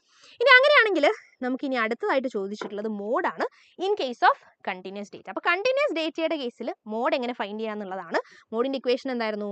L + F1 - F0 divided by 2F1 - F0 - F2. ഇതല്ലാതെ നമ്മുടെ മോഡിൻ്റെ ഇക്വേഷൻ എന്ന് പറയുന്നത് ഇൻറ്റു ഒരു എച്ച് കൂടി ഉണ്ട് അല്ലേ, ഇൻറ്റു എച്ച് കൂടി ഉണ്ട്. ഇതാണ് നമ്മുടെ മോഡ് ഫൈൻഡ് ചെയ്യാനുള്ള ഇക്വേഷൻ എന്ന് പറയുന്നത്. അപ്പോൾ ശ്രദ്ധിക്കുക, ഞാൻ ഫോൺ സൈലൻ്റ് ആക്കിയിട്ടില്ല അല്ലേ. മോഡ് എന്ന് പറയുന്നത് എങ്ങനെയാണ് നമ്മൾ ഫൈൻഡ് ചെയ്യുക in case of continuous data? മോഡിന് ശരിക്കും വേറെ കോളംസിൻ്റെ ഒന്നും ആവശ്യമില്ല. നമുക്ക് തന്നിട്ടുള്ള ഇൻഫർമേഷനിൽ നിന്ന് ഡയറക്റ്റ്ലി ഇക്വേഷനിൽ അപ്ലൈ ചെയ്യുന്ന പണിയേ ഉള്ളൂ. ശരിക്കും മോഡ് കാൽക്കുലേറ്റ് ചെയ്യാൻ എളുപ്പമാണ്, കാരണം സമയം കുറവ് മതി, കോളംസ് ഒന്നും വരച്ചിരിക്കാനില്ല. പക്ഷേ ഈ ഇക്വേഷൻ മറന്നുപോയാൽ മോഡ് കാൽക്കുലേറ്റ് ചെയ്യുന്നത് ഇത്തിരി പണിയാണ്. അപ്പോൾ L plus F1 minus F0 divided by 2F1 minus F0 minus F2 into H. ഇതാണ് നമ്മുടെ മോഡിൻ്റെ ഇക്വേഷൻ എന്ന് പറയുന്നത്. എന്താ ഈ L-ഉം F1-ഉം F0-ഉം കാര്യങ്ങളൊക്കെ? നിങ്ങൾ ആദ്യം ഇവിടുത്തെ മോഡൽ ക്ലാസ് ഏതാണെന്ന് പറഞ്ഞുതരും. വിച്ച് ഇസ് മോഡൽ ക്ലാസ്, അതായത് മോഡ് ലൈ ചെയ്യുന്ന ഒരു ഇൻ്റർവൽ ഉണ്ടാവുമല്ലോ, ആ ഇൻ്റർവൽ ഏതാണെന്ന് ഇവിടുന്ന് വേഗം പറഞ്ഞു തരും. ഏതായിരിക്കും മോഡൽ ക്ലാസ്? അവിടെ മോഡൽ ക്ലാസ് എന്ന് പറഞ്ഞാൽ നമ്മളിപ്പോൾ പറഞ്ഞല്ലോ, ഫ്രീക്വൻസി കൂടുതൽ ഉള്ള അല്ലെങ്കിൽ ഏറ്റവും തവണ റിപ്പീറ്റ് ചെയ്യുന്ന ആളെയാണ് നമ്മൾ മോഡ് എന്ന് വിളിക്കുക. അപ്പോൾ ഇവിടെയും മോഡൽ ക്ലാസ് എന്ന് പറഞ്ഞാൽ ഏറ്റവും കൂടുതൽ ഫ്രീക്വൻസി വരുന്ന ക്ലാസ് ഏതാണോ അയാളായിരിക്കും. അപ്പോൾ ഇവിടെ നമ്മൾ നോക്കുമ്പോൾ 12, 18, 27 എന്നൊക്കെ പറഞ്ഞ് നോക്കുമ്പോൾ ഏറ്റവും കൂടുതൽ ഫ്രീക്വൻസി ഏതാ? ഹയസ്റ്റ് ഫ്രീക്വൻസി 27 ആണ്. എന്ന് വെച്ചാൽ ഈ 27ന് കറസ്പോണ്ടിങ് ആയിട്ട് നിങ്ങൾ കമൻറ്റ് ചെയ്ത പോലെ തന്നെ 20 to 30 ആണ് നമ്മുടെ മോഡൽ ക്ലാസ് എന്ന് പറയുന്നത്. മോഡൽ ക്ലാസ് 20 to 30 ആണെങ്കിൽ L എന്ന് പറഞ്ഞാൽ എന്താ? L എന്ന് പറഞ്ഞാൽ നമ്മൾ നേരത്തെ പറഞ്ഞ പോലെ തന്നെ lower limit of model class, that is 20. ഇനി F1, F0, F2 ഒക്കെ ഉണ്ട്, കൺഫ്യൂസ്ഡ് ആവേണ്ട, എളുപ്പമാണ്. ഈ 27 ഇല്ലേ, ഇയാളെ F1 എന്ന് വിളിക്കുക. അതായത് ഹയസ്റ്റ് ഫ്രീക്വൻസി ആരാണോ അയാളാണ് F1. ഇയാളുടെ തൊട്ട് മുകളിൽ ഒരാളില്ലേ, ഇയാൾ എന്തെന്ന് വിളിക്കുക? F0 എന്ന് വിളിക്കുക. ശേഷം വരുന്ന ആളെ F2 എന്ന് വിളിക്കുക. അതെങ്ങനെയാണെന്ന് അറിയോ? ഓർത്ത് വെക്കുക. 0, 1, 2 ഈ ഒരു ഓർഡറിലാണ് സംഗതി. 0, 1, 2 എന്നുള്ള ഓർഡറിലാണ്. F1 മാക്സിമം ഫ്രീക്വൻസി, അതിൻ്റെ തൊട്ട് മുന്നേ ഉള്ള ആൾ F0 ആണ്, ശേഷം വരുന്ന ആൾ F2 ആണ്. സോ ഈ രീതിയിൽ നമുക്ക് F0, F1, F2, L ഇത്രയും സാധനങ്ങൾ ഫൈൻഡ് ചെയ്യാൻ പറ്റി. H എന്ന് പറഞ്ഞാൽ എന്താ? ക്ലാസ് വിഡ്ത്ത് ആണ്. ഇവിടെ 0 to 10, 10 to 20 എന്നൊക്കെ പറയുമ്പോൾ എഗെയിൻ ക്ലാസ് വിഡ്ത്ത് എന്താണ്? 10 ആണ്. അപ്പോൾ ഇത് നമ്മൾ ഇക്വേഷനിൽ സബ്സ്റ്റിറ്റ്യൂട്ട് ചെയ്ത് കൊടുക്കുമ്പോൾ what is mode? Mode is equal to L plus F1 minus F0 divided by 2F1 minus F0 minus F2 into H. അങ്ങനെയാണെങ്കിൽ ഇവിടെ നമ്മുടെ L എന്ന് പറയുന്നത് 20 ആണ്. നമ്മൾ ഓരോ കാര്യങ്ങൾ സബ്സ്റ്റിറ്റ്യൂട്ട് ചെയ്യാൻ പോവാണ്. 20 പ്ലസ് F1 എന്തായിരുന്നു? F1 എന്ന് പറഞ്ഞാൽ 27 ആണ്, മൈനസ് F0 തൊട്ട് മുന്നേ വരുന്നത് 18 ആണ് അല്ലേ, ഡിവൈഡഡ് ബൈ 2 ഇൻറ്റു F1 എന്ന് പറഞ്ഞാൽ 2 ഇൻറ്റു 27 മൈനസ് F0 എന്ന് പറയുമ്പോൾ ഇറ്റ് ഈസ് 18 മൈനസ് F2 എന്ന് പറയുമ്പോൾ 20 ആണ്, ഇൻറ്റു H എന്ന് പറഞ്ഞാൽ 10 ആണ്. സോ നമുക്ക് പെട്ടെന്ന് കാൽക്കുലേറ്റ് ചെയ്യാം. എത്രയാണ് നമുക്ക് വാല്യൂ വരിക? 27 മൈനസ് 18 എന്ന് പറയുമ്പോൾ 7 + 2 9 വരും. അപ്പോൾ മുകളിൽ 90 വരും, ഡിവൈഡഡ് ബൈ 2 ഇൻറ്റു 27 എന്ന് പറയുമ്പോൾ 54 minus 18 minus 20 and that is equal to 16. അപ്പോൾ 90 by 16 എന്ന് പറഞ്ഞാൽ എത്രയാടാ? ഇറ്റ് ഈസ് ഈക്വൽ ടു 5.625 ആണ്. അപ്പോൾ മൊത്തത്തിൽ 25.625 ആണ് നമുക്ക് ആൻസർ ആയിട്ട് വരിക. So what is our mode? 25.625 ആണ്. ആൻഡ് ഇവിടെ നോക്കിക്കേ, 20യുടെയും 30യുടെ ഇടയിലല്ലേ ഈ 25.625 വരുന്നത്. സോ മോഡൽ ക്ലാസ്സിലാണ് മോഡ് ലൈ ചെയ്യുക, മീഡിയൻ ക്ലാസ്സിലാണ് മീഡിയൻ ലൈ ചെയ്യുക. എടാ എൻ്റെ പേര് റുഷ്ദ കേട്ടോ, റുഷ്ദ, RUSHDA, റുഷ്ദ. യെസ്, അപ്പോൾ അതാണ് നമ്മൾ മോഡിനെ കുറിച്ച് പറയാനുള്ളത്. കണ്ടിന്യൂസ് ഡേറ്റയുടെ കേസിലാണെങ്കിലും റോ ഡേറ്റയുടെ കേസിലാണെങ്കിലും ഒക്കെ മോഡ് നിങ്ങൾക്ക് ഫൈൻഡ് ചെയ്യാൻ വേണ്ടി പറ്റും. അങ്ങനെയാണെങ്കിൽ അടുത്ത വശം നോക്കിക്കോളൂ. A car covered distance from A to B at a speed of 46 km/h, from B to C at a speed of 50 km/h, and from C to D at a speed of 54 km/h. Calculate the average speed of the car.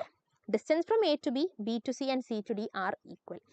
ചുരുക്കി പറഞ്ഞാൽ ABCD എന്ന് പറയുന്ന 4 points ഉണ്ട്. ഇവിടെ പ്രത്യേകം പറഞ്ഞിട്ടുണ്ട് distance from A to B, B to C, C to D equal ആണ്. എന്ന് വെച്ചാൽ AB എന്ന് പറയുന്ന ഡിസ്റ്റൻസും BC എന്ന് പറയുന്ന ഡിസ്റ്റൻസും CD എന്ന് പറയുന്ന ഡിസ്റ്റൻസും ഈക്വൽ ആണ്. അപ്പോൾ ABCD എന്ന് പറയുന്ന 4 പോയിന്റ്സ് നമുക്കുണ്ട്. ആദ്യം ഈ കാർ AB ഡിസ്റ്റൻസിൽ AB എന്ന് പറയുന്ന ഡിസ്റ്റൻസ് എത്ര സ്പീഡിലാണ് കവർ ചെയ്തിട്ടുള്ളത് എന്നാണ് തന്നിട്ടുള്ളത്, വിച്ച് ഇസ് 46 km/h. അടുത്തത് B to C ഏത് സ്പീഡാണ്? 50 km/h ആണ്. C to D പോയിട്ടുള്ളത് 54 km/h ആണ്. ഇതും നിങ്ങൾക്ക് മോഡൽ എക്സാമിന് ചോദിച്ചിട്ടുള്ള ക്വസ്റ്റ്യൻ ആയിരുന്നു. നിങ്ങൾ എന്ത് വെച്ചിട്ടാണ് ഇത് ചെയ്തത്? അരിത്മെറ്റിക് മീൻ യൂസ് ചെയ്തിട്ടാണോ, ഏത് ആവറേജ് യൂസ് ചെയ്തിട്ടാണ് നിങ്ങൾ ഈ പ്രോബ്ലം ചെയ്തത്? ഒന്ന് കമൻറ്റ് ചെയ്തേ, ഏത് ആവറേജാണ് യൂസ് ചെയ്തിട്ടുള്ളത്? സോ ഹിയർ ഇങ്ങനെ ആവറേജ് സ്പീഡ് ചോദിക്കുമ്പോൾ ഈക്വൽ ഡിസ്റ്റൻസസ് തന്ന് അവിടെ തന്നിട്ടുള്ള അവിടുത്തെ ഡിഫറൻറ്റ് സ്പീഡ് തന്നിട്ട് നിങ്ങളോട് ആവറേജ് സ്പീഡ് ചോദിച്ചാൽ നിങ്ങൾ ചെയ്യേണ്ടത് ഹാർമോണിക് മീൻ യൂസ് ചെയ്തിട്ടാണ്. സോ ഇവിടെ yes, very good, harmonic mean ആണ് നമ്മൾ യൂസ് ചെയ്യേണ്ടത്. ഹാർമോണിക് മീൻ എന്ന് പറഞ്ഞാൽ എന്താണ്? HM is equal to n/sigma 1/x ആണ്. സോ n/sigma 1/x എന്ന് പറയുന്ന ഇക്വേഷൻ പഠിച്ചു വെക്കുക. ഇവിടെ എന്താ n എന്ന് പറയുന്നത്? നമുക്കിവിടെ 3 സ്പീഡുകളല്ലേ തന്നിട്ടുള്ളത്, 46, 50, 54. 3 സ്പീഡുകളാകുമ്പോൾ n എന്ന് പറയുന്നത് 3 ആണ്. ഇനി സിഗ്മ 1/x എന്ന് പറയുമ്പോൾ എക്സ് ആയിട്ട് ഇവിടെ 46ഉം 50ഉം 54ഉം ആണ്. അപ്പോൾ 1/x എന്ന് പറയുമ്പോൾ 1/46 പ്ലസ് 1/50 പ്ലസ് 1/54. ഇതാണ് നമ്മൾ ഇവാലുവേറ്റ് ചെയ്യേണ്ടത്. നിങ്ങൾ കാൽക്കുലേറ്ററിൽ ചെയ്താൽ മതി. സോ ഇവിടെ നിങ്ങൾക്ക് എന്ത് ചെയ്യാൻ പറ്റും? ദിസ് ഇസ് ഈക്വൽ ടു 1/46 എന്ന് പറയുമ്പോൾ എത്രയാടാ? 1/46 ഇസ് ഈക്വൽ ടു 0.02 ആണ് കേട്ടോ. പ്ലസ് 1/50യോ? 1/50 എന്ന് പറയുമ്പോൾ ഇറ്റ് ഇസ് ഈക്വൽ ടു 0.02 തന്നെ. ആൻഡ് അടുത്തത് 1/54 ആണ്. And that is equal to 0.018 അല്ലെങ്കിൽ 0.19 എന്ന് പറയാം. കാരണം റൗണ്ട് ചെയ്താൽ 0.019 എന്ന് പറയാം. സോ ഇത്രയാണ് നമ്മുടെ ഡിനോമിനേറ്ററിൽ വരുന്ന വാല്യൂസ്. മുകളിൽ വരുന്നത് 3 ആണ്. അപ്പോൾ നമുക്ക് എന്ത് ചെയ്യാം? ഈ ഒരു സമ്മ് കാൽക്കുലേറ്റ് ചെയ്യാം. 0.02 പ്ലസ് അല്ലെങ്കിൽ വേണ്ട 3/0.02 plus 0.02 plus 0.019. Okay, and that is equal to 50.84 അല്ലെങ്കിൽ 85 എന്ന് റൗണ്ട് ചെയ്യാം. ഇതാണ് നമുക്ക് എന്തായിട്ട് കിട്ടുന്നത്? യെസ്, ഇതാണ് നമുക്ക് ഹാർമോണിക് മീൻ ആയിട്ട് കിട്ടുന്നത്. റൈറ്റ്. അപ്പോൾ ഈ രീതിയിൽ ആവറേജ് സ്പീഡ് ചോദിച്ചാൽ ഹാർമോണിക് മീൻ യൂസ് ചെയ്യുക. That is n/sigma 1/x. അവിടെ കറക്റ്റായിട്ട് സബ്സ്റ്റിറ്റ്യൂഷൻ ഒക്കെ കൊടുത്താൽ നിങ്ങൾക്ക് ആൻസറിലേക്ക് എത്താൻ പറ്റും. അങ്ങനെയാണെങ്കിൽ അടുത്ത ക്വസ്റ്റ്യൻ നോക്കിക്കോളൂ. The geometric mean of the values a and b. വേഗം കമന്റ് ചെയ്തു. Geometric mean of a and b എന്താണ്? ജിയോമെട്രിക് മീൻ എന്ന് പറഞ്ഞാൽ square root of a b ആണ് അല്ലേ? സോ രണ്ട് ഒബ്സർവേഷൻസ് എയും ബിയും തന്നാൽ square root of a b, അതായത് a b raise to half, അതാണ് ഈ square root of a b എന്ന് പറയുന്നത്. ഇതാണ് നമ്മുടെ ജി എം എന്ന് പറയുന്നത്. ആൻഡ് 3 ഒബ്സർവേഷൻസ് ഉണ്ടെങ്കിലോ എ ബി സി ഉണ്ടെങ്കിൽ നമ്മൾ ചെയ്യേണ്ടത് എ ബി സിയുടെ പ്രൊഡക്റ്റ് എടുത്തിട്ട് ക്യൂബ് റൂട്ട് ചെയ്യണം. സോ nth റൂട്ട് ഓഫ് ഒബ്സർവേഷൻസിന്റെ പ്രൊഡക്റ്റ്, അതിനെയാണ് നമ്മൾ ജി എം എന്ന് വിളിക്കുക. രണ്ടാൾക്കാരാകുമ്പോൾ square root of a b. So പഠിച്ചു വെക്കുക. അടുത്തത് ഇൻഡെക്സ് നമ്പേഴ്സിന്റെ കൺസ്ട്രക്ഷനിൽ ഏറ്റവും കൂടുതൽ യൂസ് ചെയ്യുന്ന അല്ലെങ്കിൽ ബെസ്റ്റ് ആവറേജ് ആയിട്ട് നമ്മൾ പറയുന്നത് ഏത് ആവറേജ് ആണെന്നാണ്. ഇൻഡെക്സ് നമ്പേഴ്സിന്റെ കൺസ്ട്രക്ഷനിൽ ഒന്നും നോക്കാനില്ല. നമ്മുടെ ജി എം ജിയോമെട്രിക് മീൻ ആണ് ഇൻഡെക്സ് നമ്പേഴ്സ് കാൽക്കുലേറ്റ് ചെയ്യാനുള്ള ബെസ്റ്റ് ആവറേജ് എന്ന് പറയുന്നത്. നോട്ട് ചെയ്ത് വെക്കണം കേട്ടോ, 1 വേർഡ് ആയിട്ട് ചോദിക്കാറുള്ളതാണ്. അങ്ങനെയാണെങ്കിൽ അടുത്ത ക്വസ്റ്റ്യൻ നോക്കിക്കോളൂ. The values of mean and median of distribution are 35 and 40 respectively. Find mode. മീനും മീഡിയനും തന്നിട്ട് മോഡ് എത്രയാണെന്നാണ് ചോദിച്ചിട്ടുള്ളത്. സോ മീൻ മീഡിയൻ മോഡ് തമ്മിൽ ഒരു എംപെരിക്കൽ റിലേഷൻഷിപ്പ് ഉണ്ട് അല്ലേ? ആ റിലേഷൻഷിപ്പ് അപ്ലൈ ചെയ്യുക. അവിടെ മീനിന്റെയും മീഡിയന്റെയും വാല്യൂ കൊടുക്കുക, മോഡ് ഫൈൻഡ് ചെയ്യുക. എന്താ റിലേഷൻഷിപ്പ്? പല ഫോമിൽ നമ്മൾ പറയാറുണ്ട്. എനിവേസ് ഇതാണ് നമ്മുടെ റിലേഷൻഷിപ്പ് എന്ന് പറയുന്നത്. Mode is equal to 3 median minus 2 mean. ഇത് നമുക്ക് മീനിന്റെ ടേമിലും മീഡിയന്റെ ടേമിലും ഒക്കെ പറയാം. സോ ഇവിടെ മോഡാണ് ചോദിച്ചിട്ടുള്ളത്. ഞാൻ മോഡിന്റെ ടേമിൽ തന്നെയാണ് എഴുതിയിട്ടുള്ളത്. Mode is equal to 3 median minus 2 mean ആണ്. ഇതേ ക്വസ്റ്റ്യൻ നിങ്ങൾക്ക് മോഡും മീഡിയനും തന്നിട്ട് ചോദിച്ചാൽ നമ്മൾ 2 മീൻ ഇസ് ഈക്വൽ ടു എന്ന് പറഞ്ഞ് എഴുതണം കേട്ടോ. അതേപോലെ മീഡിയൻ ആണ് ചോദിക്കുന്നതെങ്കിൽ 3 മീഡിയൻ ഇസ് ഈക്വൽ ടു എന്ന് പറഞ്ഞ് എഴുതിയിട്ട് ബൈ 3 ചെയ്താൽ മീഡിയൻ കിട്ടും. സോ ഹിയർ കാര്യങ്ങൾ എളുപ്പമാണ്. 3 ഇൻറ്റു മീഡിയൻ എത്രയാണ്? മീഡിയൻ 40ഉം മീൻ 35 ആണ്. അപ്പോൾ മീഡിയന് പകരം 40 കൊടുക്കുക, മീനിന് പകരം 35 കൊടുക്കുക. സോ 3 ഇൻറ്റു 40 120 മൈനസ് 2 ഇൻറ്റു 35 70 എന്ന് വരും. 120 മൈനസ് 70 50 ആണ് നമ്മുടെ മോഡ് എന്ന് പറയുന്നത്. So what is mode? Mode is equal to 50 ആണ്. മോഡിന്റെ വാല്യൂ ഇങ്ങനെ മീൻ ആൻഡ് മീഡിയൻ തന്നിട്ട് ചോദിച്ചാൽ എഴുതാൻ പറ്റണം. ഇതേപോലെ തന്നെ നിങ്ങളോട് എന്തും ചോദിക്കാം. മീനും അതായത് എറിത്മെറ്റിക് മീനും ജിയോമെട്രിക് മീനും തന്നു എന്ന് വെച്ചാൽ എ എം 10 ആണ്. എ എം എത്രയാണ്? 10 ആണ് ഇവിടെ തന്നിട്ടുള്ളത്. ജി എം എത്രയാണ് തന്നിട്ടുള്ളത്? ജി എം 8 ആണ്. അങ്ങനെയാണെങ്കിൽ ചോദിക്കുന്നത് എന്താ? ഹാർമോണിക് മീൻ എന്താണെന്നാണ്. വാട്ട് ഇസ് എച്ച് എം എന്നാണ് ചോദിക്കുന്നത്. സോ ഇങ്ങനെ എ എമ്മും ജി എമ്മും തന്ന എച്ച് എം ചോദിച്ചാലും we have a relationship between A M G M and H M. എന്താ നമ്മുടെ റിലേഷൻഷിപ്പ് എന്ന് പറയുന്നത്? G M square is equal to A M into H M. എന്താ relationship?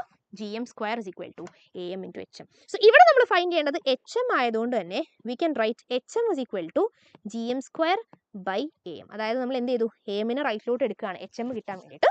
So H M is equal to G M square by A M. G M 8 അല്ലേ? 8 square by A M 10 ആണ്. 64 by 10 that is equal to 6.4. So what is HM? HM is equal to 6.4 ആണ്. So 6.4 ആണ് നമ്മുടെ ഇവിടുത്തെ എന്തെന്ന് പറയുന്നത് harmonic mean. Okay ആണോ? So ഈ രീതിയിൽ മീനും മീഡിയനും തന്ന് മോഡ് ചോദിക്കുക, അല്ലെങ്കിൽ അങ്ങനെ ഇവർ തമ്മിലുള്ള കണക്ഷൻ എംപെരിക്കൽ റിലേഷൻഷിപ്പ് വെച്ചിട്ടും ക്വസ്റ്റ്യൻ ഉണ്ടാവാം. G M H M A M ഇവർ തമ്മിലുള്ള എംപെരിക്കൽ റിലേഷൻഷിപ്പ് തന്നിട്ടും ക്വസ്റ്റ്യൻ ചോദിക്കാം. അങ്ങനെയാണെങ്കിൽ നമ്മുടെ ഈ ചാപ്റ്ററിലെ ലാസ്റ്റ് ക്വസ്റ്റ്യൻ എന്ന് പറഞ്ഞാൽ second quartile is also known as വേഗം കമന്റ് ചെയ്തോളൂ. നമുക്കറിയാം Q1, Q2, Q3 എന്ന് പറയുന്ന 3 ക്വാർട്ടൈൽസ് നമുക്കുണ്ട്. ഇതിൽ ഈ സെക്കൻഡ് ക്വാർട്ടൈലിനെ നമ്മൾ എന്താ വിളിക്കുക? യെസ്, മീഡിയൻ ആണ് അല്ലേ? മീഡിയൻ ആണ് സെക്കൻഡ് ക്വാർട്ടൈൽ എന്ന് പറയുന്നത്. അതായത് കറക്റ്റ് സെന്ററിൽ വരുന്ന ആളാണ്. മീഡിയൻ നമ്മുടെ ഡിസ്ട്രിബ്യൂഷനെ 2 ഡിവൈഡ് ചെയ്യുന്ന ആളാണ്.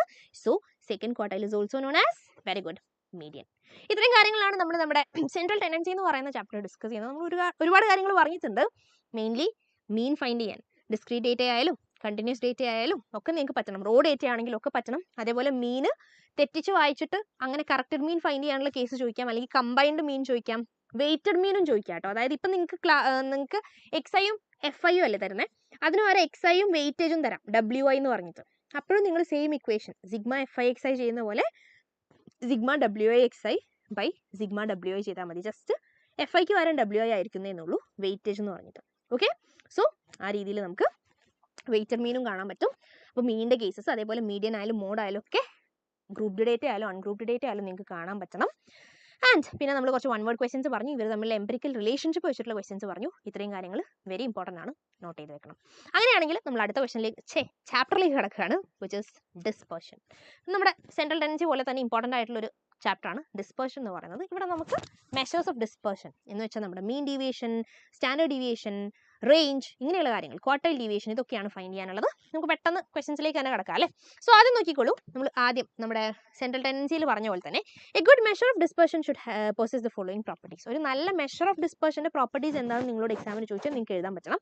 നമ്മൾ അവിടെ പഠിച്ച കാര്യങ്ങളൊക്കെ തന്നെയാണ്, അത് നിങ്ങൾക്ക് അവിടെയും ഇവിടെയൊക്കെ യൂസ് ചെയ്യാം കേട്ടോ. സോ നോക്കിക്കോളൂ, it should be rigidly defined. അടുത്തത് it should be based on all observations. It should be simple to understand and easy to calculate. അടുത്തത് it should be amicable to further algebraic treatment. ഇതൊക്കെ നമ്മൾ അവിടെ പറഞ്ഞ points തന്നെയാണ്. So ഒന്നുകൂടി remind ചെയ്തു എന്ന് മാത്രം. 4 പഠിച്ചു വെച്ചാൽ ഇവിടെ അവിടെയൊക്കെ നിങ്ങൾക്ക് അപ്ലൈ ചെയ്യാം, ലാഭമാണ്. It should not be unduly affected by extreme values, ഒക്കെ അവിടെ പറഞ്ഞാണ്. സോ ഏതെങ്കിലും ഇഷ്ടമുള്ള 4 നോട്ട് ചെയ്യുക. അതിനി ഡിസ്പേർഷൻ്റെ കേസ് ചോദിച്ചാലും സെൻട്രൽ ടെൻഡൻസിയുടെ കേസ് ചോദിച്ചാലും നിങ്ങൾക്ക് പറയാം. Okay, yes. അങ്ങനെയാണെങ്കിൽ അടുത്ത് നോക്കിക്കോളൂ. Okay, the smallest and largest values of a data are 10 and 35 respectively. The ranges. So range എത്രയാണെന്നാണ് ചോദിക്കുന്നത്. റേഞ്ച് എന്ന് പറഞ്ഞാൽ എന്താണ്? റേഞ്ച് എന്ന് പറഞ്ഞാൽ largest value minus smallest value ആണ്. നിങ്ങൾക്ക് ഒരു ഡേറ്റ തന്നിട്ടുണ്ടെങ്കിൽ ആ ഡേറ്റയിൽ ലാർജസ്റ്റ് വാല്യൂവിൽ നിന്ന് സ്മോളസ്റ്റ് വാല്യൂ മൈനസ് ചെയ്താൽ നിങ്ങൾക്ക് റേഞ്ച് കിട്ടും. അപ്പോൾ ഇവിടെ തന്നിട്ടുള്ളത് ലാർജസ്റ്റ് വാല്യൂ 35ഉം സ്മോളസ്റ്റ് 10ഉം ആണ്. So 35 minus 10 that is equal to 25 ആണ് നമ്മുടെ എന്തെന്ന് പറയുന്നത്, റേഞ്ച് എന്ന് പറയുന്നത്. Okay, yes. അങ്ങനെയാണെങ്കിൽ അടുത്ത ക്വസ്റ്റ്യൻ നോക്കിക്കോളൂ. Calculate quartile deviation for the following data. അപ്പോൾ നമുക്ക് ഇവിടെ ക്വാർട്ടൈൽസും കാൽക്കുലേറ്റ് ചെയ്യാം, ക്വാർട്ടൈൽ ഡീവിയേഷനും കാൽക്കുലേറ്റ് ചെയ്യാം. എങ്ങനെയാണ് ക്വാർട്ടൈൽ ഡീവിയേഷൻ ഫൈൻഡ് ചെയ്യാം? What is quartile deviation? It is Q3 minus Q1 by 2. Q3 minus Q1 by 2 ആണ് quartile deviation എന്ന് പറയുന്നത്. അങ്ങനെയാണെങ്കിൽ വേഗം പറ, എന്താ ഈ Q1, എന്താ Q3? നമ്മൾ ഫൈൻഡ് ചെയ്യണം അല്ലേ. സോ നമ്മൾ എന്താ ചെയ്യേണ്ടതെന്ന് വെച്ചാൽ ആദ്യം നമ്മുടെ മീഡിയൻ ഫൈൻഡ് ചെയ്യുന്ന പോലെ തന്നെ ക്വാർട്ടൈൽസിന്റെ കേസിൽ നമ്മൾ അസെൻഡിങ് ഓർഡറിൽ നമ്മുടെ ഒബ്സർവേഷൻസിന് എഴുതണം. ഇവിടെ നമുക്കൊരു റോ ഡേറ്റ ആണ് തന്നിട്ടുള്ളത്, കുറച്ച് ഒബ്സർവേഷൻസ് അങ്ങ് നിരത്തി തരികയാണ് ചെയ്തത്. നമ്മൾ ഇവരെ അസെൻഡിങ് ഓർഡറിൽ എഴുതണം. അപ്പോൾ നോക്കിക്കോളൂ, ഏറ്റവും ആദ്യം ആരാ വരിക? ഇവിടെ അസെൻഡിങ് ഓർഡറിൽ എഴുതുമ്പോൾ ഏറ്റവും ചെറിയ ആൾ 3 ആണെന്ന് തോന്നുന്നു അല്ലേ. ആൻഡ് ദെൻ 4 വരുന്നുണ്ട്, പിന്നെ 7, 9 ആൻഡ് യെസ്, പിന്നെ വരുന്നത് 7, 9 കഴിഞ്ഞാൽ പിന്നെ വരുന്നത് 14 അല്ലടാ. യെസ്, 14, ദെൻ അല്ല 11 വരുന്നുണ്ട് അല്ലേ. 11 കഴിഞ്ഞിട്ടാണ് 14. സോ 11, 14, പിന്നെയാണ് 17 വരുന്നത്. 17 കഴിഞ്ഞാൽ പിന്നെ 20, 22, 24, 27.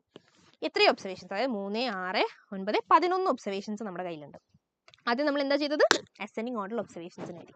അപ്പോൾ നമ്മൾ കൗണ്ട് ചെയ്തപ്പോൾ നമുക്ക് മനസ്സിലായി n is equal to 11 ആണ്. നമ്പർ ഓഫ് ഒബ്സർവേഷൻസ് എത്രയാ? ഇവിടെ 11 നമ്പർ ഓഫ് ഒബ്സർവേഷൻസ് ആണ് നമുക്ക് തന്നിട്ടുള്ളത്. സോ n-ന്റെ വാല്യൂ ഉണ്ട്. n കിട്ടിക്കഴിഞ്ഞാൽ എങ്ങനെയാണ് Q1ഉം Q3യും ഫൈൻഡ് ചെയ്യുക? ആദ്യം Q1 എന്ന് പറഞ്ഞാൽ എന്താണെന്ന് അറിയോടാ? It is n+1/4 observation. n+1/4 observation. അപ്പോൾ ഇവിടെ നമ്മൾ n എത്രയാ? 11 ആണെന്ന് പറഞ്ഞല്ലോ. അപ്പോൾ 11+1/4 ഒബ്സർവേഷൻ എന്ന് വെച്ചാൽ 12/4 തേർഡ് ഒബ്സർവേഷൻ. തേർഡ് ഒബ്സർവേഷൻ ആണ് നമ്മുടെ Q1 എന്ന് പറയുന്നത്. തേർഡ് ഒബ്സർവേഷൻ എന്ന് പറയുമ്പോൾ നമ്മൾ എടുക്കേണ്ടത് ഈ അസെൻഡിങ് ഓർഡറിൽ എഴുതിയതിന് ശേഷമാണ് തേർഡ് കൺസിഡർ ചെയ്യേണ്ടത്.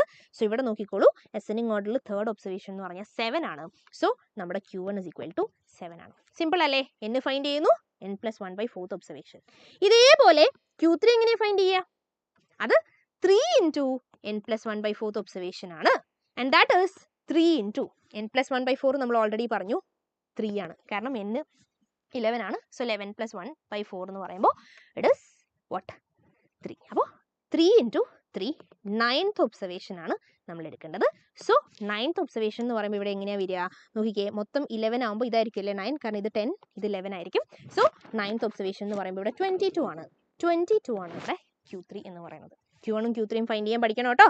സോ QD എന്ന് പറയുന്നത് എത്രയാണ്? ക്വാർട്ടൈൽ ഡീവിയേഷൻ നമ്മൾ പറഞ്ഞു, it is Q3 minus Q1 divided by 2.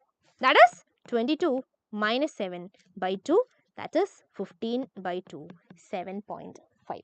എവിടെ നിങ്ങളുടെ കമന്റ് കാണുന്നില്ലല്ലോ. യെസ്, അപ്പോൾ ഇതാണ് നമ്മുടെ ക്വാർട്ടൈൽ ഡീവിയേഷൻ ആയിട്ട് വരിക. n+1/4 ഒബ്സർവേഷനും 3 × n+1/4 ഒബ്സർവേഷനുമാണ് Q1 ഉം Q3 കാണാനുള്ള ഇക്വേഷൻ എന്ന് പറയുന്നത്. സോ അത് വെച്ച് Q1 Q3 കാണുക, അവരുടെ ഡിഫറൻസ് ഡിവൈഡഡ് ബൈ 2, അതാണ് നമ്മുടെ എന്തെന്ന് പറയുന്നത് ക്വാർട്ടൈൽ ഡീവിയേഷൻ എന്ന് പറയുന്നത്. ചെയ്ത് പഠിക്കൂലേ? യെസ്. അങ്ങനെയാണെങ്കിൽ അടുത്ത question പിടിച്ചോളൂ. The 25% of the values of a data are below 32 and 25% are above 87. Find the quartile deviation of the data. So നമുക്കിവിടെ തന്നിട്ടുള്ളത് Q1 ഉം Q3 ഒന്നും ഡയറക്റ്റ്ലി തന്നതല്ല, മറിച്ച് 25% of the values of a data are below 32 എന്നും പറഞ്ഞു, 25% are above 87 എന്നും പറഞ്ഞു. അങ്ങനെയാണെങ്കിൽ ക്വാർട്ടൈൽ ഡീവിയേഷൻ എത്രയാണെന്നാണ് ചോദിച്ചിട്ടുള്ളത്. നമുക്കറിയാം, നമ്മുടെ ഈ ഫ്രീക്വൻസി കർവ് വരയ്ക്കുമ്പോൾ നമുക്ക് ഈ Q1 Q2 Q3 മാർക്ക് ചെയ്ത് നോക്കാം. This is Q1, this is Q2, this is Q3. Q1 Q2 Q3 എന്ന് പറയുന്നത് 3 പോയിന്റ്സ് ആണ്. പക്ഷേ ഇവർ നമ്മുടെ കർവിന്റെ ഏരിയനെ എത്ര പീസസ് ആക്കി ഡിവൈഡ് ചെയ്യുന്നുണ്ട്? 1 2 3 4 4 പീസാക്കി ഡിവൈഡ് ചെയ്യുന്നുണ്ട്. ആൻഡ് വെറുതെയുള്ള 4 പീസ് അല്ല, ഇവരുടെ 4 പേരുടെയും ഈക്വൽ ഏരിയ ആയിരിക്കും വരിക. ടോട്ടൽ ഏരിയ 100% ആണെങ്കിൽ ദിസ് ഇസ് 25%, അതേപോലെ ഓരോന്നും 25% ആണ് വരിക. അങ്ങനെയാണെങ്കിൽ Q1 നോക്കിക്കേ. Q1നെ സംബന്ധിച്ച് Q1ന്റെ അടിയിൽ ഇത്രയും ഭാഗം, അതായത് ഒരു പോർഷൻ അടിയിലും 3 പോർഷൻ അതിന്റെ മുകളിലുമാണ് വരുന്നത്. എന്ന് വെച്ചാൽ Q1ന്റെ താഴെ 25%ഉം മുകളിൽ 75%ഉം വരുന്നുണ്ട്. ഇവിടെ ആദ്യം തന്നിട്ടുള്ള എന്താണ്? 25% of the values of A data are below 32 എന്നല്ലേ? എന്ന് വെച്ചാൽ Q1 ആണ് തന്നിട്ടുള്ളത്. കാരണം Q1ന്റെ താഴെയാണ് 25% വരുന്നത്, Q2ന്റെ താഴെ 50 വരുന്നുണ്ട്, Q3യുടെ താഴെ 75 വരുന്നുണ്ട്. കാരണം 3 പീസും 2 പീസും ഒക്കെയാണ്. Q1ന്റെ താഴെയാണ് 25% വരുന്നത്. അപ്പോൾ Q1 എന്ന് ഡയറക്റ്റ്ലി തരുന്നതിന് പകരം മറ്റൊരു ഭാഷയിൽ തന്നു, Q1 ആണ് 32. ആൻഡ് 25% ആർ എബവ് 87 എന്നാണ് പറഞ്ഞത്. അപ്പോൾ Q1 ആയിരിക്കും 87 അല്ല, കാരണം Q1ന്റെ മുകളിൽ 75% വരുന്നുണ്ട്, Q2ന്റെ മുകളിലോ ലെഫ്റ്റും റൈറ്റും ഒക്കെ 50% ആണ്. പക്ഷേ Q3യുടെ മുകളിൽ 25ഉം താഴെ 75ഉം ആണ്. കാരണം Q3യുടെ മുകളിൽ വരുന്നത് ഒരു പോർഷൻ മാത്രമാണ്. അപ്പോൾ നമുക്ക് പറയാൻ പറ്റും Q3 is equal to 87 ആണ്. Q1 32 ഉം Q3 87 ആണെങ്കിൽ what is quartile deviation? Q3 minus Q1 by 2 and that is equal to 87 minus 32 by 2 and the value is 27.5. അപ്പോൾ എത്രയാണ് ക്വാർട്ടൈൽ ഡീവിയേഷൻ എന്ന് പറയുന്നത്? 27.5 ആണ് ക്വാർട്ടൈൽ ഡീവിയേഷൻ. ഓക്കെ, അപ്പോൾ ഇക്വേഷൻ ഓർക്കുക. ഇങ്ങനെയൊക്കെ തന്നാലും നിങ്ങൾക്ക് എഴുതാൻ പറ്റണം. അടുത്ത നോക്കി, ഇത് നിങ്ങളുടെ എക്സാമിന് ചോദിച്ചിട്ടുണ്ടായിരുന്നതാണ്, മോഡൽ എക്സാമിന്. The quartile deviation of A set of observations is 5. അപ്പോൾ QD തന്നിട്ടുണ്ട് 5 ആണ്, ലോവർ ക്വാർട്ടൈലും തന്നിട്ടുണ്ട്. ദ ലോവർ ക്വാർട്ടൈൽ Q1 എന്ന് പറയുന്നത് 15 ആണ്. അങ്ങനെയാണെങ്കിൽ അപ്പർ ക്വാർട്ടൈൽ എന്താണ് എന്ന് വെച്ചാൽ Q3 ആണ് ചോദിക്കുന്നത്. അപ്പർ ക്വാർട്ടൈൽ എന്ന് വെച്ചാൽ Q3 ആണ്. അപ്പോൾ നമ്മൾ ചെയ്യേണ്ടത് ക്വാർട്ടൈൽ ഡീവിയേഷൻ തന്നിട്ടുണ്ട് 5 ആണ്. നമുക്കറിയാം what is quartile deviation? Q3 minus Q1 by 2 ആണ്. And that is equal to 5. Q3 തന്നിട്ടില്ല, നമ്മൾ ഫൈൻഡ് ചെയ്യണം. അതുകൊണ്ട് Q3 തന്നെ എഴുതുകയാണ്. Q1ന് പകരം 15 എന്ന് കൊടുക്കുകയാണ്. Q3 minus 15 by 2 is equal to 5, which implies Q3 minus 15 is equal to 2 into 5, 10. That means Q3 is equal to 10 plus 15, that is equal to 25. അപ്പോൾ എത്രയാണ് Q3 എന്ന് പറയുന്നത്, അല്ലെങ്കിൽ അപ്പർ ക്വാർട്ടൈൽ എന്ന് പറയുന്നത്? ഓപ്ഷൻ ഡി 25 ആണ് വരിക. ഈ ക്വസ്റ്റ്യൻ ചെയ്യാൻ പറ്റിയായിരുന്നോ എക്സാമിന്? ആരിഫ, എങ്ങനെയാടാ 15 വന്നേ? എക്സാമിന് ചെയ്യാൻ പറ്റിയായിരുന്നോ? യെസ്. അപ്പോൾ 25 ആണ് നമുക്ക് ആൻസർ ആയിട്ട് കിട്ടുക. അടുത്തത് കാൽക്കുലേറ്റ് മീൻ ഡീവിയേഷൻ അബൌട്ട് മീൻ എന്നാണ് ചോദിച്ചിട്ടുള്ളത്. വേഗം പറ, എങ്ങനെയാണ് മീൻ ഡീവിയേഷൻ അബൌട്ട് മീൻ ചെയ്യുക? Sigma xi minus X bar divided by n ചെയ്താൽ മതി അല്ലേ? So mean deviation about measures of kurtosis. Measures of kurtosis, types of kurtosis അല്ലേ? യെസ്, എന്തായാലും വരും. ടൈപ്സ് ഓഫ് കർട്ടോസിസ് എപ്പോഴും വരുന്ന ഒരു ക്വസ്റ്റ്യൻ ആണ്, പഠിച്ചു പോകണം എന്തായാലും. പെട്ടെന്ന് പഠിക്കാടാ, നമ്മൾ ലൈവിൽ പറയൂ കേട്ടോ. സോ യെസ്, അപ്പോൾ മീൻ ഡീവിയേഷൻ അബൌട്ട് മീൻ ആണ് ചോദിച്ചിട്ടുള്ളത്. റോ ഡേറ്റ ആണ്, ജസ്റ്റ് അൺഗ്രൂപ്ഡ് ഡേറ്റ ആണ്. അപ്പോൾ നമ്മൾ എങ്ങനെയാണ് ചെയ്യുക? Sigma xi minus X bar divided by n ചെയ്താൽ മതി. അപ്പോൾ ആദ്യം ചെയ്യേണ്ടത് എക്സ് ബാർ എങ്ങനെയാണ് ഫൈൻഡ് ചെയ്യുക? എക്സ് ബാർ എങ്ങനെയാണ് ഫൈൻഡ് ചെയ്യുക? Sum of observations by number of observations ആണ്. അപ്പോൾ ഇവിടെ നോക്കുമ്പോൾ 8 plus 10 plus 6 plus 7 plus 5 plus 4 plus 2 എന്ന് വെച്ചാൽ 42 ആണ് sum of observations divided by number of observations. ഇവിടെ 7 വരുന്നുണ്ട്, 42 by 7, 6 ആണ് ഇവിടുത്തെ എക്സ് ബാർ എന്ന് പറയുന്നത്. എക്സ് ബാർ കിട്ടിക്കഴിഞ്ഞാൽ എന്താണെന്ന് അറിയേണ്ടത്? ഓരോ ഒബ്സർവേഷനും എക്സ് ബാറും തമ്മിലുള്ള ഡിഫറൻസ് എടുക്കുക. അപ്പോൾ ഇവിടെ 8 മൈനസ് 6 ചെയ്യുക. 8 മൈനസ് 6 ചെയ്ത് എത്ര കിട്ടുക? 2 എന്ന് കിട്ടും അല്ലേ? അപ്പോൾ നമ്മൾ ചെയ്യേണ്ടത് M D of X bar എന്ന് പറഞ്ഞാൽ it is equal to sigma xi minus X bar എന്നാണ് പറഞ്ഞത്. അതായത് ഓരോ ഒബ്സർവേഷനും എക്സ് ബാറും തമ്മിലുള്ള ഡിഫറൻസ് എടുക്കുമ്പോൾ 8 മൈനസ് 6 2 ആണ്, 10 മൈനസ് 6 4 ആണ്, 6 മൈനസ് 6 0 ആണ്, 7 മൈനസ് 6 1 ആണ്. അടുത്തത് 5-ലെത്തിയാൽ 5 മൈനസ് 6 -1 ആണ്. പക്ഷെ നമ്മളിവിടെ മോഡ് എടുക്കണം, കാരണം നമ്മുടെ ഇക്വേഷനിൽ മോഡ് ഉണ്ട്. അപ്പോൾ -1ന്റെ മോഡ് എടുത്താൽ 1 എന്ന് കിട്ടും. അടുത്തത് 4 - 6 -2 ആണ്, പക്ഷേ മോഡ് എടുക്കുമ്പോൾ 2 എന്ന് വരും. 2 - 6 -4 ആണ്, മോഡ് എടുക്കുമ്പോൾ 4 ആണ്. അതായത് ജസ്റ്റ് നെഗറ്റീവ് ആണെങ്കിൽ പോസിറ്റീവ് വാല്യൂ എടുക്കുക. എന്നിട്ട് എന്ത് ചെയ്യുക, divided by number of observations ചെയ്യുക. 6 അല്ല 7 ആണ് അല്ലേ നമ്പർ ഓഫ് ഒബ്സർവേഷൻസ് വരുന്നത്. സോ ഡിവൈഡഡ് ബൈ 7 എന്ന് വരും. എത്ര നമ്മുടെ ന്യൂമറേറ്റർ വരിക, 2 + 4 6, 6 + 6 12, 14 എന്ന് വരും. 14 / 7 എന്ന് പറഞ്ഞാൽ 2 ആണ് കിട്ടുക. So what is mean deviation about mean here, it is equal to 2. അപ്പോൾ മീൻ കാണുക, ഓരോ ഒബ്സർവേഷനും മീനും തമ്മിലുള്ള ഡിഫറൻസിന്റെ സം എടുക്കുക, divided by number of observations ചെയ്താൽ will get mean deviation about mean. ഇതേപോലെ നമുക്കിനി മീൻ ഡീവിയേഷൻ അബൌട്ട് മീഡിയൻ ചെയ്യാം.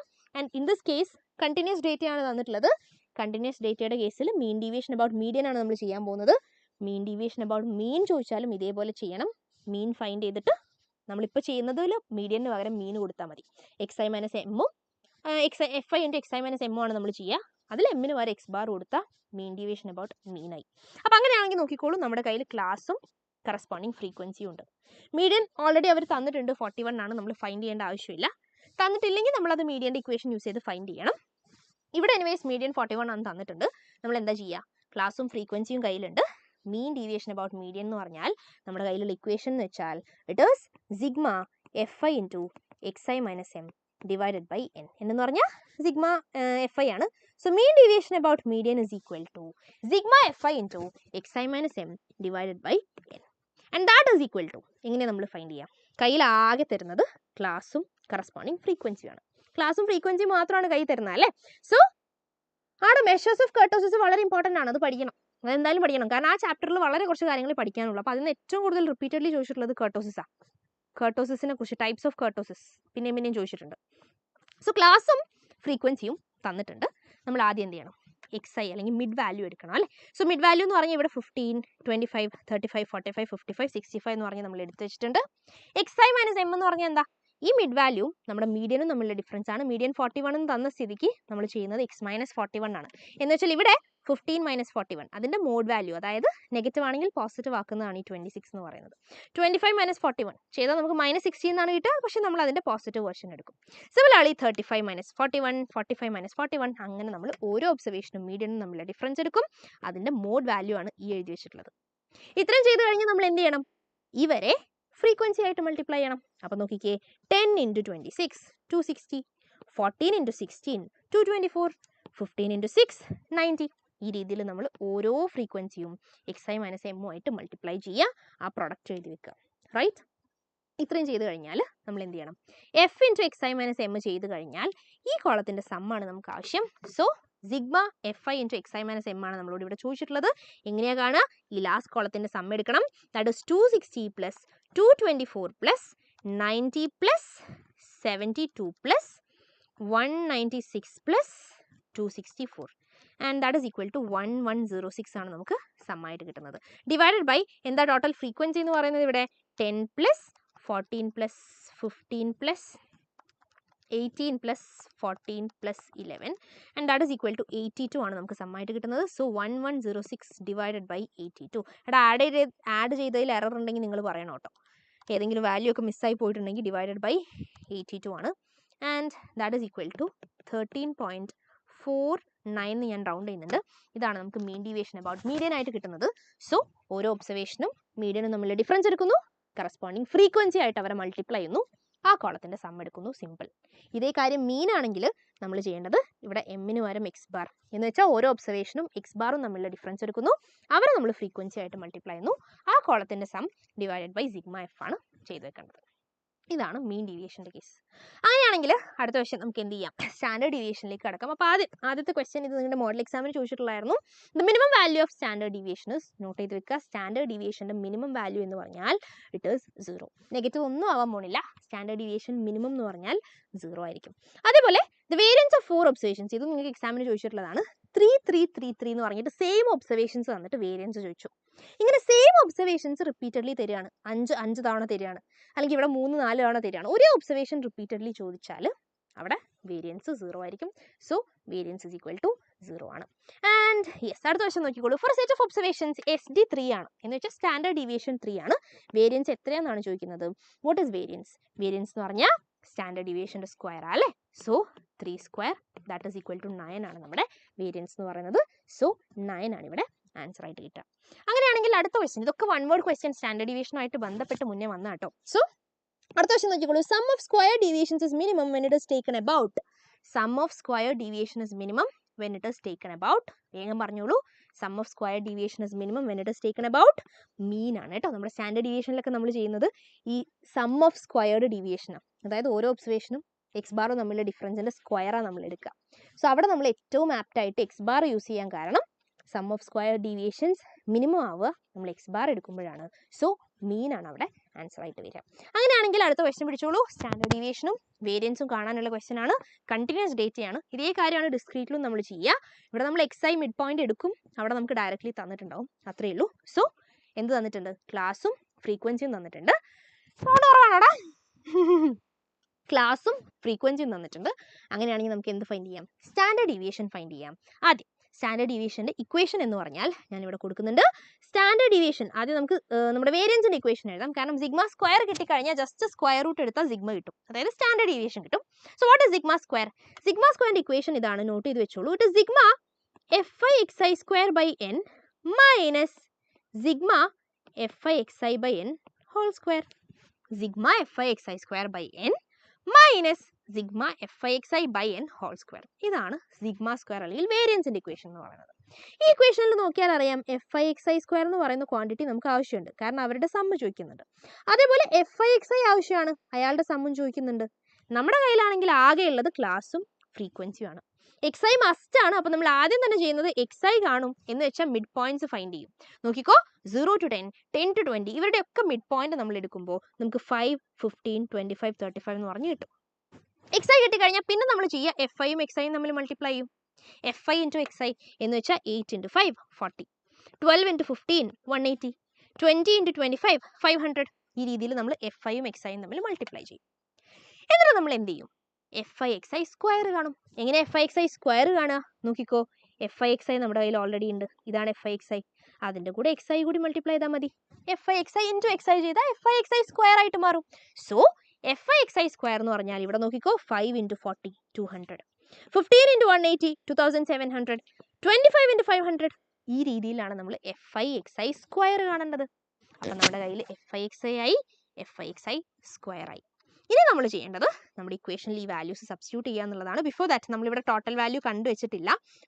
അപ്പോൾ നമുക്ക് ടോട്ടൽ എടുക്കാം. എഫ് ഐ എക്സ് ഐയുടെ ടോട്ടലും എഫ് ഐ എക്സ് ഐ സ്ക്വയറിൻ്റെ ടോട്ടലും നമുക്ക് ആവശ്യമുണ്ട്. So 200 plus 2700 plus 12500 plus 36750 plus 4050 plus 30250. And yes that is equal to 86450 ആണ്. And sigma F I X i എന്ന് പറയുമ്പോൾ ടോട്ടൽ ഫ്രീക്വൻസിയും കാണണം അല്ലേ. 40 plus 180 plus 500 plus 1050 plus 90 plus 550. And yes that is 2410. എടാ എറർ ഒന്നും വന്നിട്ടില്ലല്ലോ. 2410 എന്നൊക്കെ എഫ് ഐ എക്സ് ഐ ആണല്ലോ, അതെന്തും വരാം. ഇനി ഫ്രീക്വൻസിയുടെ സം എന്ന് പറയുമ്പോൾ 8 പ്ലസ് ഫ്രീക്വൻസിയുടെ സമ്മാണ് പൊതുവെ നല്ലൊരു നമ്പർ കിട്ടുക. 50, 100, ചിലപ്പോൾ 55 എന്നൊക്കെ വരാറുണ്ട്. 20 plus 30 plus 20 plus 10 that is equal to 100. Yes, ഇവിടെ സിഗ്മ എഫ് ഐ എന്ന് പറയുന്നത് 100 ആണ്. സോ നമുക്ക് സബ്സ്റ്റിറ്റ്യൂട്ട് ചെയ്യാം. എന്താ സിഗ്മ സ്ക്വയർ എന്ന് പറയുന്നത്?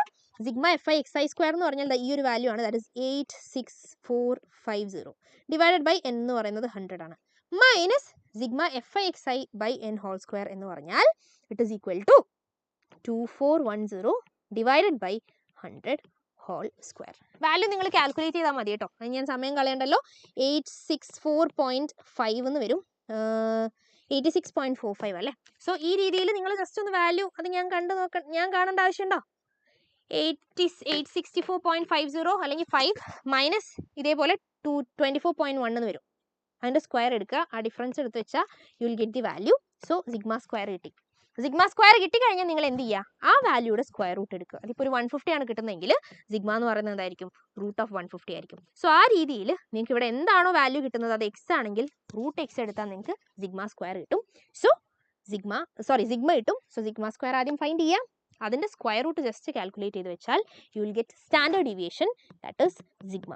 ഇത്രയേ ഉള്ളൂ സ്റ്റാൻഡേർഡ് ഡീവിയേഷൻ്റെ കേസ് എന്ന് പറയുന്നത്. അപ്പോൾ this equation is very very very important. എന്തായാലും പഠിച്ചു വെച്ചോ, ഇത് നിങ്ങൾക്ക് വരാനുള്ള ചാൻസ് വളരെ കൂടുതലാണ്. കാരണം ഏറ്റവും ഇമ്പോർട്ടൻ്റ് ആയിട്ടുള്ള measure of dispersion is standard deviation.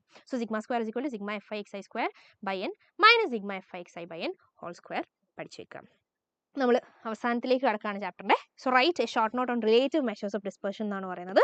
Relative measures of ഡിസ്പെർഷനെ കുറിച്ച് പറയുകയാണെങ്കിൽ നമുക്ക് പറയാം, it is the ratio of absolute measure of dispersion to an average with which the measure of dispersion is computed. So relative measure of dispersion എന്ന് പറഞ്ഞാൽ നമ്മുടെ coefficient of variation ഒക്കെ ആലോചിച്ചാൽ മതി, CV ഒക്കെ ആലോചിച്ചാൽ മതി. Sigma by x bar into 100 ആണ് അല്ലേ. സ്റ്റാൻഡേർഡ് ഡീവിയേഷനും എക്സ് ബാറും തമ്മിലുള്ള ഒരു റേഷ്യോ ആണ്. So it is a ratio of absolute measure of dispersion to an average. എന്ന് വെച്ചാൽ മെഷർ ഓഫ് ഡിസ്പെർഷൻ ആണ് സിഗ്മ എന്ന് പറയുന്നത്, എക്സ് ബാർ ആവറേജ് ആണ്. ഇവർ തമ്മിലുള്ള റേഷ്യോ അല്ലേ, അതങ്ങ് സെൻറ്റൻസിൽ എഴുതി കൊടുത്താൽ മതി.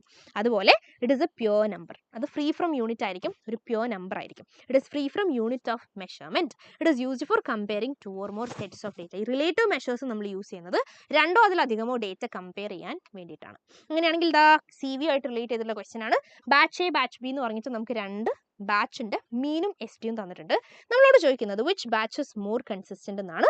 Which batch is more consistent in scores എന്നാണ് ചോദിച്ചിട്ടുള്ളത്.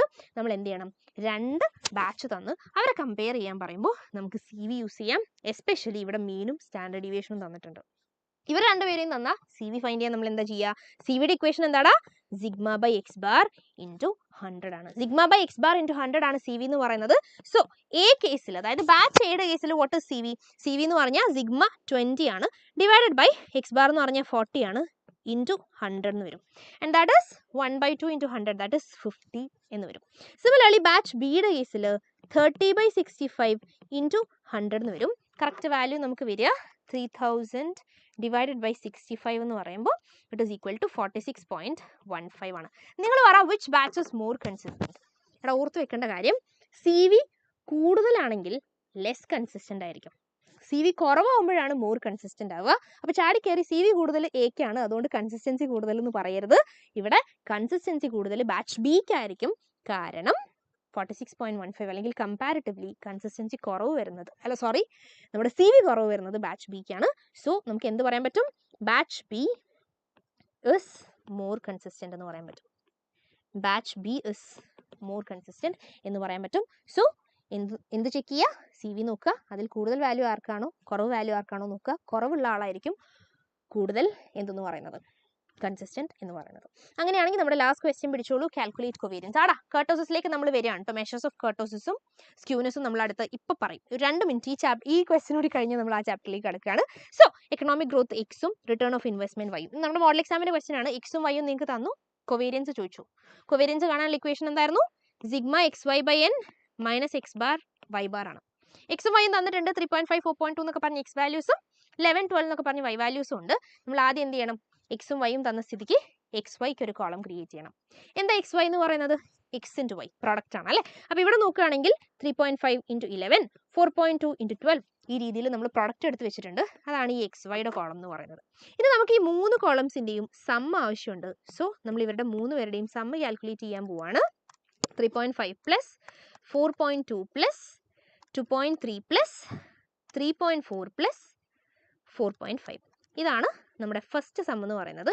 That is 17.9.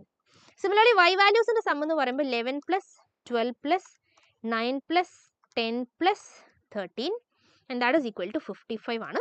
And what is sigma x y, sigma x y എന്ന് പറഞ്ഞാൽ എക്സ് വൈസിൻ്റെ സം ആണ് 38.5 plus 50.4 plus 20.7 plus 34 plus 58.5 and that is equal to 202.1. അപ്പോൾ സിഗ്മ എക്സ് വൈ കിട്ടി. അങ്ങനെയാണെങ്കിൽ what is covariance of x y, it is equal to sigma x y by n minus X bar y bar ആണ്. എന്താ X bar എന്ന് പറയുന്നത്, x bar is equal to sigma X by n. അപ്പോൾ sum of x by number of observations. അപ്പോൾ sum of x നമ്മൾ find ചെയ്തു 17.9 ആണ്. Number of observations എത്രയുണ്ടാ, ഇവിടെ നോക്കിക്കേ 1 2 3 4 5 ഒബ്സർവേഷൻസ് ആണ്. അപ്പോൾ എൻ എന്ന് പറയുന്നത് 5 ആണ്. 17.9 by 5 and that is equal to 3.58 ആണ് നമ്മുടെ എക്സ് ബാർ എന്ന് പറയുന്നത്. Similarly, what is y bar? Sigma y by n ആണ്. So 55 by n എന്ന് പറയുന്നത് 5 ആണ്. 55 by 5 ചെയ്താൽ 11 എന്ന് വരും. x ബാറും y ബാറും കിട്ടിക്കഴിഞ്ഞാൽ സിഗ്മ എക്സ് വൈ നമ്മൾ ഫൈൻഡ് ചെയ്തു. 202.1 ഡിവൈഡഡ് ബൈ n എന്ന് പറയുന്നത് 5 ആണെന്ന് നമ്മൾ പറഞ്ഞു. എക്സ് ബാർ എത്രയാണ്? 3.58 ആണ്.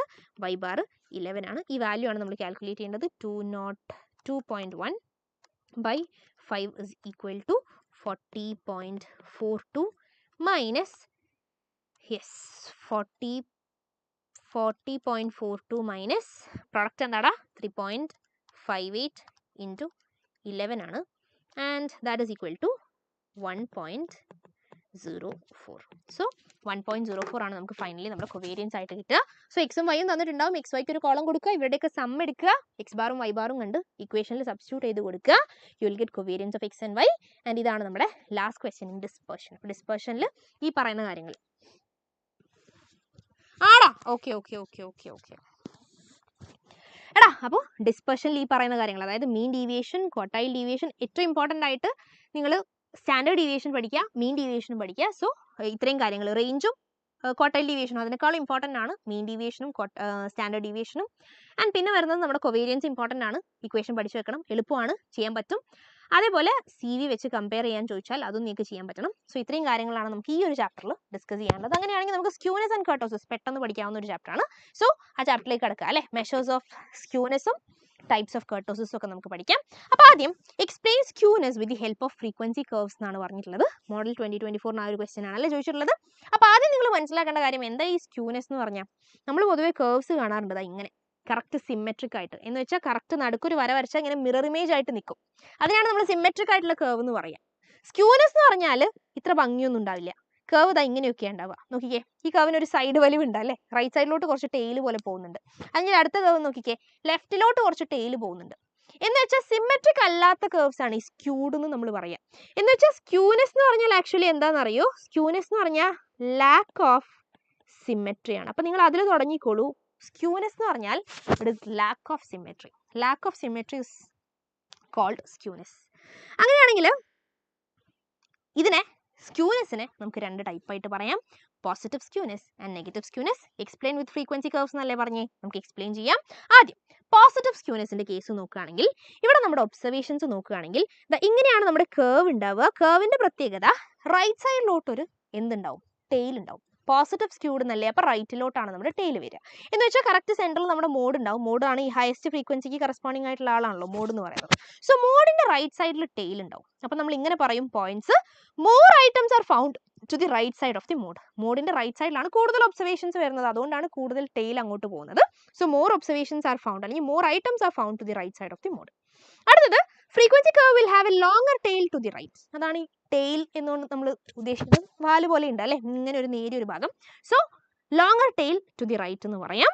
And in this case positive സ്ക്യൂനെസിന്റെ കേസിൽ നിങ്ങൾ ഓർത്തിരിക്കേണ്ട ഒരു കാര്യം, mean greater than median greater than മോഡാണ്. Mean is greater than median greater than mode. അതാണ് ഈ ഒരു ഓർഡർ എന്ന് പറയുന്നത്. Mean is greater than median greater than mode. ആദ്യം വരുന്നത് മോഡാണ്. എന്ന് വെച്ചാൽ എക്സ് വാല്യൂസിൽ ഏറ്റവും കൂടുതൽ എന്തായിരിക്കും? ലാസ്റ്റ് വരുന്ന ആളായിരിക്കും. നമ്മൾ ഇങ്ങനെ പോകുന്നതിനനുസരിച്ച് വാല്യൂ കൂടുകയല്ലേ. സോ അവസാനം വരുന്ന മീനാണ് ഏറ്റവും വലിയ വാല്യൂ വരിക. അതിൻ്റെ തൊട്ട് ചെറുതായിരിക്കും മീഡിയൻ, അതിൻ്റെയും ചെറുതായിരിക്കും മോഡ് എന്ന് പറയുന്നത്. So mean greater than median greater than മോഡാണ് in case of positive skewness. ഇതേ കാര്യങ്ങൾ തിരിച്ചു പറഞ്ഞാൽ നെഗറ്റീവ് സ്ക്യൂനെസ് ആയി, അതും പഠിച്ചു വെക്കുക. More items are found to the left side of the mode. Mode ഇവിടെയാണ്, അതിന്റെ ലെഫ്റ്റിലാണ് കൂടുതൽ ഐറ്റംസ് ഫോക്കസ് ചെയ്തിട്ടുള്ളത്. So more items are found to the left side of the mode. Curve will have longer tail to the left. ലെഫ്റ്റിലോട്ടാണ് longer tail വരുന്നത്, നിങ്ങൾക്ക് കാണാം. And in this case mean less than median less than മോഡാണ്. ഞാൻ എടുത്തു ഈ chapter. ഇവർ ഈ കർട്ടോസിസ് കുറേ ചോദിച്ചപ്പോഴേ കുറച്ച് വെള്ളം തരുമോ? Okay. So mean less than median less than മോഡാണ് in case of negative skewness. അപ്പോൾ പോസിറ്റീവ് ആൻഡ് നെഗറ്റീവ് സ്ക്യൂനെസ് ചിത്രം വരച്ച് തന്നെ നിങ്ങൾ എക്സ്പ്ലെയിൻ ചെയ്ത് കൊടുക്കണം. ഒരു മടിയും കാണിക്കേണ്ട. ടെയിലൊക്കെ നല്ല ഭംഗിയായിട്ട് അങ്ങ് വരച്ചു വെച്ചോളൂ. സോ കറക്റ്റ് പിക്ചർ വരച്ചു കൊടുക്കുക. ഈ പോയിന്റ്സ് എഴുതി വെച്ചാൽ ഫുൾ മാർക്കാണ്. റൈറ്റ്. ഇനി അങ്ങനെയാണെങ്കിൽ അടുത്ത എന്താ?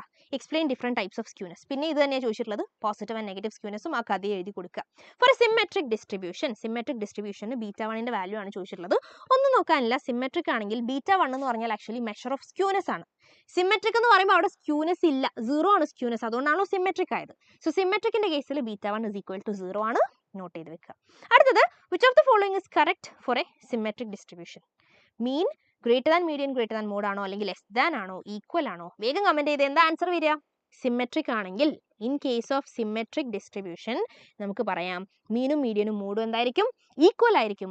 മീൻ is equal to median is equal to mode ആയിരിക്കും. സ്ക്യൂഡിന്റെ കേസാണ് നമ്മൾ പറഞ്ഞത്, ഗ്രേറ്റർ ദാൻ എന്നൊക്കെ ഉള്ളത്. ഗ്രേറ്റർ ദാനും ലെസ് ദാനും ഒക്കെ പോസിറ്റീവ് ആൻഡ് നെഗറ്റീവ് സ്ക്യൂനെസ്സിനനുസരിച്ചിട്ടാണ് വരിക. പക്ഷേ സിമെട്രിയുടെ കേസിൽ മീനും മീഡിയനും മോഡും എന്താണ്? ഈക്വൽ ആണ്. റൈറ്റ്? യെസ്. അങ്ങനെയാണെങ്കിൽ വേഗം അടുത്ത ക്വസ്റ്റ്യൻ ആൻസർ ഒന്ന് കമന്റ് ചെയ്തേ.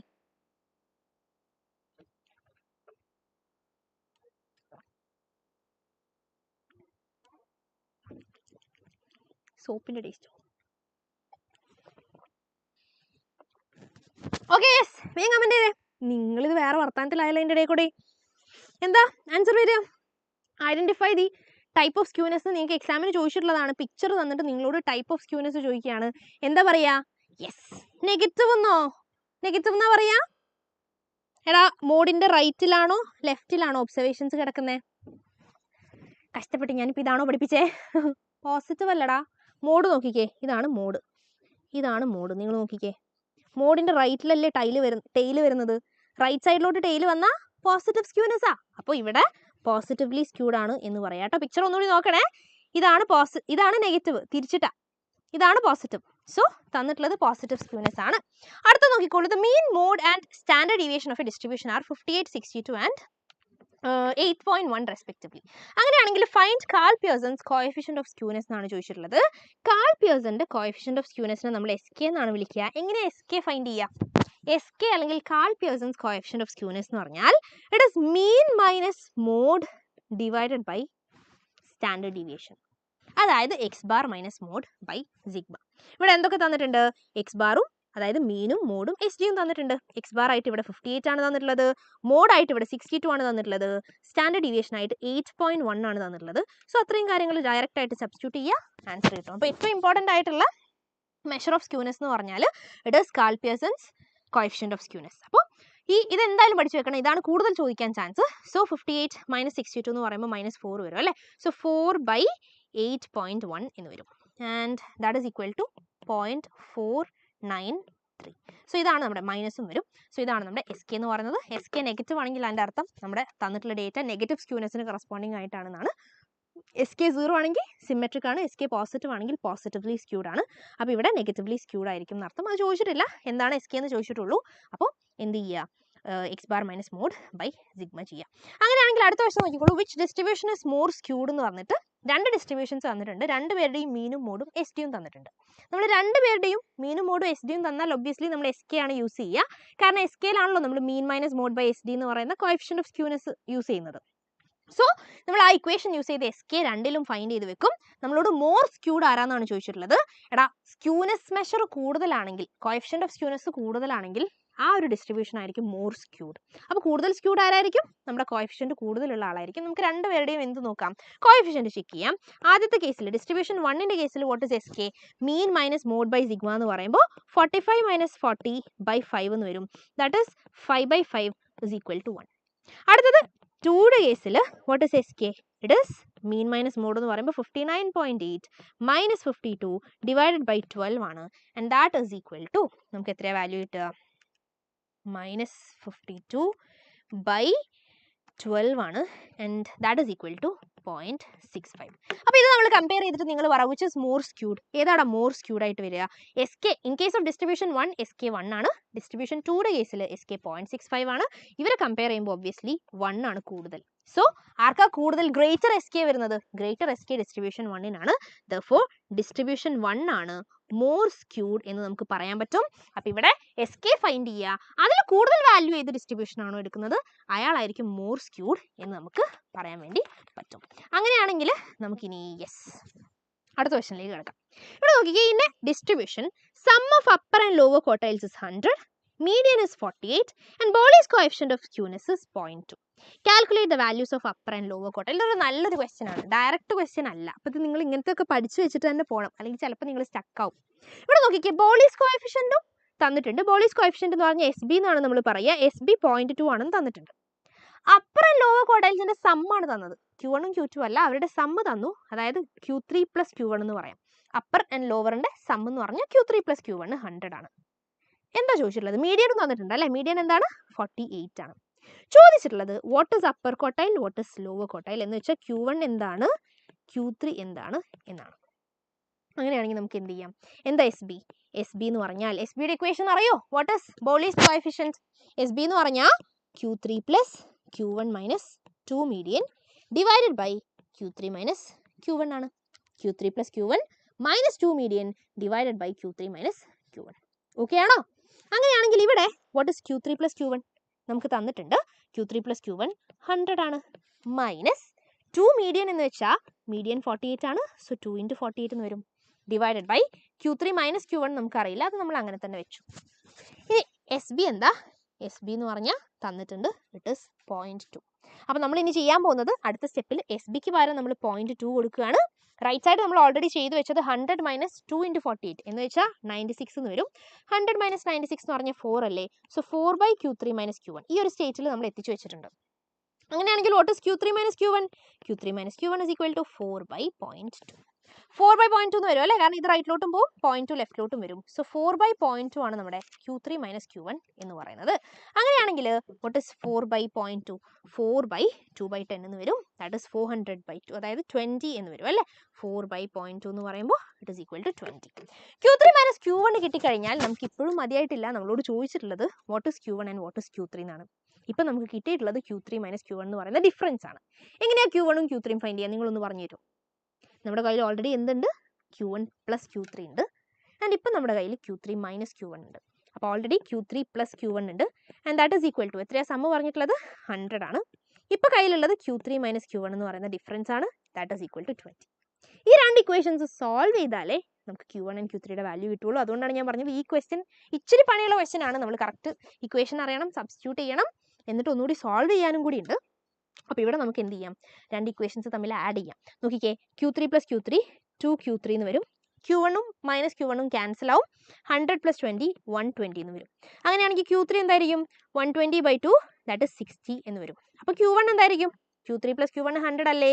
Q3 60 ആണെങ്കിൽ Q1ൻ്റെ വാല്യൂ 40 ആയിരിക്കും. സോ 60 40 ആണ് Q1 Q3യുടെ വാല്യൂ എന്ന് പറയുന്നത്. സോ ഈ ഇക്വേഷൻ SBയുടെ ഇക്വേഷൻ പഠിച്ചു വെക്കണം. എങ്ങനെയാണ് പ്രോബ്ലം ചെയ്തതെന്ന് മനസ്സിലാക്കുക. ചിലപ്പോൾ നിങ്ങൾക്ക് ഡയറക്റ്റ്ലി Q1 Q3 മീഡിയൻ ഒക്കെ തന്ന് SB കാൽക്കുലേറ്റ് ചെയ്യാനായിരിക്കും പറയുക. അപ്പോൾ ബോളീസ് കോഎഫിഷ്യൻ്റ് ഇക്വേഷൻ പഠിച്ചവർക്ക് വെച്ച് അതിൽ ഡയറക്റ്റ്ലി സബ്സ്റ്റിറ്റ്യൂട്ട് ചെയ്യാനേ ഉള്ളൂ. സോ എങ്ങനെ വെച്ചാലും നിങ്ങൾക്ക് എഴുതാൻ പറ്റണം. നമ്മൾ അഡ്വാൻസ് ലെവലിൽ തന്നെ പ്രിപ്പയർ ചെയ്ത് പോകണം. എങ്കിലല്ലേ നമുക്കൊരു ഫുൾ മാർക്ക് ഒക്കെ സ്കോർ ചെയ്യാൻ പറ്റുള്ളൂ. റെഡി അല്ലേ? യെസ്. അങ്ങനെയാണെങ്കിൽ നിങ്ങൾ കുറേ നേരമായിട്ട് ചോദിച്ചുകൊണ്ടിരിക്കുന്ന കർട്ടോസിസ്. എടാ സിമ്പിൾ ആടാ കർട്ടോസിസ് എന്ന് പറയുന്ന ടോപ്പിക്കും. നിങ്ങൾക്ക് ഇവിടെ 3 കേർവ്സ് കാണാം.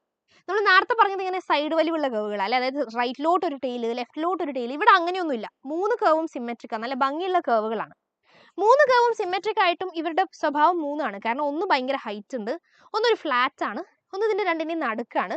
അപ്പോൾ അതുകൊണ്ട് തന്നെ സിമെട്രിക് ആണ് എന്നുള്ളതുകൊണ്ട് മാത്രം നമുക്ക് ഇവരെ ഒരേ ക്യാരക്ടറാണെന്ന് പറയാൻ പറ്റില്ല. അപ്പം നമ്മൾ ഇവരെ ഡിഫറൻഷിയേറ്റ് ചെയ്യുന്ന ക്യാരക്ടറാണ് കർട്ടോസിസ് എന്ന് പറയുന്നത്. കർട്ടോസിസ് എന്ന് പറഞ്ഞാൽ എന്താണെന്നറിയോ? നോട്ട് ചെയ്ത് വെച്ചോളൂ. It is relative peakness or flatness of a curve. അതായത് രണ്ട് കർവ് കമ്പയർ ചെയ്യുമ്പോഴേ ഒന്നൊന്നിനേക്കാളും പീക്കാണ്, ഒന്നൊന്നിനേക്കാളും പീക്ക് കൂടുതലാണ്, അല്ലെങ്കിൽ ഒന്നൊന്നിനേക്കാളും ഫ്ലാറ്റ് ആണെന്നൊക്കെ നമ്മൾ പറയില്ലേ, ആ ഒരു കമ്പാരിസണിനെയാണ് കർട്ടോസിസ് എന്ന് പറയുക. So it is relative peakness or flatness of a curve. Okay, അങ്ങനെയാണെങ്കിൽ there are 3 types of kurtosis എക്സാമിന് ചോദിക്കും. 3 ടൈപ്സ് ഓഫ് കർട്ടോസിസ് ഉണ്ട്: ലെപ്റ്റോകർട്ടിക്, പ്ലാറ്റികർട്ടിക് ആൻഡ് മെസോകർട്ടിക്. ലെപ്റ്റോകർട്ടിക് എന്ന് പറഞ്ഞാൽ നിങ്ങൾക്ക് ഈ ഫിഗറിൽ കാണുന്ന പോലെ തന്നെ മോർ പീക്ഡ് ആയിട്ടുള്ള കേർവ്സ് ആണ് ലെപ്റ്റോകർട്ടിക് കർവ്. അപ്പോൾ നിങ്ങൾ ഫിഗർ വരച്ചു കൊടുക്കുക, ലെപ്റ്റോകർട്ടിക് ആണെന്ന് എഴുതി വെക്കുക. അതിൻ്റെ എക്സ്പ്ലനേഷൻ ആയിട്ട് നിങ്ങൾ these types of curves are more peaked എന്ന് കൊടുക്കുക, അല്ലെങ്കിൽ ലെസ് ഫ്ലാറ്റ് സർഫസ്, രണ്ടും എഴുതിക്കോളൂ. അടുത്ത നോക്കിക്കോളൂ, പ്ലാറ്റികർട്ടിക്കിന്റെ കേസിൽ ഇറ്റ് ഈസ് ലെസ് പീക്ഡ്, പീക്ക്നെസ് കുറവാണ്, ലെസ് പീക്ഡ് ആണ്, മോർ ഫ്ലാറ്റ് ടോപ്ഡ് ആണ്.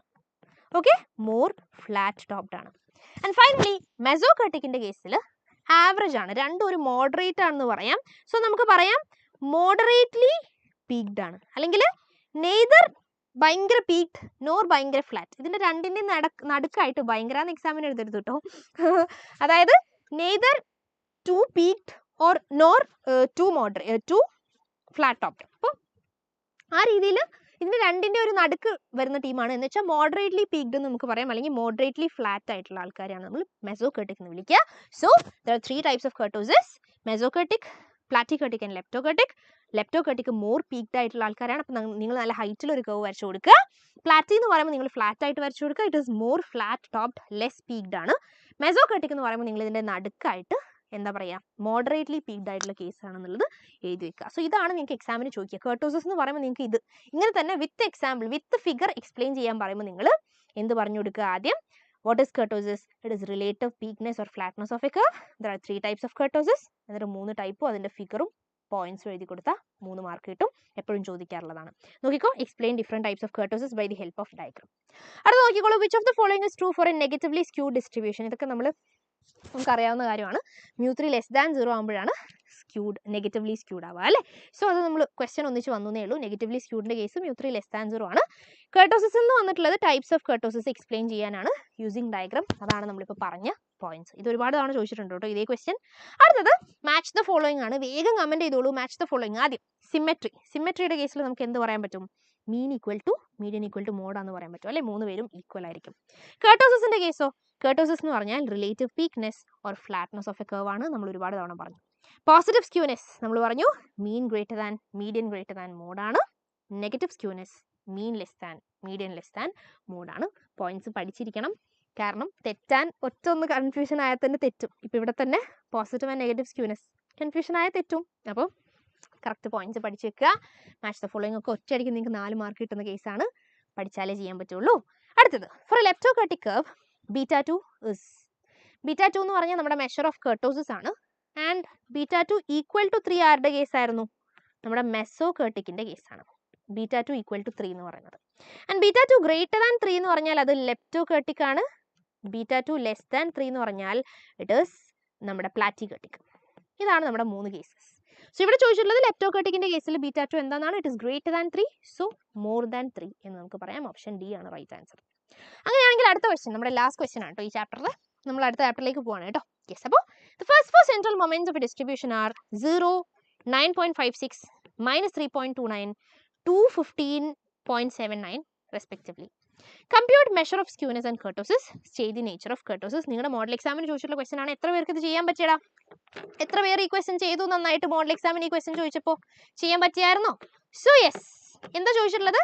Compute measures of skewness and kurtosis എന്നാണ്. യൂസിങ് മൊമെന്റ്സ് തന്നിട്ടുണ്ട് എന്ന് വെച്ചാൽ μ1 0 ആണ്, μ2 9.56 ആണ്. ഫസ്റ്റ് 4 സെൻട്രൽ മൊമെന്റ്സ് എന്ന് വെച്ചാൽ μ1 μ2 μ3 μ4 ആണ്. μ3 -3.29 ആണ്. μ4 എന്ന് പറയുന്നത് 215.79 ആണ്. അങ്ങനെയാണെങ്കിൽ ആദ്യം മെഷർ ഓഫ് സ്ക്യൂനെസ് എന്ന് വെച്ചാൽ β1 ആണ്. What is β1? β1 എന്ന് വെച്ചാൽ വെരി ഗുഡ് റിസ. പിന്നെ ആരാടാ ചെയ്ത്? μ3 സ്ക്വയർ ഡിവൈഡഡ് ബൈ μ2 ക്യൂബ് ആണ്. അപ്പോൾ ഇവിടെ μ3 എന്ന് പറഞ്ഞാൽ എത്രയാണ്? -3.29 ആണ്. -3.29 സ്ക്വയർ ഡിവൈഡഡ് ബൈ μ2 ക്യൂബ് എന്ന് പറഞ്ഞാൽ 9.56 ക്യൂബ് എന്ന് വരും. നമുക്ക് ചെയ്യാം അല്ലേ. So yes, 3.29 square divided by 9.56 cube and that is equal to 0.012. അപ്പോൾ ഇതാണ് നമുക്ക് β1 ആയിട്ട് കിട്ടുന്നത്. β1 is 0.012 റൈറ്റ്. അപ്പോൾ β1 കിട്ടിക്കഴിഞ്ഞു. ഇനി നമുക്ക് β2 ഫൈൻഡ് ചെയ്യാം. അതാണ് മെഷർ ഓഫ് കർട്ടോസിസ് എന്ന് പറയുന്നത്. അപ്പോൾ ആദ്യം നമ്മൾ മെഷർ ഓഫ് സ്ക്യൂനെസ് ഫൈൻഡ് ചെയ്തു. ഇനി മെഷർ ഓഫ് കർട്ടോസിസ് β2 എന്ന് പറഞ്ഞാൽ it is μ4 by μ2 square. μ4 by μ2 square equation മറന്നിട്ടില്ലല്ലോ. സോ μ3 സ്ക്വയർ ബൈ μ2 ക്യൂബ് β1 ആണ്. അത് സ്ക്യൂനെസ് ആണ് മെഷർ ചെയ്യുന്നത്. കർട്ടോസിസ് മെഷർ ചെയ്യുന്നത് μ4 ബൈ μ2 സ്ക്വയർ യൂസ് ചെയ്തിട്ടാണ്. μ4 is 215.79 ഹിയർ. μ2 സ്ക്വയർ എന്ന് പറഞ്ഞാൽ 9.56 സ്ക്വയർ എന്ന് വരും. So that is equal to 215.79 divided by μ2 square എന്ന് പറഞ്ഞാൽ 9.56 സ്ക്വയർ ആണ്. And that is equal to 2.36 ആണ്. So β2 is 2.36. ആൻഡ് β2 2.36 ആണെങ്കിൽ അടുത്ത question state nature of kurtosis ആണ്. നിങ്ങളൊന്ന് വേഗം കമൻറ്റ് ചെയ്തേ. നേച്ചർ ഓഫ് കർട്ടോസിസ് ഒന്ന് പറഞ്ഞേ. നമ്മൾ നേരത്തെ പറഞ്ഞിട്ടേ ഉള്ളൂ. β2 ആയിട്ട് ബന്ധപ്പെട്ട് നേച്ചർ ഓഫ് കർട്ടോസിസ് നമ്മൾ എങ്ങനെയാണ് പറയുക? ഈക്വൽ ടു 3 ആണെങ്കിൽ മെസോകർട്ടിക് ആണ്, ലെസ് ദാൻ 3 ആണെങ്കിൽ പ്ലാറ്റിയും, ഗ്രേറ്റർ ദാൻ 3 ആണെങ്കിൽ ലെപ്റ്റോയും ആണ്. അപ്പോൾ നമ്മുടെ കൺക്ലൂഷൻ എന്തായിരിക്കും? വേഗം പറഞ്ഞേ. What is β2 here? 2.36 ആണ്, which is less than 3. Less than 3 ആണെങ്കിൽ നമ്മൾ എന്താ പറയുക? ലെസ് ദാൻ 3 ആണെങ്കിൽ it means the curve is platykurtic. Greater than 3 ആണെങ്കിൽ നമ്മൾ പറയും it is leptokurtic. Equal to 3 ആണെങ്കിൽ മെസോകർട്ടിക് ആണ്. സോ ഇൻ ദിസ് ക്വസ്റ്റ്യൻ നമുക്ക് തന്നിട്ടുള്ള ഇൻഫർമേഷൻ എന്തുമായിട്ട് റിലേറ്റ് ചെയ്തിട്ടാണ്?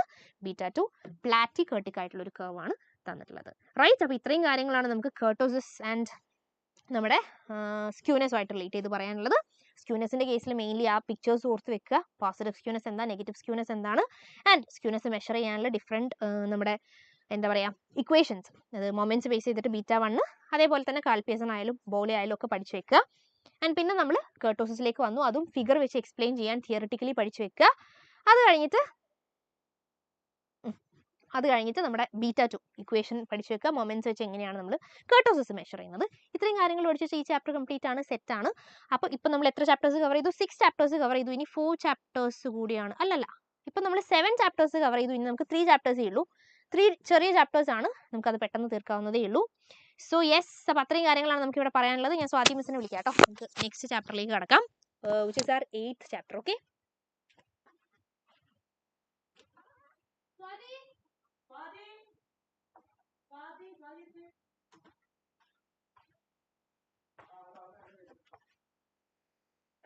സോ യെസ്, എന്താ നിങ്ങളുടെ അവസ്ഥ? ഫുഡ് കഴിച്ചോടാ?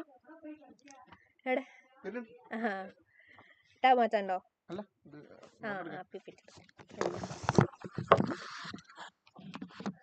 മിസ്സേ ഓടി വാ. You continue. അപ്പം 2 ആപ്റ്റ് എടുത്തിട്ട് ഓക്കെ. ഋത്തിക്കിന് എത്ര ആപ്റ്റ് ഉണ്ട് മക്കളെ? ഹലോ, എത്ര ആപ്റ്റ് ഉണ്ട്? 1 more സാമ്പിളിങ് മാത്രം. Okay fine guys. അല്ല, ഞാൻ ഉദ്ദേശിച്ചത് അതായത് എത്രണ്ണം തീർത്തു എന്നാണ് ഞാൻ ഉദ്ദേശിച്ചത്. ഈ റുസ്താ മിസ് എന്തെല്ലോ കോമഡി ഒക്കെ പറയാം. മക്കളെ എന്തെല്ലാടാ വിശേഷം? എന്തൊക്കെയുണ്ട്? സുഖമല്ലേ എല്ലാവർക്കും? ഷാറല്ലേ? സ്റ്റാറ്റിയൊക്കെ സെറ്റല്ലേ? എടാ ഒന്ന് പറഞ്ഞേ, എന്തൊക്കെയുണ്ട്? ദീപക് ദേവ് എന്ന് പറഞ്ഞൊരു മ്യൂസിക് ഡയറക്ടർ അല്ലേടാ? നിങ്ങൾക്ക് അറിയില്ലേ ദീപക് ദേവിനെ? നല്ല അടിപൊളി പാട്ടൊക്കെ ഉണ്ടാക്കുന്നത്. മക്കളെ എന്നിട്ട് എന്താണ് സ്ഥിതി? പറഞ്ഞേ. എടാ എവിടെടാ എല്ലാവരും? Yes, trending crush. ഒരു ഓയി വിട്ടിട്ടുണ്ട്, അത് ഞാൻ എനിക്ക് എടുക്കാണ്. ഹായ് ഹായ് ഹായ് ഹായ് മെസോലിയ, അമീൻ, ഹലോ ഹലോ ഹലോ. എന്തൊക്കെയാണ്? സെറ്റല്ലേ? സുഖമായിട്ടിരിക്കുന്ന എല്ലാവരും? ഓക്കെ, അങ്ങനെയാണെങ്കിൽ നമുക്ക് തുടങ്ങാം. പ്രോബബിലിറ്റിയും കണ്ടീഷണൽ പ്രോബബിലിറ്റി അങ്ങ് സെറ്റാക്കാം അല്ലേ? ഹായ് ശരത്, എന്തല്ല?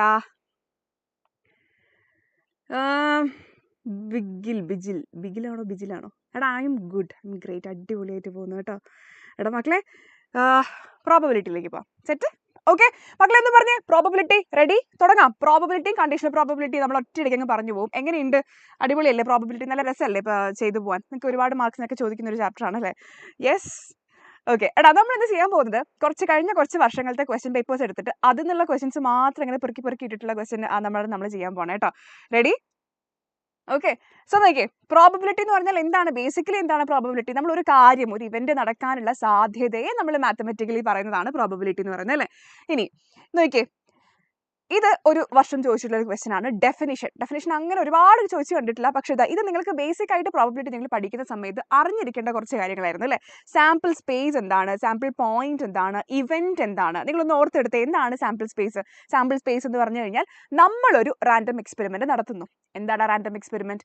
റാൻഡം എക്സ്പെരിമെന്റ് എന്ന് പറഞ്ഞാൽ നമ്മളൊരു എക്സ്പെരിമെന്റ്, ഇപ്പോൾ ഡൈ എറിയുക, കോയിൻ എറിയുക, അതൊക്കെയാണ് റാൻഡം എക്സ്പെരിമെന്റിന്റെ എക്സാമ്പിൾസ് ആയിട്ട് നിങ്ങൾക്ക് പറയാൻ പറ്റുക. ഒന്നിൽ കൂടുതൽ ഔട്ട്കംസ് ഉണ്ടായിരിക്കണം. അതുപോലെ ഏത് ഔട്ട്കം ആണ് വരാൻ പോകുന്നത് നമുക്ക് പ്രെഡിക്റ്റ് ചെയ്യാനും പറ്റത്തില്ല അല്ലേ? അപ്പൊ അങ്ങനെ വരുന്ന റാൻഡം എക്സ്പെരിമെന്റ്സിന്റെ എല്ലാ ഔട്ട്കംസിനെയും നമ്മൾ ഒന്നിച്ചൊരു സെറ്റ് ആക്കി എഴുതുന്നതിനെയാണ് നമ്മൾ എന്ത് പറയുന്നത്? സാമ്പിൾ സ്പേസ് എന്ന് പറയുന്നത്. The set of all possible outcomes of a random experiment is called sample space. എടാ ഇത് നിങ്ങൾക്ക് ഒക്കെ അറിയാമോ? സാമ്പിൾ സ്പേസും സാമ്പിൾ പോയിന്റും ഇവന്റും അത് ഓക്കെ ആണോ? ഓക്കെ. ഇനി സാമ്പിൾ സ്പേസ് ഓക്കെ ആണോ? സെറ്റ്. സാമ്പിൾ പോയിന്റ് എന്ന് പറഞ്ഞാൽ എന്താണ്? ഈ പറഞ്ഞ സാമ്പിൾ സ്പേസിനകത്തുള്ള ഓരോ എലമെന്റും. ഇപ്പൊ നമ്മൾ ഡൈ എറിയുന്ന കേസിലെ സാമ്പിൾ സ്പേസ് എന്ന് പറഞ്ഞാൽ എന്താണ്? 1 2 3 4 5 6 ആണ്. ഇതിലെ 1 ഉം 2 ഉം 3 ഒക്കെ എന്താണ്? സാമ്പിൾ പോയിന്റുകളാണ്. ഓക്കെ, ഇതൊക്കെ സാമ്പിൾ പോയിന്റുകളാണ്. ഇനി ഇവന്റ് എന്ന് പറഞ്ഞാൽ എന്താണ്? ഇപ്പൊ നമ്മൾ ഡൈ എറിയുന്ന കേസിൽ നമ്മളൊരു കണ്ടീഷൻ വെക്കുകയാണ്. അപ്പൊ നമ്മൾ കണ്ടീഷൻ വെക്കുകയാണ് ഒരു ഈവൻ നമ്പർ കിട്ടണം. അപ്പൊ ഏതൊക്കെയാണ് സെറ്റിൽ വരിക? ഇവന്റ് എന്ന് പറഞ്ഞു കഴിഞ്ഞാൽ 2 4 6 അല്ലെ? 2 4 6 വരും. അപ്പൊ അത് ഈവൻ നമ്പേഴ്സ് ആയി. അപ്പം ഇതെന്ന് പറയുന്നത് ഈ സാമ്പിൾ സ്പേസിന്റെ ഒരു സബ്സെറ്റ് ആണ്. അപ്പൊ ഇവന്റുകളൊക്കെ എന്താണ്? സാമ്പിൾ സ്പേസിന്റെ സബ്സെറ്റുകളായിരിക്കും. അതിനൊക്കെ ചില ക്യാരക്ടറിസ്റ്റുകളും ഇന്ന് കോമൺ ആയിട്ടുണ്ടാവും. ഇത് ഇവിടെ 2 4 6 വരാനുള്ള കാരണം എന്താ? 3 ഈവൻ നമ്പേഴ്സ് ആണ്. ഓക്കെ, 3 ഈവൻ നമ്പേഴ്സ് ആയതുകൊണ്ട് ആണ് അത് 3 ഇവന്റ് ഇ ആയിട്ട് വന്നത്. ഇനി എപ്പോഴും നമ്മളൊരു ഇവന്റ് സംഭവിച്ചു എന്ന് പറയാം, നമ്മൾ ഡൈ എറിയുന്ന സമയത്ത് 2, 4, 6 ഇതിലേതെങ്കിലും ഒരു ഔട്ട്കം വന്നു കഴിഞ്ഞാൽ നമ്മൾ പറയും ഇവന്റ് ഇ സംഭവിച്ചു എന്നുള്ളത്. ക്ലിയർ ആയോ? ഓക്കെ, ഓക്കെ ആണോ മക്കളെ? ഇത് 3 ഓക്കെ അല്ലേ? റാൻഡം എക്സ്പെരിമെന്റ് ആണെന്ന് മനസ്സിലായില്ലേ? Sample space, sample point, event, ഇത്രയും ഓക്കെ അല്ലേ? യെസ്, അടുത്തേക്ക് പോട്ടെ. അടുത്ത ക്വസ്റ്റ്യൻ നോക്കിക്കേ മക്കളെ, അടുത്ത ക്വസ്റ്റ്യൻ നോക്കിക്കേ. 2 coins R tossed together. 2 coin നമ്മൾ എറിയാണ്. 2 കോയിൻ എറിയുമ്പോൾ എന്താണ് സാമ്പിൾ സ്പേസ് വരിക? സാമ്പിൾ സ്പേസ് എന്ന് പറഞ്ഞാൽ എന്താ? നമ്മളൊരു റാൻഡം എക്സ്പെരിമെന്റ് നടത്തുമ്പം അതിന്റെ എല്ലാ ഔട്ട്കംസിനെയും ഒന്നിച്ച് സെറ്റ് ആക്കി എഴുതുന്നതിനെയാണ് നമ്മൾ എന്ത് പറയുന്നത്? സാമ്പിൾ സ്പേസ് എന്ന് പറയുന്നത്. അപ്പൊ 2 കോയിൻസ് എറിയുമ്പം സാമ്പിൾ സ്പേസ് എന്തായിരിക്കും വരിക? Sample space is equal to ആദ്യം ഒരു കോയിൻ എറിയുന്നു, രണ്ടാമതൊരു കോയിൻ എറിയുന്നു അല്ലേ? ആദ്യം എറിഞ്ഞ കോയിനിൽ ഹെഡ് വരാം, രണ്ടാമത്തേലും ഹെഡ് വരാം. ആദ്യം ഹെഡ് പിന്നെ ടെയിൽ വരാം, അല്ലെങ്കിൽ ആദ്യം ടെയിൽ പിന്നെ ഹെഡ് വരാം, അല്ലെങ്കിൽ രണ്ടിലും ടെയിൽ വരാം. ഈ 4 ഇതാണ് വരിക. 4 ഓപ്ഷൻസ് അല്ലെങ്കിൽ 4 ഔട്ട്കംസ് ആണ് നമുക്ക് 2 കോയിൻസ് ടോസ് ചെയ്യുമ്പോൾ കിട്ടുക. So this is our sample space HH, HT, TH, HTT. Okay, ഇനി second one, what is the probability of getting 2 heads? അപ്പൊ ഇവിടുത്തെ നമ്മൾ ഒരു ഇവന്റിനെ നമ്മൾ ഡിഫൈൻ ചെയ്യുന്നത് എന്താണ്? Getting 2 head. അപ്പൊ ഇവന്റിൽ ഏതൊക്കെ ഔട്ട്കംസ് ആ വരിക? 2 ഹെഡ് കിട്ടുന്ന ഔട്ട്കം ആണ് ഇവന്റ് ഇ ആയിട്ട് വരുന്നത്. ഇതിന്റെ പ്രോബബിലിറ്റി ആണ് നമ്മൾ കണ്ടുപിടിക്കേണ്ടത്. പി ഓഫ് ഇ ആണ് വേണ്ടത്. എന്താ മക്കളെ probability definition? Probability of an event is equal to number of outcomes favourable to E divided by number of outcomes in sample space. എന്ന് പറഞ്ഞു കഴിഞ്ഞാൽ ഈക്കകത്ത് എത്ര എലമെന്റ് ഉണ്ട്? 1. സാമ്പിൾ സ്പേസിൽ എത്ര എലമെന്റ് ഉണ്ട്? 4. സോ 1/4 ആയിരിക്കും നമ്മുടെ പ്രോബബിലിറ്റി വരുന്നത്. ക്ലിയർ അല്ലേ? ഇതൊക്കെ അല്ലേ? ഇത് ആൻസർ കിട്ടിയോ എല്ലാവർക്കും? യെസ്. നെക്സ്റ്റ് വൺ നോക്കിയാൽ മക്കളെ, option 3, question number 3.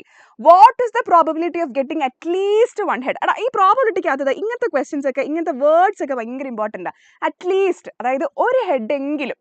Okay, head ഇല്ലാത്തൊരവസ്ഥ പറ്റില്ല, ഒരു ഹെഡ് എങ്കിലും വേണം, കൂടിയാലും കുഴപ്പമില്ല. അപ്പോൾ 2 ഹെഡ് ആയാലും പ്രശ്നമല്ല, പക്ഷെ മിനിമം ഒന്നെങ്കിലും വേണം. 0 ഹെഡ് എന്നുള്ള ഓപ്ഷൻ പറ്റില്ല. അപ്പോൾ നമ്മൾ എന്ത് ചെയ്യുന്നു? ഈ സാമ്പിൾ സ്പേസിൽ നിന്ന് നമ്മളിതാ ഈ പറഞ്ഞ TT ഒരു ഹെഡും ഇല്ലാത്ത അവസ്ഥയെ ഒഴിവാക്കി കഴിഞ്ഞാൽ നമ്മുടെ ഇവിടുത്തെ ഇവൻ്റായി. ഇത് ഇവന്റ് E1 ആക്കി എടുക്കുകയാണെങ്കിൽ E2 എന്ന് പറഞ്ഞ ഇവന്റ് നമുക്ക് എന്തെടുക്കാം? 2 ഹെഡുള്ള കേസ്, 1 ഹെഡുള്ള 2 കേസ്. ഓക്കെ, ഇനി പ്രോബബിലിറ്റി ഓഫ് E2 എന്ന് പറഞ്ഞാൽ എന്താ നോക്കിയേ? number of elements favorable to E divided by total number of possible outcomes. ഇവിടെ എത്ര എലമെന്റ്സ് ഉണ്ട്? ഇവിടെ നമുക്ക് ടോട്ടൽ 3 എലമെന്റ്സ് ഉണ്ട്. സാമ്പിൾ സ്പേസിൽ എത്ര എലമെന്റ്സ് ഉണ്ട്? 4 എലമെന്റ്സ് ഉണ്ട്. So the answer is 3/4. Clear ആയോ? ഓക്കെ അല്ലേ? യെസ്. അടുത്ത ചോദ്യം നോക്കിക്കേ. 3 കോയിൻസ് ആർ ടോസ്ഡ്. നമ്മൾ 2 കോയിൻ ടോസ് ചെയ്യുന്ന കേസാണ് ഇവിടെ നോക്കിയത്. ഇനി നമ്മൾ ചെയ്യാൻ പോകുന്നത് 3 കോയിൻ ടോസ് ചെയ്യുമ്പോൾ എന്താണ് സംഭവിക്കുന്നത്? What is the sample space? Sample space എഴുതിക്കേ. Sample space is equal to, നേരത്തെ 2 എന്നുള്ളിടത്ത് നിന്ന് ഇവിടെ 3 ഔട്ട്കംസ് വരും അല്ലേ? അപ്പം ഒന്നുകിൽ 3 ഹെഡ് വരാം, അല്ലെങ്കിൽ 2 ഹെഡ് വരാം. അത് ഏതൊക്കെ രീതിയിൽ വരാം മക്കളെ? 2 ഹെഡ് ആദ്യം ഒന്നൊരു ടെയിൽ വരാം, 2 ഹെഡിന്റെ ഇടയിലൊരു ടെയിൽ വരാം, അല്ലെങ്കിൽ ആദ്യം ടെയിൽ വന്നിട്ട് ലാസ്റ്റ് 2 ഹെഡ് വരാം. പിന്നെ ഒരു ഹെഡ് വരുന്ന കേസ് ഉണ്ട്. അതെങ്ങനെയാ? ഹെഡ് ടെയിൽ വരാം, ടെയിൽ ഹെഡ് ടെയിൽ വരാം, ടെയിൽ ഹെഡ് വരാം അല്ലേ? ഇനി ഒരു ഹെഡും ഇല്ലാത്ത കേസ് വരാം, അതായത് TT. ഇതാണ് നമ്മുടെ സാമ്പിൾ സ്പേസ് എന്ന് പറയുന്നത്.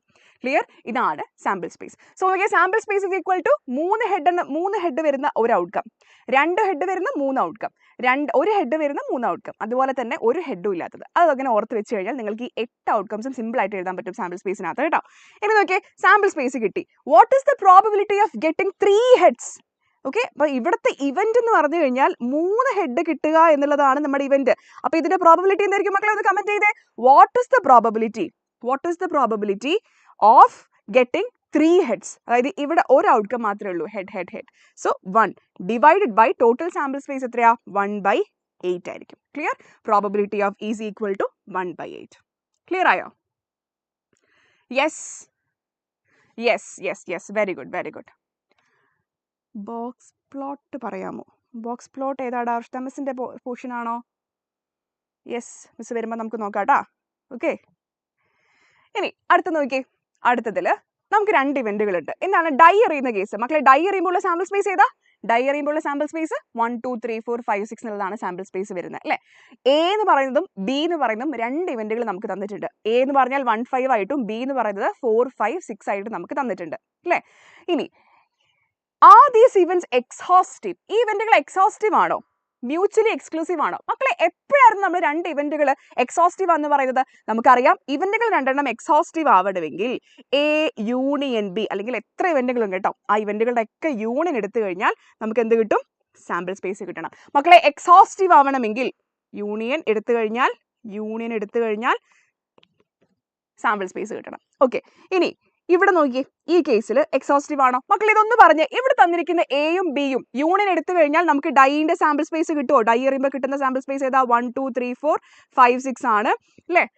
ഇതിൽ 1 യൂണിയൻ എ യൂണിയൻ ബി എടുത്തു കഴിഞ്ഞാൽ എക്സോസ്റ്റീവ് ആണോ എക്സ്ക്ലൂസീവ് ആണോ? എക്സോസ്റ്റീവ് ആണോ? അത് ആദ്യം പറഞ്ഞേ, എക്സോസ്റ്റീവ് ആണോ? നമുക്ക് രണ്ടിന്റെയും യൂണിയൻ എടുത്തു കഴിഞ്ഞാൽ സംഭവം കിട്ടുമോ? എവിടെടാ? 1 എ യൂണിയൻ ബി എടുത്തു കഴിഞ്ഞാൽ സാമ്പിൾ സ്പേസ് കിട്ടോ?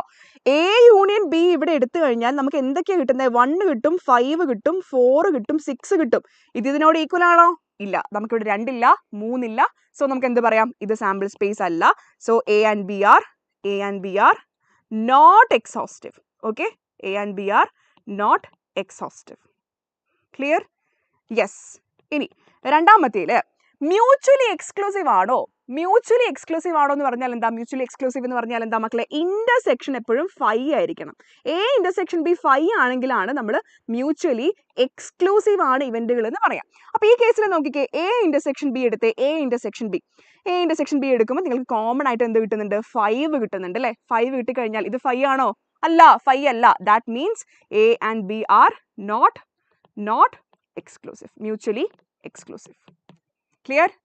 Yes Riza, very good. A intersection B 5 അല്ല. സോ ഇവിടെ എന്തായി? അത് ഇന്റർസെക്ഷൻ വരുമ്പോൾ 5 അല്ലാത്തത് കൊണ്ട് നമുക്ക് എക്സ്ക്ലൂസീവ് അല്ല എന്ന് പറയാം.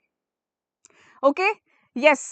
അടുത്ത നോക്കിയേ, the probability of something certain to occurs എന്ന് പറഞ്ഞാൽ എന്താ? എന്തായാലും നടക്കുന്ന ഉറപ്പുള്ള ഇവന്റ്. മക്കളെ എന്തായാലും നടക്കുന്ന ഉറപ്പുള്ള ഇവന്റിന്റെ പ്രോബബിലിറ്റി എന്താ? എന്തായാലും നാളെ ഞാൻ സ്കൂളിൽ പോകും. അപ്പോൾ പ്രോബബിലിറ്റി എന്ന് പറയുമ്പോൾ എന്തായിരിക്കും? ഞാൻ എന്തായാലും പോകും. So probability is 1. കാരണം maximum probability of an event എന്ന് പറഞ്ഞാൽ എന്താണ് മക്കളെ? 1 ആണ് കേട്ടോ. യെസ്, സോ 1 ആണ്. അപ്പോൾ ഒന്നായത് നിങ്ങളോട് ഇങ്ങനെ ചോദിക്കാം, probability of something certain to occur, അല്ലെങ്കിൽ ഷുവർ ഇവന്റ് എന്ന് ചോദിക്കാം, അല്ലെങ്കിൽ what is the maximum value of probability എന്ന് ചോദിക്കാം. 1 ആണ്. ഇനി നിങ്ങളുടെ ഇൻഫർമേഷനിലേക്കായിട്ട് 0 less than or equal to P of E less than or equal to 1 ആണ്. അതായത് എപ്പോഴും ഒരു ഇവന്റിന്റെ പ്രോബബിലിറ്റി എന്ന് പറഞ്ഞാൽ 0ന്റെയും 1ന്റെയും ഇടയിലായിരിക്കും. നടക്കില്ല എന്ന് ഉറപ്പുള്ള കാര്യമാണെങ്കിൽ പ്രോബബിലിറ്റി 0 ആയിരിക്കും. എന്തായാലും നടക്കുന്ന ഉറപ്പുള്ള കാര്യമാണെങ്കിൽ പ്രോബബിലിറ്റി 1 ആയിരിക്കും. റെഡി? ബാക്കി നമുക്ക് കിട്ടുന്ന പ്രോബബിലിറ്റീസ് ഒക്കെ എപ്പോഴും 0ന്റെയും 1ന്റെയും ഇടയിലായിരിക്കും. നെഗറ്റീവ് ഒന്നും കിട്ടിക്കഴിഞ്ഞാൽ നിങ്ങൾ ഒന്നുകൂടെ ക്രോസ് ചെക്ക് ചെയ്യുക, ആൻസർ നെഗറ്റീവ് അത് എന്തായാലും കിട്ടില്ല കേട്ടോ. Ready? State the addition theorem of probability. മക്കളെ state the addition theorem of probability എന്ന് പറഞ്ഞ ഒരു മാർക്കിന് ചോദിച്ചു കഴിഞ്ഞാൽ അതൊക്കെ വളരെ എളുപ്പമുള്ള സാധനമാണ്. എന്താണ്? നമ്മുടെ എ യൂണിയൻ ബിന്റെ ഫോർമുല ചോദിച്ചിരിക്കുന്നത് അല്ലേ? Probability of A union B is equal to probability of A plus probability of B minus probability of A intersection B. ഇതാണ് അഡീഷൻ തിയറം ഓൺ പ്രോബബിലിറ്റി. എടാ, ഈ പ്രോബ്ലം യൂസ് ചെയ്തിട്ടാണ് നമ്മൾ കുറേ പ്രോബ്ലംസ് ചെയ്യുന്നത് അല്ലേ? ഈ ഫോർമുല യൂസ് ചെയ്തിട്ട് ഒരുപാട് എ യൂണിയൻ ബിന്റെ കുറേ പ്രോബ്ലംസ് നമുക്ക് ചെയ്യാനുണ്ട്. സോ ഇതൊക്കെയാണോ? ഒന്ന് പറഞ്ഞേ. Probability of A union B, P of A plus P of B minus P of A intersection B. Ready? Okay. അടുത്ത ചോദ്യം നോക്കാം. എയും ബിയും നമ്മുടെ ഇവന്റുകളാണ്. P of A എന്ന് പറഞ്ഞാൽ 1/4 ആണ്. P of B എന്ന് പറഞ്ഞാൽ 1/2 ആണ്. P of A intersection B 1/8 ആണ് തന്നിട്ടുണ്ട്. അങ്ങനെയാണെങ്കിൽ നമ്മൾ P of A കോംപ്ലിമെന്റും P of A or B യും കണ്ടുപിടിക്കണം. എടാ, ഇവിടെ ഫസ്റ്റ് കണ്ടുപിടിക്കേണ്ടത് P of A കോംപ്ലിമെന്റ്. എടാ, P of A complement A dash എന്ന് ഇടാം, അല്ലെങ്കിൽ A ബാർ എന്ന്. ഈ രണ്ട് ഫോർമുലയിലും കാണാറുണ്ട് കേട്ടോ. സോ ഇതെന്താണ്? പ്രോബബിലിറ്റി ഓഫ് A കോംപ്ലിമെന്റ് എന്ന് പറഞ്ഞു കഴിഞ്ഞാൽ 1 മൈനസ് പ്രോബബിലിറ്റി ഓഫ് A ആണ്.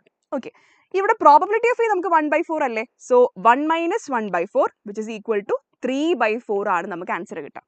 ഓക്കെ, 3/4 ആണ് നമുക്ക് ആൻസർ കിട്ടുക.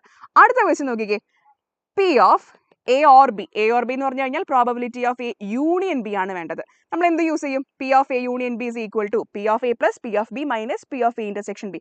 എല്ലാ വാല്യൂസും നമുക്ക് തന്നിട്ടുണ്ട്. ജസ്റ്റ് എടുത്ത് എഴുതി സോൾവ് ചെയ്താൽ മതി. 1/4 plus 1/2 minus 1/8. So 2 plus 4/8 minus 1/8. അതായത് 6/8 minus 1/8. ആൻസർ എത്ര കിട്ടും? 5/8 കിട്ടും. എടാ, കിട്ടിയോ? 5/8 കിട്ടിയോ? യെസ്. ഇതൊക്കെ സിമ്പിൾ അല്ലേ മക്കളെ? ഇങ്ങനത്തെ ക്വസ്റ്റ്യൻസ് ആണ് സാധാരണ പ്രോബബിലിറ്റി എന്ന് കാണാറുള്ളത്. വളരെ എളുപ്പത്തിൽ നിങ്ങൾക്ക് മാർക്ക് സ്കോർ ചെയ്യാവുന്ന ടൈപ്പ് ഓഫ് ക്വസ്റ്റ്യൻസ് ആണ് കേട്ടോ. Okay, yes. അടുത്ത ക്വസ്റ്റ്യൻ നോക്കാം. Given probability of A is equal to 0.8. Okay, P of B is equal to 0.6. P of A intersection B is equal to 0.58. അങ്ങനെയാണെങ്കിൽ P of A or B വേണം. അടുത്ത value ഉണ്ടോ? P of A complement and B വേണം. Okay, ഇത് നമുക്ക് ഇപ്പം നമ്മൾ കണ്ടുപിടിച്ചതുപോലെ probability of A union B വെച്ച് സിമ്പിളായിട്ട് കണ്ടുപിടിക്കാം. 0.8 പ്ലസ് 0.6 മൈനസ് 0.58 എന്ന് ചെയ്താൽ മതി അല്ലേ. അപ്പം 1.4 മൈനസ് 0.58 ചെയ്യാം. റെഡി? 1.4 മൈനസ് 0.58 0.82 0.82 വരും അല്ലേ.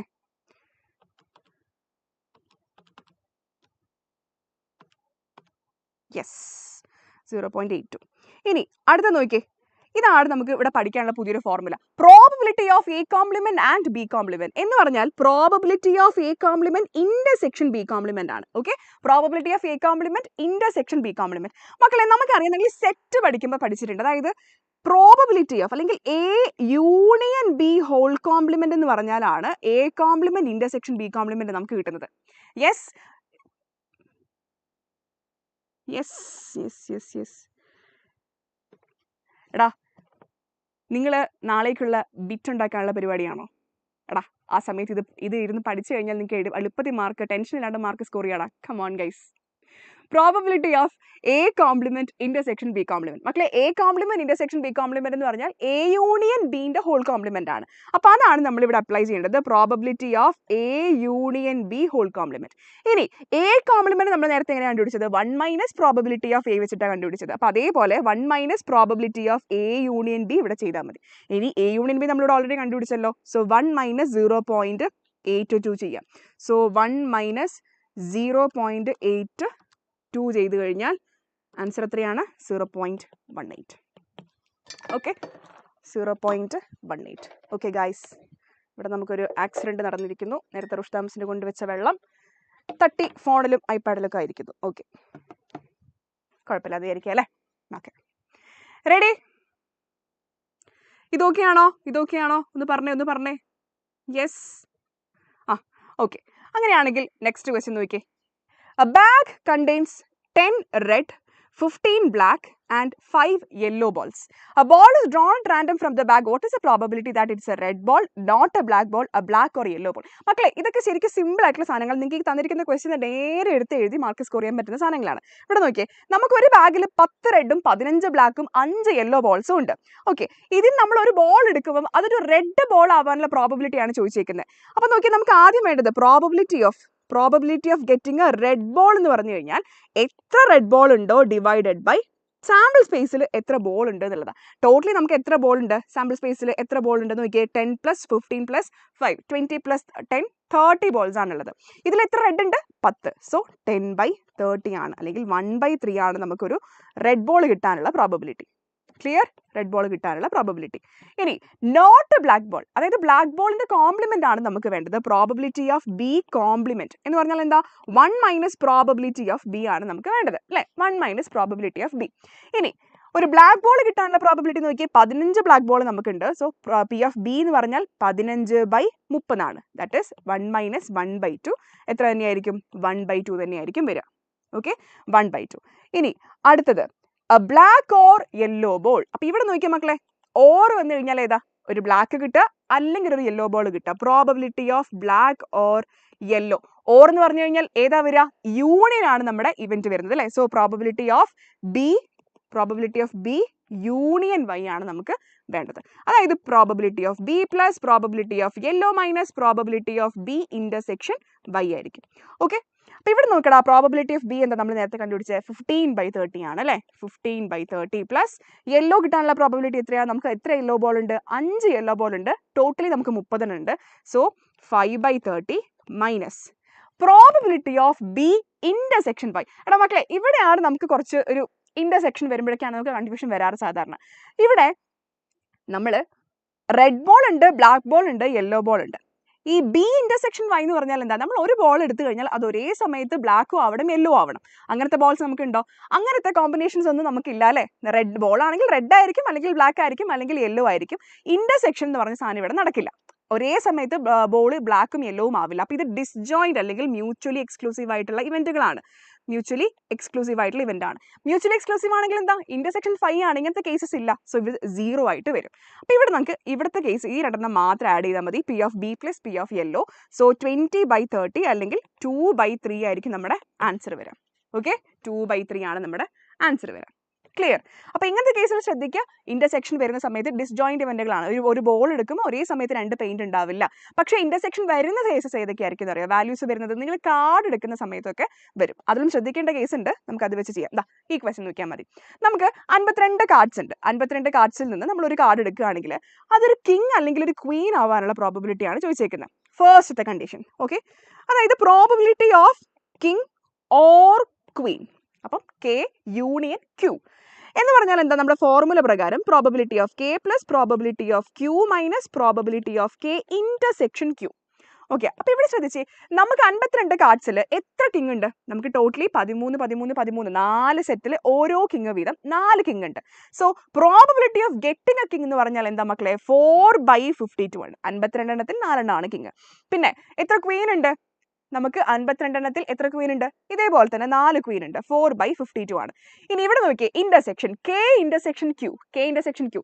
എടാ, നമ്മളൊരു കാർഡ് എടുക്കുമ്പം 52 കാർഡ്സിൽ നിന്ന് ഒരു കാർഡ് എടുക്കുമ്പം അത് ഒരേ സമയം കിങ്ങും ക്വീനും ആവുമോ? ഒരേ സമയം കിങ്ങും ക്വീനും ആവുമോ മക്കളെ? ഇല്ല, അങ്ങനത്തെ ഒരു പോസിബിലിറ്റി നമുക്കില്ല. അതുകൊണ്ട് ഇന്റർസെക്ഷൻ 0 ആണ്. അപ്പൊ ഇവിടെ എന്താണ്? ഒരേ സമയത്ത് കിങ്ങും ക്വീനും കിട്ടുക എന്നുള്ളത് മ്യൂച്വലി എക്സ്ക്ലൂസീവ് ആയിട്ടില്ല അല്ലെങ്കിൽ ഡിസ്ജോയിന്റ് ആയിട്ടുള്ള ഇവന്റുകളാണ്. സോ ഇവിടുന്ന് 8/52 സിംപ്ലിഫൈ ചെയ്ത് കഴിഞ്ഞാൽ 2/13 കിട്ടും അല്ലേ? 2/13. 4/26 2/13. ക്ലിയർ? ഇനി അടുത്ത കേസ് നോക്കിയേ, spade or A king. Spade or A king. അപ്പൊ ഇവിടെ ഒന്നുകിൽ സ്പേഡ് ആവാം അല്ലെങ്കിൽ ഒരു കിങ് ആവാം. ഇനി probability of spade plus probability of king minus probability of S intersection K. Okay, അപ്പൊ ഇവിടെ നോക്കിയേ, പ്രോബബിലിറ്റി ഓഫ് സ്പേഡ്. നമുക്ക് ഈ പറഞ്ഞ 52 സെറ്റ് ഓഫ് കാർഡ്സിൽ നിന്ന് ഒരു സ്പേഡ് കിട്ടാനുള്ള പ്രോബബിലിറ്റി എത്ര? നമുക്ക് എത്ര സ്പേഡ് ഉണ്ട്? 13 സ്പേഡ്. സ്പേഡ് എന്ന് പറഞ്ഞു കഴിഞ്ഞാൽ 13 എണ്ണത്തിന്റെ ഒരു സെറ്റിനെയാണ് നമ്മൾ സ്പേഡ് എന്ന് പറയുന്നത് അല്ലേ? അപ്പൊ 13/52 പ്ലസ് എത്ര കിങ് ഉണ്ട്? നമ്മൾ തൊട്ട് മുന്നേ പറഞ്ഞ പോലെ 4/52 മൈനസ് എസ് ഇന്റർസെക്ഷൻ കെ. അപ്പൊ ഇവിടെ ഇന്റർസെക്ഷൻ വാല്യൂ ഉണ്ട്. സ്പേഡിനകത്തും കിങ് ഉണ്ടാവില്ലേ? എത്ര കിങ് ഉണ്ട്? ഒരൊറ്റ കിങ് ഉണ്ട്. So that is 1/52. അപ്പൊ 17 - 1 16/52 അല്ലെങ്കിൽ 8/26 അല്ലെങ്കിൽ 4/13 ആയിരിക്കും നമ്മുടെ ആൻസർ വരിക. ക്ലിയർ? അപ്പം 2 കേസസിലും എന്തായി? 2 കേസസിലും ഒരേ സാധനം യൂണിയൻ ആണ് എടുത്തത്. പക്ഷെ ഇവിടെ എന്താ? ഇവിടെ ഇന്റർസെക്ഷൻ 5 ആണ്. ഇവിടെ ഇന്റർസെക്ഷൻ നമുക്ക് വാല്യൂ ഉണ്ട്. ക്ലിയർ? Okay, yes. അടുത്ത ക്വസ്റ്റ്യൻ നോക്കിയേ, 1 card is drawn at random from a pack of 52 cards. വീണ്ടും കാർഡ് എടുക്കുന്ന കേസ് തന്നെയാണ്. അപ്പോൾ നമ്മൾ എടുക്കുന്ന കാർഡ് ഒരു കിങ് കാർഡ് ആവാനുള്ള പ്രോബബിലിറ്റി നമ്മൾ തൊട്ട് മുന്നേ പറഞ്ഞോളൂ. നമുക്ക് 4 കിങ് കാർഡ് ഉണ്ട് ഔട്ട് ഓഫ് 52, 1/13. ഓക്കെ, ഇനി ഒരു റെഡ് കാർഡ് ആവാനുള്ള പ്രോബബിലിറ്റി എത്ര ആയിരിക്കും? നമുക്ക് നോക്കി, നമുക്ക് നമ്മുടെ 4 സെറ്റിൽ പകുതി ബ്ലാക്കും പകുതി റെഡും ആണ് അല്ലേ? അപ്പം റെഡിൽ എത്ര ഉണ്ടാവും? 26 എലമെന്റ്സ്. ബ്ലാക്കിലും അതുപോലെ തന്നെ 26 എലമെന്റ്സ്. സോ റെഡ് കാർഡ് കിട്ടാനുള്ള പ്രോബബിലിറ്റി 26/52 ആണ് അല്ലെങ്കിൽ 1/2 ആണ്. റെഡി? ഇനി the card drone is A black ace. എടാ, ബ്ലാക്ക് എയ്സ് എന്ന് പറഞ്ഞാൽ എന്താ?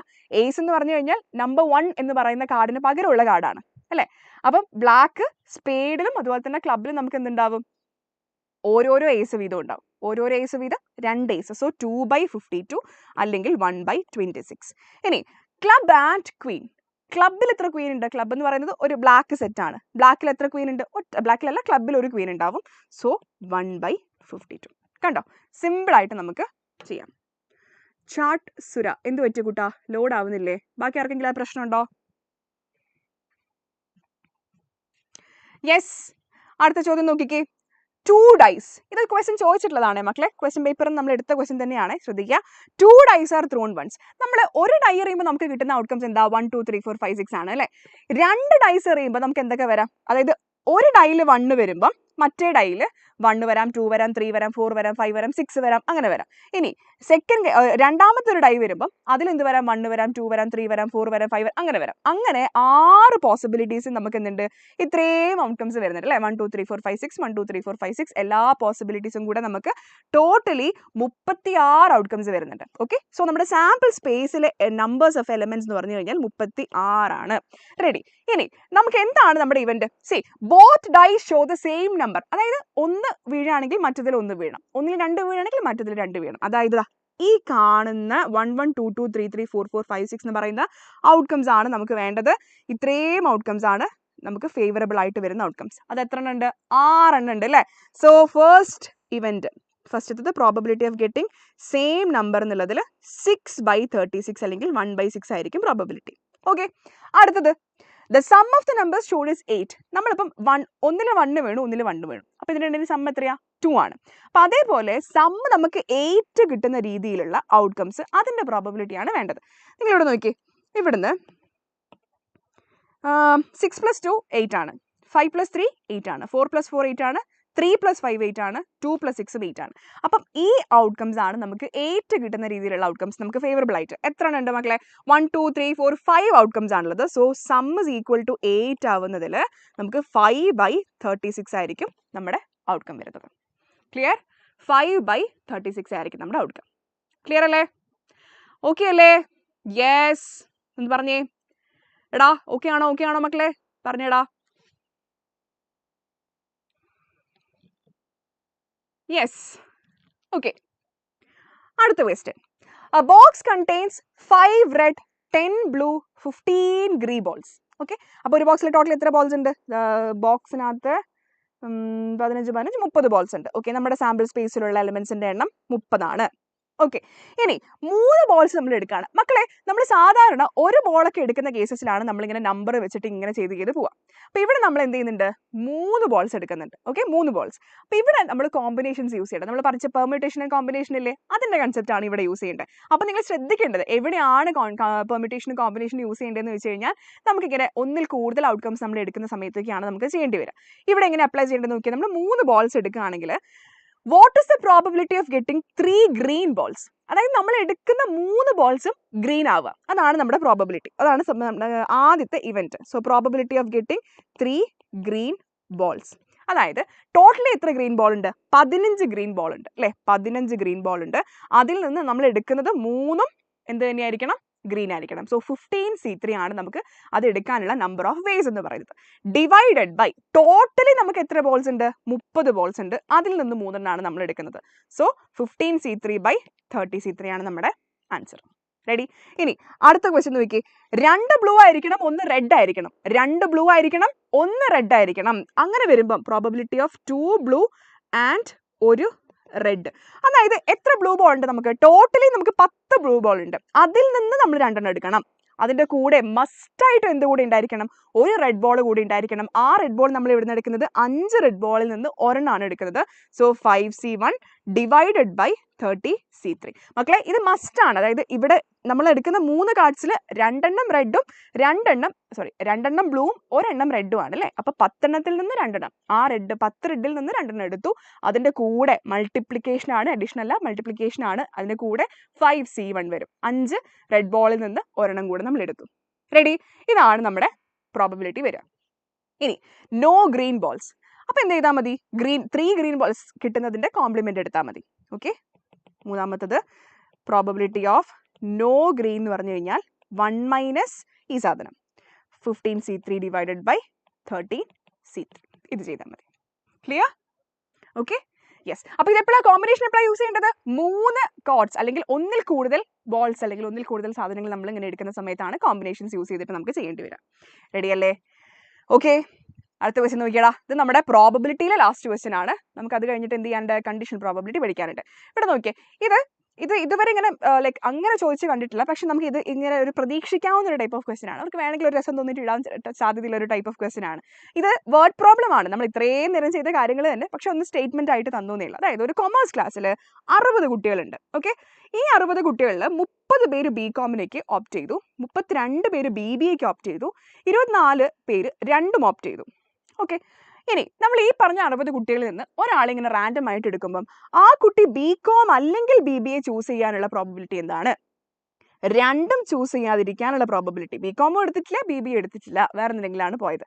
അല്ലെങ്കിൽ BBA എടുത്തിട്ടുണ്ട് പക്ഷെ BCOM എടുത്തിട്ടില്ല. കണ്ടോ, ഈ 3 ഇവന്റുകളാണ്, ഇതിന്റെ പ്രോബബിലിറ്റീസ് ആണ് നമ്മൾ കണ്ടുപിടിക്കേണ്ടത്. അപ്പോൾ ഇതിനെ ഈ സ്റ്റേറ്റ്മെന്റ് തന്നിട്ടുണ്ടെങ്കിൽ നമ്മൾ ഇതിനെ എന്ത് ചെയ്യുക? മാത്തമെറ്റിക്കലി ഒന്ന് മാറ്റി എഴുതുക. വെരി സിമ്പിൾ ആയിട്ട് നിങ്ങൾ പഠിച്ച നേരത്തെ ഫസ്റ്റ് നമ്മൾ ചെയ്ത ഫോർമുലാസ് യൂസ് ചെയ്തിട്ട് തന്നെയാണ് ഇത് ചെയ്യേണ്ടത്. ഇവിടെ നോക്കി, BCOM ഓർ BBA. നമുക്ക് ഇവിടെ എന്ത് ചെയ്യാം? BCOMനെ നമുക്ക് ഇവന്റ് A ആയിട്ട് എടുക്കാം, BBAനെ നമുക്ക് ഇവന്റ് B ആയിട്ട് എടുക്കാം. ഓക്കെ, സോ നമുക്ക് വേണ്ടത് പ്രോബബിലിറ്റി ഓഫ് ഫസ്റ്റ് കേസിൽ ഒന്നുകിൽ BCOM അല്ലെങ്കിൽ BBA, A or B, A union B. So probability of A plus probability of B minus probability of A intersection B. Okay, അപ്പം പി ഓഫ് എ എന്താണ്? അതായത് ഒരു കുട്ടി ബികോം ചൂസ് ചെയ്യാനുള്ള probability നമുക്ക് എന്താ ക്വസ്റ്റ്യൻ തന്നിട്ടുള്ളത്? 60 കുട്ടികളിൽ 30 പേര് ബികോം ചൂസ് ചെയ്തുന്ന. സോ പ്രോബബിലിറ്റി എന്താണ്? 30/60 plus B B A choose ചെയ്യാനുള്ള പ്രോബബിലിറ്റി 32/60 മൈനസ് രണ്ടും ഓപ്റ്റ് ചെയ്യാനുള്ള പ്രോബബിലിറ്റി 24/60. സോ നോക്കിയേ, നമുക്ക് ടോട്ടലി കിട്ടുന്നത് 62 മൈനസ് 24 38/60 ആയിരിക്കും പ്രോബബിലിറ്റി. സിംപ്ലിഫൈ ചെയ്യാനുണ്ട് 19/30 കിട്ടും. ക്ലിയർ? ഇങ്ങനെയാണ് ഫസ്റ്റ് ക്വസ്റ്റ്യൻ ചെയ്യേണ്ടത്. രണ്ടാമത്തിൽ എന്താ? എയും ഇല്ല ബിയും ഇല്ല. ദാറ്റ് മീൻസ് നമ്മൾ നേരത്തെ ചെയ്തില്ലേ probability of A complement intersection B complement. Probability of A complement intersection B complement എന്തായിരുന്നു? Probability of A union B whole complement 1 minus probability of A union B 1 minus 19. ഇവിടെ നമുക്ക് 38/60 19/30 എന്ന് എഴുതാം. 1 മൈനസ് 19/30 അതായത് 11/30 ആയിരിക്കും വരിക. ക്ലിയർ? ഇനി മൂന്നാമത് ചോദിച്ചിട്ടുള്ള എന്താണ്? ബി ബി എടുത്തിട്ടുണ്ട് പക്ഷെ ബി കോം ഇല്ല എന്ന് പറഞ്ഞാൽ എന്താ? ബി ഉണ്ട് പക്ഷെ എ ഇല്ല. ബി ഉണ്ട് എ ഇല്ല. മക്കളെ probability of B complement intersection A, sorry തിരിച്ച്, probability of B intersection A complement. B ഉണ്ട് പക്ഷെ എ ഇല്ല. മക്കളെ ഇവിടെ നമ്മൾ പുതിയൊരു ഫോർമുല പഠിക്കുകയാണ്. അതായത് probability of B minus probability of A intersection B. Probability of B minus probability of A intersection B. അപ്പോൾ ഇവിടെ നമ്മൾ എന്ത് ചെയ്യണം? ഇന്റർസെക്ഷൻ ബി നമ്മൾ 24/60 ആണെന്ന് നമുക്കറിയാം. ബി എന്ന് നമുക്ക് എന്താ അറിയാം? 32/60 ആണെന്ന് അറിയാം. So that is equal to 32/60 minus 24/60. So 8/60 വരും. സിംപ്ലിഫൈ ചെയ്ത് കഴിഞ്ഞാൽ 4/30 അല്ലെങ്കിൽ 2/50. ഓക്കെ, ഇത്രയേ ഉള്ളൂ. സിമ്പിളാണ്. സോ നമുക്ക് എന്ത് കിട്ടി? നമ്മുടെ പ്രോബബിലിറ്റി എന്നുള്ള most of the repeated questions നമ്മൾ സോൾവ് ചെയ്ത് കഴിഞ്ഞിട്ടുണ്ട്. റെഡി അല്ലേ? അങ്ങനെയാണെങ്കിൽ നമുക്ക് ഇതാ പെട്ടെന്ന് സമയം കളയാണ്ട് കണ്ടീഷണൽ പ്രോബബിലിറ്റിയിലേക്ക് പോകാം. കണ്ടീഷണൽ പ്രോബബിലിറ്റി എന്ന് പറഞ്ഞാൽ എന്താണ്? നമ്മൾ 2 ഇവന്റുകളെ പറ്റി പറയുകയാണ്. അതിൽ ഒരെണ്ണം ഓൾറെഡി സംഭവിച്ചു കഴിഞ്ഞു. അങ്ങനെയാണെങ്കിൽ വേറൊന്നിന്റെ ഇവന്റ്, അതായത് probability of A given B എന്ന് പറഞ്ഞാൽ ബി ഓൾറെഡി സംഭവിച്ചു കഴിഞ്ഞു. അങ്ങനെയാണെങ്കിൽ എന്റെ പ്രോബബിലിറ്റി എന്താണെന്നുള്ളതാണ് നമ്മൾ കണ്ടീഷണൽ പ്രോബബിലിറ്റിയിൽ പറയുന്നത്. അപ്പോൾ അതിന് നമ്മൾ കുറച്ച് ഫോർമുലാസും കാര്യങ്ങളൊക്കെ ഒരുമിച്ച് പഠിച്ചിട്ടുണ്ടായിരുന്നു അല്ലേ? നോക്കിയേ, എയും ബിയും ഇവന്റുകളാണ്. വിത്ത് പ്രോബബിലിറ്റി ഓഫ് എ 2/5 ആണ്. പ്രോബബിലിറ്റി ഓഫ് ബി 3/5 ആണ്. അങ്ങനെ and P of A intersection B 1/5 ആണ്. 3 വാല്യൂ തന്നിട്ടുണ്ട്. P of A given B കണ്ടുപിടിക്കണം, P of B given A കണ്ടുപിടിക്കണം. എന്തായിരുന്നു മക്കളെ conditional probability? Probability of A given B is equal to probability of, ശ്രദ്ധിക്കുക മേലെ എന്ത് വരും? A intersection B, A intersection B divided by ഈ ഗിവൺ കണ്ടീഷൻ ഏതാണോ താഴെ ബിയിൽ തന്നേക്കുന്നത് ഇവിടെ, അപ്പം അതിന്റെ തന്നെ പ്രോബബിലിറ്റി എഴുതാം. പ്രോബബിലിറ്റി ഓഫ് ബി ഇത് എ ഗിവൺ ബി ആവുമ്പോഴാണ്. ഇനി നേരെ തിരിച്ച് probability of B given A ആണെങ്കിലോ മേലെ ഇന്റർസെക്ഷൻ സെയിം തന്നെ, എ ഇന്റർസെക്ഷൻ ബി തന്നെ വരും. പക്ഷെ താഴെ മാറ്റം വരും. P of given condition A ആയതുകൊണ്ട് അതിന്റെ പ്രോബബിലിറ്റിയാണ് നമ്മൾ ഡിനോമിനേറ്ററിൽ എടുക്കേണ്ടത്. So probability of A intersection B divided by probability of A വരും. ക്ലിയർ? ഇനി ഇന്റർസെക്ഷൻ നമുക്ക് എത്രയാണ് തന്നിട്ടുള്ളത്? 1/5 ആണ്. പ്രോബബിലിറ്റി ഓഫ് ബി നമുക്ക് 3/5 ആണ്. ഈ 5 ക്യാൻസൽ ചെയ്തിട്ടുണ്ടെങ്കിൽ 1/3 കിട്ടും. റെഡി? ഇവിടെയോ ഇന്റർസെക്ഷൻ നമുക്ക് 1/5 തന്നെ. പി ഓഫ് എ നമുക്ക് 2/5 ആണ്. 5 ക്യാൻസൽ ചെയ്തിട്ടുണ്ടെങ്കിൽ 1/2 കിട്ടും. ക്ലിയർ? സോ ഇത്രയുമാണ് നമുക്ക് എ ഗിവൺ ബി അല്ലെങ്കിൽ ബി ഗിവൺ എ വെച്ച് ഡയറക്റ്റ് ആയിട്ട് ചെയ്യാനുള്ള ക്വസ്റ്റ്യൻ. ഇതൊന്ന് തിരിച്ച് അങ്ങോട്ടും ഇങ്ങോട്ടും ചോദിക്കുക. അതായത് ഇപ്പോൾ ഇവിടെ ഈ കേസിൽ കണ്ടോ, പി ഓഫ് എ തന്നിട്ടുണ്ട്, പി ഓഫ് ബി തന്നിട്ടുണ്ട്, എ ഗിവൺ ബി തന്നിട്ടുണ്ട്. അങ്ങനെയാണെങ്കിൽ P of B given A കണ്ടുപിടിക്കാം. അപ്പോൾ നമ്മൾ എന്ത് ചെയ്യും? നമ്മൾ ഫസ്റ്റ് തന്നിരിക്കുന്ന കാര്യങ്ങൾ വെച്ചിട്ട് ഇന്റർസെക്ഷൻ കണ്ടുപിടിക്കാം, എന്നിട്ട് ബാക്കിയുള്ള കാര്യങ്ങളിലേക്ക് ചെയ്യാം. അതായത് നമുക്കറിയാം പ്രോബബിലിറ്റി ഓഫ് തന്ന കാര്യം എന്താ? എ ഇന്റർസെക്ഷൻ ബി അല്ല, എ ഗിവൺ ബി നമുക്ക് തന്നിട്ടുണ്ട് അല്ലേ? Probability of A given B നമുക്ക് തന്നിട്ടുണ്ട്. നമ്മുടെ ഫോർമുല പ്രകാരം probability of A intersection B divided by probability of B ആണ്. ഓക്കെ, ഇന്റർസെക്ഷൻ നമുക്ക് ഇവിടുന്ന് അറിയില്ല. അപ്പം നമ്മൾ എന്ത് ചെയ്യുക? തന്നിട്ടുള്ള വാല്യൂസ് എടുത്ത് എഴുതുക. Probability of A given B into probability of B ആണ് probability of A intersection B. Okay, അപ്പോൾ P of A given B 1/6 ആണ്. പി ഓഫ് ബി 1/2 ആണ്. So probability of A intersection B എന്താണ്? 1/12 ആണ്. Probability of A intersection B 1/12 ആണ്. Okay, ഇനി എന്താ? B given A കണ്ടുപിടിച്ചാൽ മതി. Probability of B given A is equal to probability of A intersection B divided by probability of A ആണ് വരുന്നത് അല്ലേ? അപ്പോൾ ഇന്റർസെക്ഷൻ എന്താ? 1/12 വന്നു. പി ഓഫ് എ എത്രയാ? 1/3 ആണ്. നോക്കിയേ, 1/12 ഇൻറ്റു ഇതിനെന്താ ചെയ്യുക? 1/3 നമ്മൾ തല തിരിച്ചിടണം അല്ലേ? ഇൻറ്റു 3/1 എന്ന് വരും. ഇത് നമുക്ക് കട്ട് ചെയ്ത് കഴിഞ്ഞിട്ടുണ്ടെങ്കിൽ ആൻസർ എത്ര കിട്ടും? 1/4 എന്ന് കിട്ടും. ഓക്കെ, 1/4. ക്ലിയർ ആണോ? Okay, yes. അടുത്ത ക്വസ്റ്റ്യൻ. ഇവിടുന്ന് പി ഓഫ് എ തന്നിട്ടുണ്ട്, പി ഓഫ് ബി തന്നിട്ടുണ്ട്, പി ഓഫ് എ ഗിവൺ ബിയും തന്നിട്ടുണ്ട്, P of A intersection B കണ്ടുപിടിക്കാന്നുള്ളത് നമ്മൾ ഇവിടെ ചെയ്ത അതേ ഫോമാറ്റ്. ഓക്കെ, സെയിം ക്വസ്റ്റ്യൻ, അതേപോലത്തെ ഫോമാറ്റ് ആണ്. ഇങ്ങനത്തെ ക്വസ്റ്റ്യൻസും വരാമെന്ന് കാണിക്കാൻ വേണ്ടിയിട്ടാണ്. ഇത് നിങ്ങൾ ചെയ്യാൻ പറ്റുമല്ലോ. ഇത് ഇവിടെ നമ്മൾ ഇന്റർസെക്ഷൻ കണ്ടുപിടിച്ച അതേ മെത്തേഡിലാണ് നമ്മൾ ചെയ്യുന്നത്. റെഡി? ഓക്കെ, അടുത്ത നോക്കിയേ, പുതിയ ഡെഫിനിഷൻ ആണ്. For two events A and B, probability of A given B is equal to P of A. Okay, probability of A given B probability of A തന്നെയാണ്. അങ്ങനെയാണെങ്കിൽ എനെ ബിനെ നമ്മൾ എന്ത് ഇവന്റ് എന്നാണെന്ന് പറയാം മക്കളെ? Probability of A given B probability of A തന്നെയാണെങ്കിൽ B എന്നുള്ള പറയുന്നത് ഒക്കറൻസ് എന്റെ പ്രോബബിലിറ്റിനെ ബാധിച്ചിട്ടില്ല എന്നാണ്. അതായത് എയും ബിയും എന്ത് ഇവന്റുകളാണ്? ഇൻഡിപെൻഡന്റ് ഇവന്റുകളാണ്. Okay, probability of A given B സംഭവിച്ചു കഴിഞ്ഞപ്പം എയിലെ മാറ്റാണ് നമ്മളോട് ചോദിച്ചത്. പക്ഷെ ഒരു മാറ്റവും ഇല്ല, പി ഓഫ് എ തന്നെയാണ്. സോ എയും ബിയും എന്തായി? ഇൻഡിപെൻഡന്റ് ഇവന്റുകളാണ്. ക്ലിയർ? ഇനി ഇൻഡിപെൻഡന്റ് ഇവന്റിന്റെ നമ്മൾ പഠിക്കുന്ന ഡെഫിനിഷൻ എന്താ? Probability of A intersection B probability of A into probability of B ആണ് കേട്ടോ. നിങ്ങൾ ഇൻഡിപെൻഡന്റ് ഇവന്റുകളാണെന്ന് ക്വസ്റ്റ്യനിൽ കണ്ടു കഴിഞ്ഞാൽ ഓർത്തിരിക്കുക, A intersection B is equal to P of A into P of B ആണ്. ഈ ക്വസ്റ്റ്യൻ തിരിച്ചാണ് ചോദിച്ചേക്കുന്നത്. അതായത് P of A intersection B P of A into P of B ആണെങ്കിൽ എയും ബിയും എന്ത് ഇവന്റുകളാണ്? ഇൻഡിപെൻഡന്റ് ഇവന്റുകളാണ്. ഓക്കെ, അപ്പോൾ ഇൻഡിപെൻഡന്റ് ഇവന്റുകളെ പറ്റി രണ്ട് കാര്യങ്ങൾ ഓർത്തിരിക്കുക. Probability of A given B probability of A തന്നെയാണ്, അല്ലെങ്കിൽ ഇവിടുന്ന് probability of A intersection B probability of A into probability of B ആയിരിക്കും. ക്ലിയർ? ഇനി നമുക്ക് എയും ബിയും ഇൻഡിപെൻഡന്റ് ഇവന്റുകളാണ്. പി ഓഫ് എ 0.8 ആണ്, എ ഇന്റർസെക്ഷൻ ബി 0.6 ആണ്. അങ്ങനെയാണെങ്കിൽ പി ഓഫ് ബി കണ്ടുപിടിക്കാം. നമുക്കറിയാമെന്ന കേസ് എന്താ? P of A intersection B is equal to P of A into P of B ആണെന്നാണ്. അപ്പോൾ ഇതിൽ പി ഓഫ് ബി ആണ് നമുക്ക് വേണ്ടത്. P of B is equal to P of A intersection B divided by P of A. അതായത് intersection B എത്രയാ? 0.6, P of A എത്രയാ? 0.8. So 6/8 അല്ലെങ്കിൽ 2 വെച്ച് ഡിവൈഡ് ചെയ്ത് കഴിഞ്ഞാൽ 3/4. കേട്ടോ, സിമ്പിൾ. യെസ്, അടുത്ത question. Consider the random experiment of drawing 2 balls from a bag containing 4 green and 5 yellow balls. Okay, first ball is not replaced back before the second row. അതായത് നമ്മൾ ഒരു ball എടുത്തു, 2 balls ആണ് നമ്മൾ എടുക്കുന്നത്. അപ്പോൾ നമ്മൾ ഒരു ബോൾ എടുത്തിട്ട് ഇത് കൈ തന്നെ പിടിച്ചേക്കുക, എന്നിട്ടാണ് നമ്മൾ രണ്ടാമത്തെ ബോൾ എടുക്കുന്നത്. ഇത് നമ്മൾ തിരിച്ചിടുന്നില്ല. അങ്ങനെയാണെങ്കിൽ നമ്മൾ എടുത്തിരിക്കുന്ന 2 ബോളുകളും ഗ്രീൻ ആവാനുള്ള പ്രോബബിലിറ്റി ആണ് ചോദിച്ചേക്കുന്നത്. ഓക്കെ, അപ്പോൾ ഇവിടെ ഈവൻ എന്ന് പറയുന്ന ഇവന്റ്, അല്ലെങ്കിൽ നമുക്ക് വേണ്ടതൊക്കെ ഇങ്ങനെ എടുക്കാം. അതായത് ഇവന്റ് എ എന്ന് പറയുന്നത് ഫസ്റ്റ് ബോൾ ഗ്രീൻ ആവാം, ഫസ്റ്റ് ബോൾ ഗ്രീൻ ആണ്.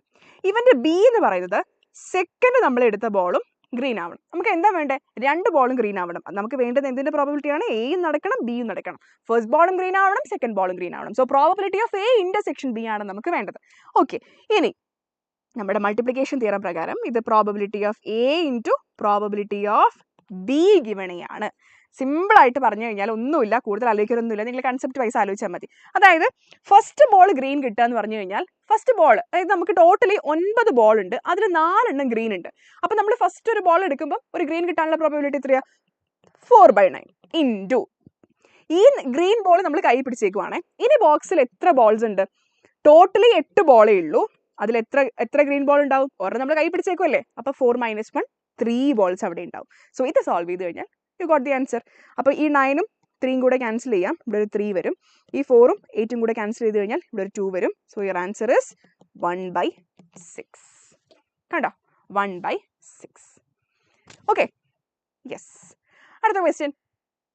A can solve 80% of the problems and B can solve 60% of the problems given in the book. മക്കളെ, ഇങ്ങനത്തെ ക്വസ്റ്റ്യൻസ് കണ്ടു കഴിഞ്ഞാൽ നിങ്ങൾ മനസ്സിലാക്കുക, സോൾവിങ് ദ പ്രോബ്ലംസ് ഇൻഡിപെൻഡന്റ് ആയിട്ടുള്ള ഇവന്റുകളാണ്. അതായത് ഇന്റർസെക്ഷൻ എടുക്കുമ്പം probability of A intersection B എടുക്കുമ്പം probability of A into probability of B ആണ് എന്ന് ഓർക്കുക. ചിലപ്പോൾ ഡയറക്റ്റ് ആയിട്ട് ക്വസ്റ്റ്യൻ ഇൻഡിപെൻഡന്റ് ഇവന്റുകളാണ് എന്ന് തന്നിട്ടുണ്ടാവും. അല്ലെങ്കിൽ ഇങ്ങനത്തെ question, most of the problem സോൾവിങ്ങിന്റെ കേസസ് ഇങ്ങനത്തെ ക്വസ്റ്റ്യൻസ് കാണുമ്പം എന്താ ചെയ്യേണ്ടത്? നമുക്ക് ഇൻഡിപെൻഡന്റ് ആണ് നിങ്ങൾ മനസ്സിലാക്കിയിട്ട് ചെയ്യുക കേട്ടോ. അപ്പം എ നമ്മൾ problem solve 80% of the problems solve ചെയ്യുന്നതും ബി 60% ഓഫ് ദ സോൾവ് ചെയ്യാനുള്ള ഇതുണ്ട്, ചാൻസസ് ഉണ്ട്. സോ നമ്മുടെ പ്രോബബിലിറ്റി ഓഫ് എ എന്ന് പറഞ്ഞാൽ എന്താ? 80% അല്ലെങ്കിൽ 80/100 0.8 എന്ന് എഴുതാം. ഇനി ബി പ്രോബ്ലം സോൾവ് ചെയ്യാനുള്ള പ്രോബബിലിറ്റി എത്രയാ? 60% ആണെങ്കിൽ 60/100 ആണ്, 0.6 ആണെന്ന് പറയാം. ഇനി നമ്മുടെ പ്രോബബിലിറ്റി നമുക്ക് എന്താണ് വേണ്ടത്? At least 1 of them will solve the problem. അതായത് ആരെങ്കിലും ഒരാളെങ്കിലും സോൾവ് ചെയ്യണം. 2 പേര് സോൾവ് ചെയ്താലും പ്രശ്നമില്ല, പ്രോബ്ലം സോൾവ് ആയാൽ മതി. അപ്പം ഒന്നുകിൽ എ സോൾവ് ചെയ്യണം, അല്ലെങ്കിൽ ബി സോൾവ് ചെയ്യണം, അല്ലെങ്കിൽ 2 പേരും സോൾവ് ചെയ്യണം.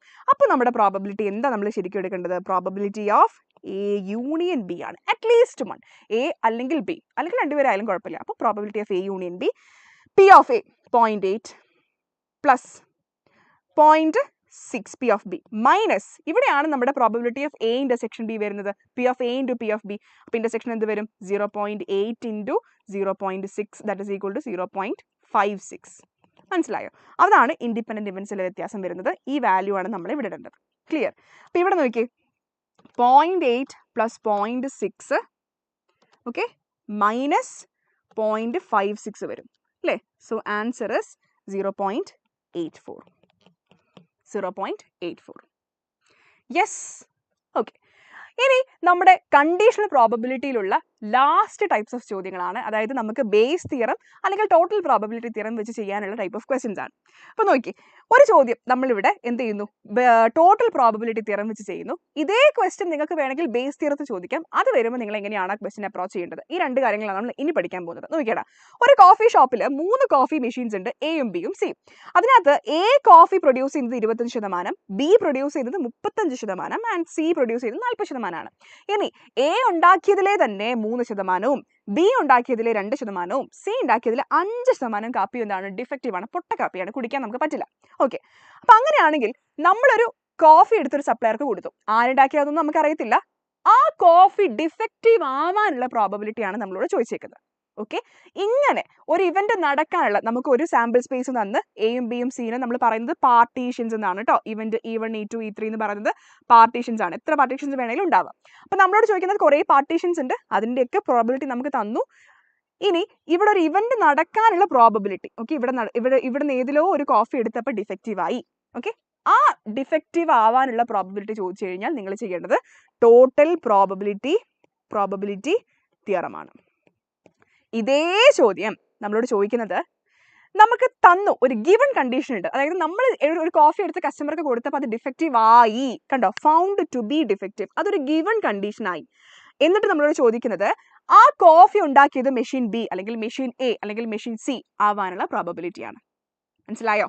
ക്ലിയർ ആയോ? അപ്പൊ ഇവിടെ നമ്മൾ യൂസ് ചെയ്യേണ്ടത് ബേസ് തിയറമാണ്. Bayes theorem. 2 ക്വസ്റ്റ്യൻസ് തമ്മിൽ വ്യത്യാസം മനസ്സിലായ മക്കളെ? ആദ്യം പറഞ്ഞ എന്താണ്? നമുക്ക് ഒരു പാർട്ടീഷൻസ് ഒക്കെ തന്ന് ഈ പാർട്ടീഷൻസുമായിട്ട് ബന്ധപ്പെട്ടിട്ടുള്ള ഒരു ഇവന്റ് നടക്കാനുള്ള പ്രോബബിലിറ്റിയാണ് ചോദിച്ചത് അല്ലേ? കോഫി ഡിഫക്റ്റീവ് ആവാനുള്ള പ്രോബബിലിറ്റി. പക്ഷെ ഇവിടെ എന്താ? ആ കോഫി ഡിഫക്റ്റീവ് ആവാന്നുള്ള ഇവന്റ് അവിടെ സംഭവിച്ചു കഴിഞ്ഞു, ഗിവൺ കണ്ടീഷനായി. അങ്ങനെയാണെങ്കിൽ നമുക്കൊരു മെഷീൻ എ ഉണ്ടാക്കിയതാവാൻ അല്ലെങ്കിൽ മെഷീൻ ബി ഉണ്ടാക്കിയതാവാനുള്ള പ്രോബബിലിറ്റി. ക്ലിയർ? സോ ഇവിടെ probability of EI given A ആണ് നമ്മൾ കണ്ടുപിടിക്കുക. ഇവിടെ നമ്മൾ എന്താ കണ്ടുപിടിക്കുക? പ്രോബബിലിറ്റി ഓഫ് എ ആണ് കണ്ടുപിടിക്കുക. എ എന്ന് പറഞ്ഞാൽ എന്താ? എല്ലാ ഇവന്റുകളും ഡിഫൈൻ ചെയ്തു വെക്കാം നമുക്ക്. ഇവന്റ് എ എന്ന് പറഞ്ഞാൽ A B the event, the coffee is defective. The coffee is defective. Okay, ഇനി പാർട്ടീഷൻസ് വേണം E1 E2 E3. അപ്പൊ ഇവിടെ എന്താണ് E1 എന്ന് പറയുന്നത്? Machine A makes coffee. Machine A makes coffee. Machine A makes coffee. Okay, E2 എന്ന് പറയുന്നത് machine B makes coffee. E3 എന്ന് പറയുന്നത് മെഷീൻ സി മേക്സ് കോഫി. നമുക്ക് എന്തൊക്കെ വേണം? പ്രോബബിലിറ്റി ഓഫ് E1 വേണം, പ്രോബബിലിറ്റി ഓഫ് E2 വേണം, പ്രോബബിലിറ്റി ഓഫ് E3 വേണം. പിന്നെ നമുക്ക് വേണ്ടത് പ്രോബബിലിറ്റി ഓഫ്, മക്കളെ ശ്രദ്ധിക്കുക, നമുക്ക് വേണ്ടത് ടോട്ടൽ പ്രോബബിലിറ്റി തിയറത്തിലേക്ക് probability of A given E1, probability of A given E2, probability of A given E3. ഇത്രയും കാര്യങ്ങളാണ് നമുക്ക് ഈ Bayes theorem and total probability theorem കണ്ടുപിടിക്കാൻ വേണ്ടി നമുക്ക് വേണ്ടുന്ന ടോട്ടൽ പ്രോബബിലിറ്റീസ്. അപ്പോൾ നോക്കിയേ, നമ്മൾ എന്താ ചെയ്തത്? എ ബി സി 3 മെഷീൻസ് ഉണ്ട് അല്ലേ? അതാണ് നമ്മുടെ 3 പാർട്ടീഷൻസ് എന്ന് പറയുന്നത്. എ കോഫി ഉണ്ടാക്കും എന്നുള്ളത് partition A, event A. B കാപ്പി ഉണ്ടാക്കും എന്നുള്ളത് സെക്കൻഡ് പാർട്ടീഷൻ. അങ്ങനെ നമ്മൾ 3 പാർട്ടീഷൻസ് ആക്കി വെച്ചു. ഇനി പ്രോബബിലിറ്റി ഓഫ് E1 എന്ന് പറഞ്ഞാൽ എന്താ? എ കോഫി ഉണ്ടാക്കാനുള്ള പ്രോബബിലിറ്റി. നമുക്കത് ക്വസ്റ്റ്യൻ തന്നിട്ടുണ്ട്. 25% കോഫിയാണ് എ ഉണ്ടാക്കുന്നത് നമ്മളോട് പറഞ്ഞിട്ടുണ്ട്. സോ എ കോഫി ഉണ്ടാക്കാനുള്ള പ്രോബബിലിറ്റി 25/100 ആണ്. ബി കോഫി ഉണ്ടാക്കാനുള്ള പ്രോബബിലിറ്റി 35/100 ആണ്. സി ഉണ്ടാക്കാനുള്ള പ്രോബബിലിറ്റി 40/100 ആണ്. ഓക്കെ, ഇനി probability of A given E എന്ന് പറഞ്ഞാൽ എന്താ മക്കളെ? നമ്മളെടുത്ത കോഫി ഡിഫക്റ്റീവ് ആവുക എന്നുള്ളത്. അപ്പൊ നമ്മളോട് ചോദിക്കുന്നത് കോഫി ഡിഫക്റ്റീവ് ആവാനുള്ള പ്രോബബിലിറ്റി ഗിവൺ കണ്ടീഷൻ E1 ആണ്. അതായത് മെഷീൻ എ കോഫി ഉണ്ടാക്കി കഴിഞ്ഞാൽ കോഫി ഡിഫക്റ്റീവ് ആവാനുള്ള പ്രോബബിലിറ്റി. അതാണ് probability of A given E1. അതായത് എന്താ വന്നേക്കുന്നത്? ഗിവൺ കണ്ടീഷൻ എന്താണ്? മെഷീൻ എ ആണ് കോഫി ഉണ്ടാക്കുന്നത്. അങ്ങനെയാണെങ്കിൽ ഡിഫക്റ്റീവ് ആവാനുള്ള പ്രോബബിലിറ്റി നമുക്ക് തന്നിട്ടില്ലേ 3% ആണ്. സോ 3/100. ഇനി മെഷീൻ ബി ആണെങ്കിൽ ഡിഫക്റ്റീവ് കിട്ടാനുള്ള പ്രോബബിലിറ്റി 2% ആണ്. മെഷീൻ സി ആണെങ്കിൽ ഡിഫക്റ്റീവ് കോഫി കിട്ടാനുള്ള പ്രോബബിലിറ്റി 5/100 ആണ്. ഇനി ഇതെല്ലാം കൂടെ ഒന്ന് ജോയിൻ ചെയ്ത് എഴുതി കഴിഞ്ഞാൽ നമുക്ക് പരിപാടി കഴിഞ്ഞു. സോ പ്രോബബിലിറ്റി ഓഫ് എ എന്ന് പറഞ്ഞാൽ മക്കളെ ടോട്ടൽ പ്രോബബിലിറ്റി തിയറം എന്ന് പറയുന്നത്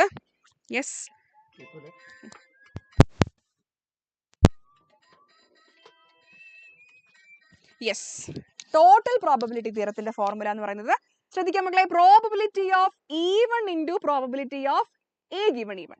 നമ്മൾ എന്ത് ചെയ്തു ഇദ്ദേഹത്തെയും ഒരു പ്രോഡക്റ്റ് ആക്കി കോമ്പിനേഷൻ ആക്കി എഴുതി plus probability of E2 into probability of A given even plus A given E2 plus probability of E3 into probability of A given E3.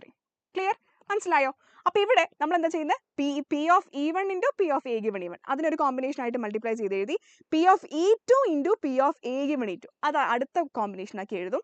പിന്നെ അടുത്തന്നെ P of E3 into P of A given E3 അടുത്ത combination ആക്കി എഴുതുക. ഇതിനെല്ലാം കൂടെ sum കണ്ടുപിടിച്ച് കഴിഞ്ഞാൽ ഒരു കോഫി ഡിഫക്റ്റീവ് ആവാനുള്ള പ്രോബബിലിറ്റി നമുക്ക് കിട്ടും.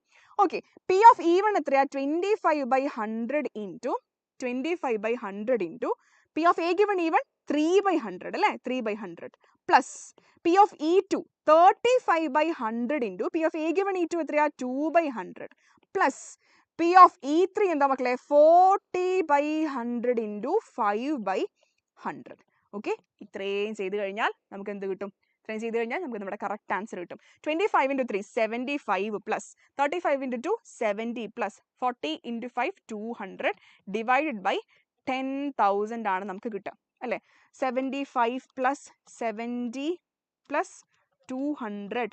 ഓക്കെ, സോ ഇത് ഡിവൈഡഡ് ബൈ 345 ആണ് സമ്മ് വരുന്നത് കേട്ടോ. 345/10,000 ആണ് വരിക, അതായത് 0.0345 ആണ് കിട്ടുക.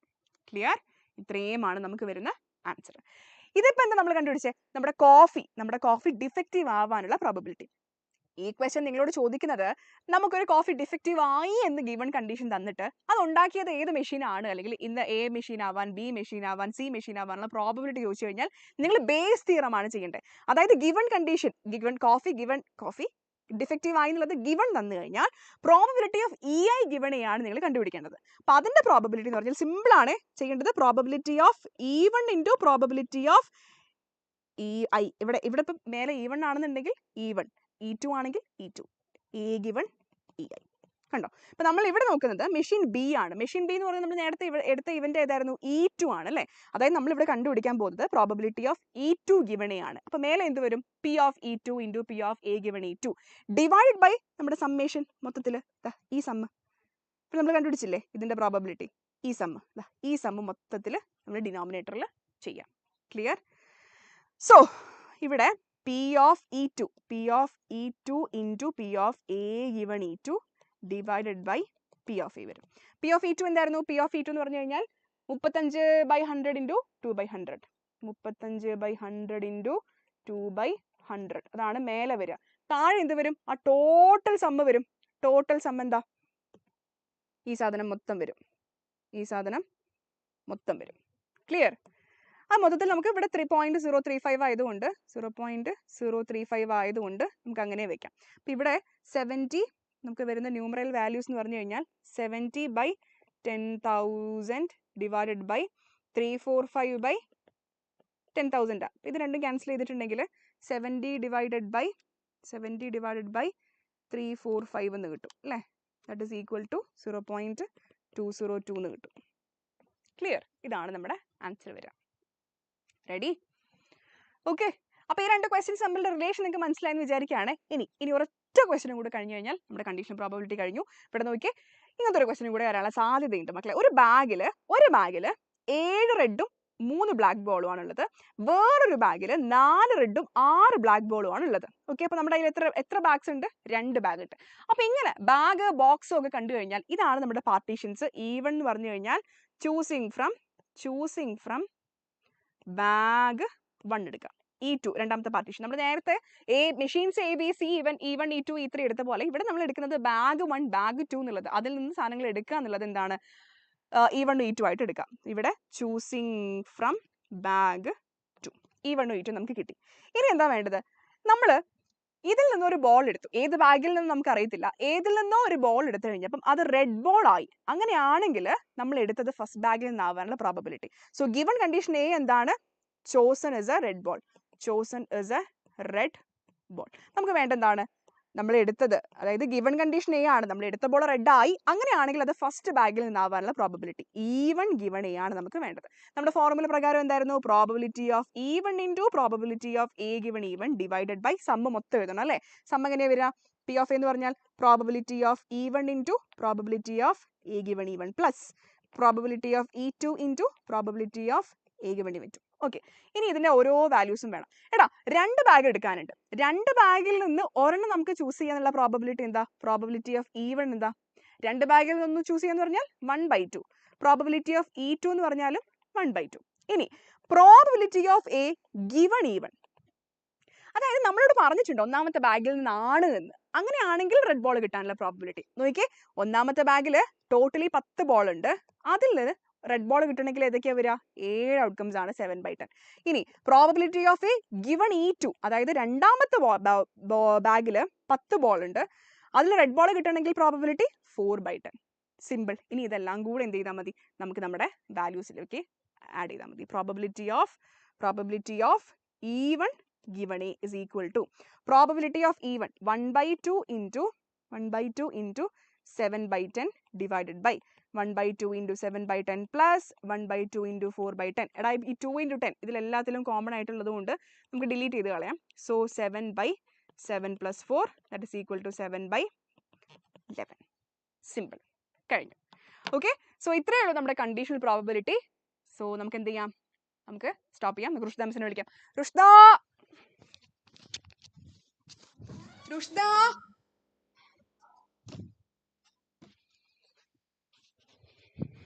സോ മക്കളെ, സോ നല്ല അടിപൊളിയായിട്ട് പഠിക്കാം. എന്ത് ചെയ്യാം? നമുക്ക് നാളെ രാവിലെ എണീറ്റിട്ട് റോക്കറ്റും കൂടെ നോക്കാം. യെസ്, ലാസ്റ്റ് ചാപ്റ്ററും കൂടെ കഴിഞ്ഞു കഴിഞ്ഞാൽ പരിപാടി കഴിഞ്ഞു അല്ലേ? ഓക്കെ, കുറച്ച് വെള്ളം തട്ടി മറിഞ്ഞിട്ടുണ്ടേ. ഓക്കെ, സോ മക്കളെ രാവിലെ കാണാം. ബൈ.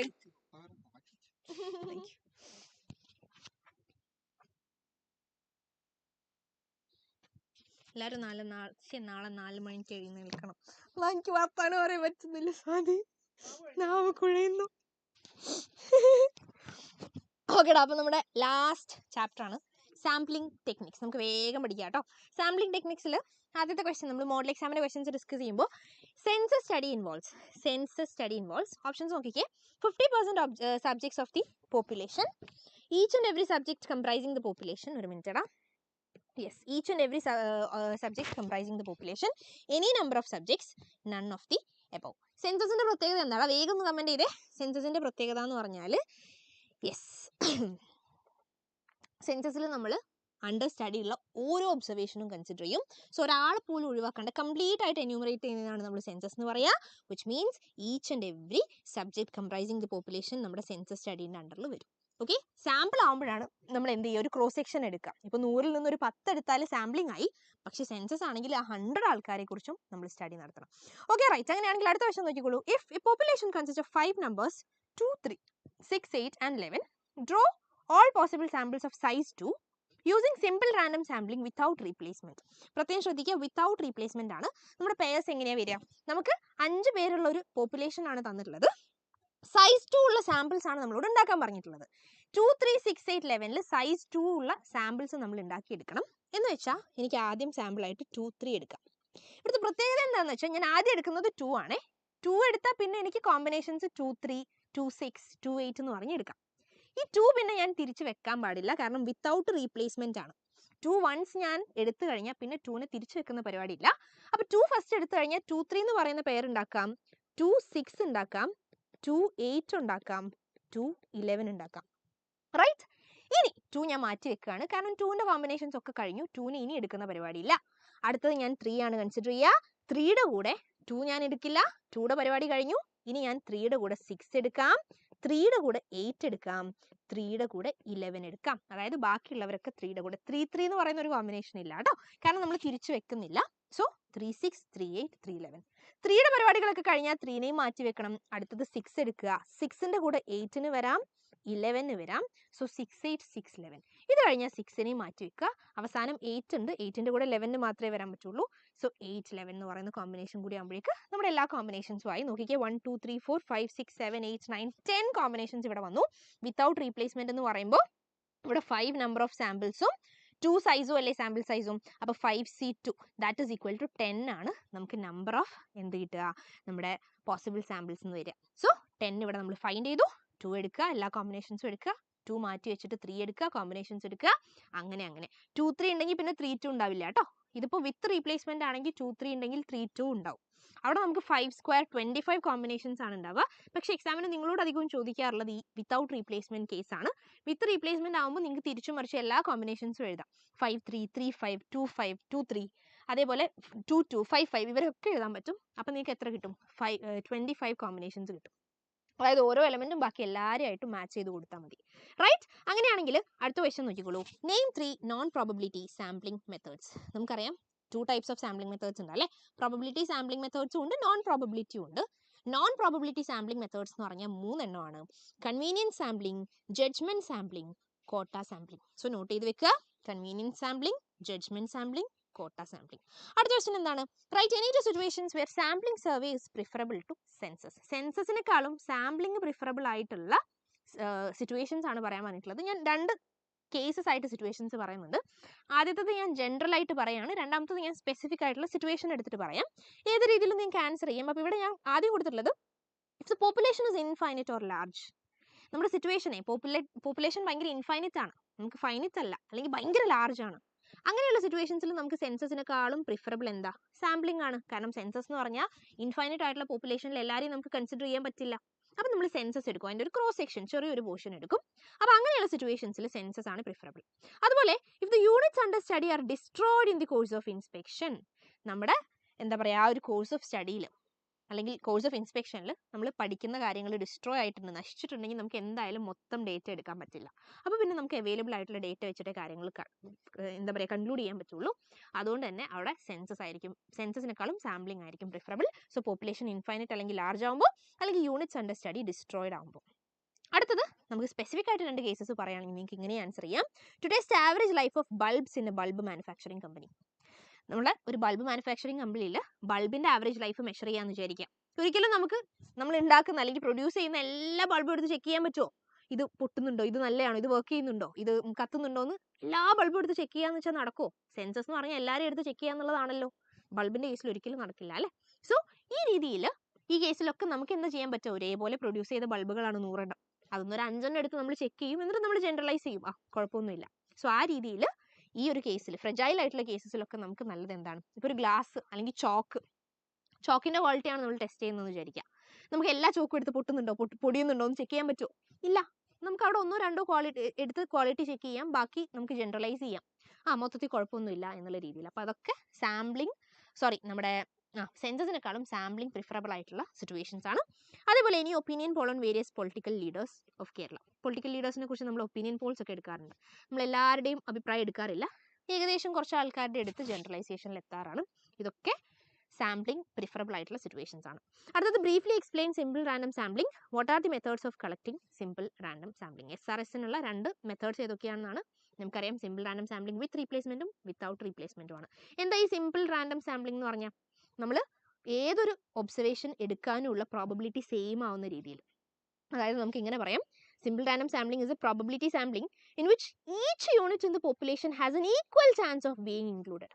നമ്മൾ പോപ്പുലേഷനിൽ നിന്ന് സാമ്പിൾ ഉണ്ടാക്കുകയാണ്. സിമ്പിൾ റാൻഡം സാമ്പിളിങ്ങിന്റെ പ്രത്യേകത, നമ്മുടെ പോപ്പുലേഷനിലുള്ള ഓരോ യൂണിറ്റും സെലക്ട് ചെയ്യപ്പെടാനുള്ള പ്രോബബിലിറ്റി ഈക്വൽ ആയിരിക്കും. ഓക്കെ, ഡിഫറെൻറ്റ് യൂണിറ്റിന് ഡിഫറെൻറ്റ് പ്രോബബിലിറ്റി ഒന്നുമല്ല, ആരും സെലക്ട് ചെയ്യപ്പെടാം, ഈക്വൽ പ്രോബബിലിറ്റി ആയിരിക്കും. So each unit in the population has N equal chance of being included in the sample. In this case the sampling units are selected at random. Random ആയിട്ടാണ് നമ്മളിവിടെ select ചെയ്യുക. ഓരോരുത്തരും select ചെയ്യപ്പെടാനുള്ള chance equal ആയിരിക്കും. അടുത്തത് നമ്മുടെ 2 types of simple random sampling എന്ന് പറഞ്ഞാൽ simple random sampling without replacement, SRS WOR എന്ന് നമ്മൾ പറയും. സിമ്പിൾ റാൻഡം സാമ്പിളിംഗ് വിത്ത് റീപ്ലേസ്മെന്റ് എന്ന് പറഞ്ഞാൽ SRS WR എന്ന് നമ്മൾ പറയും. ഇതാണ് നമ്മുടെ 2 types of simple random sampling which comes under the category of probability sampling. Okay, simple random സാമ്പിളിങ്ങും സ്ട്രാറ്റിഫൈഡ് സാമ്പിളിങ്ങും ഒക്കെ പ്രോബബിലിറ്റിയിലാണ് വരിക.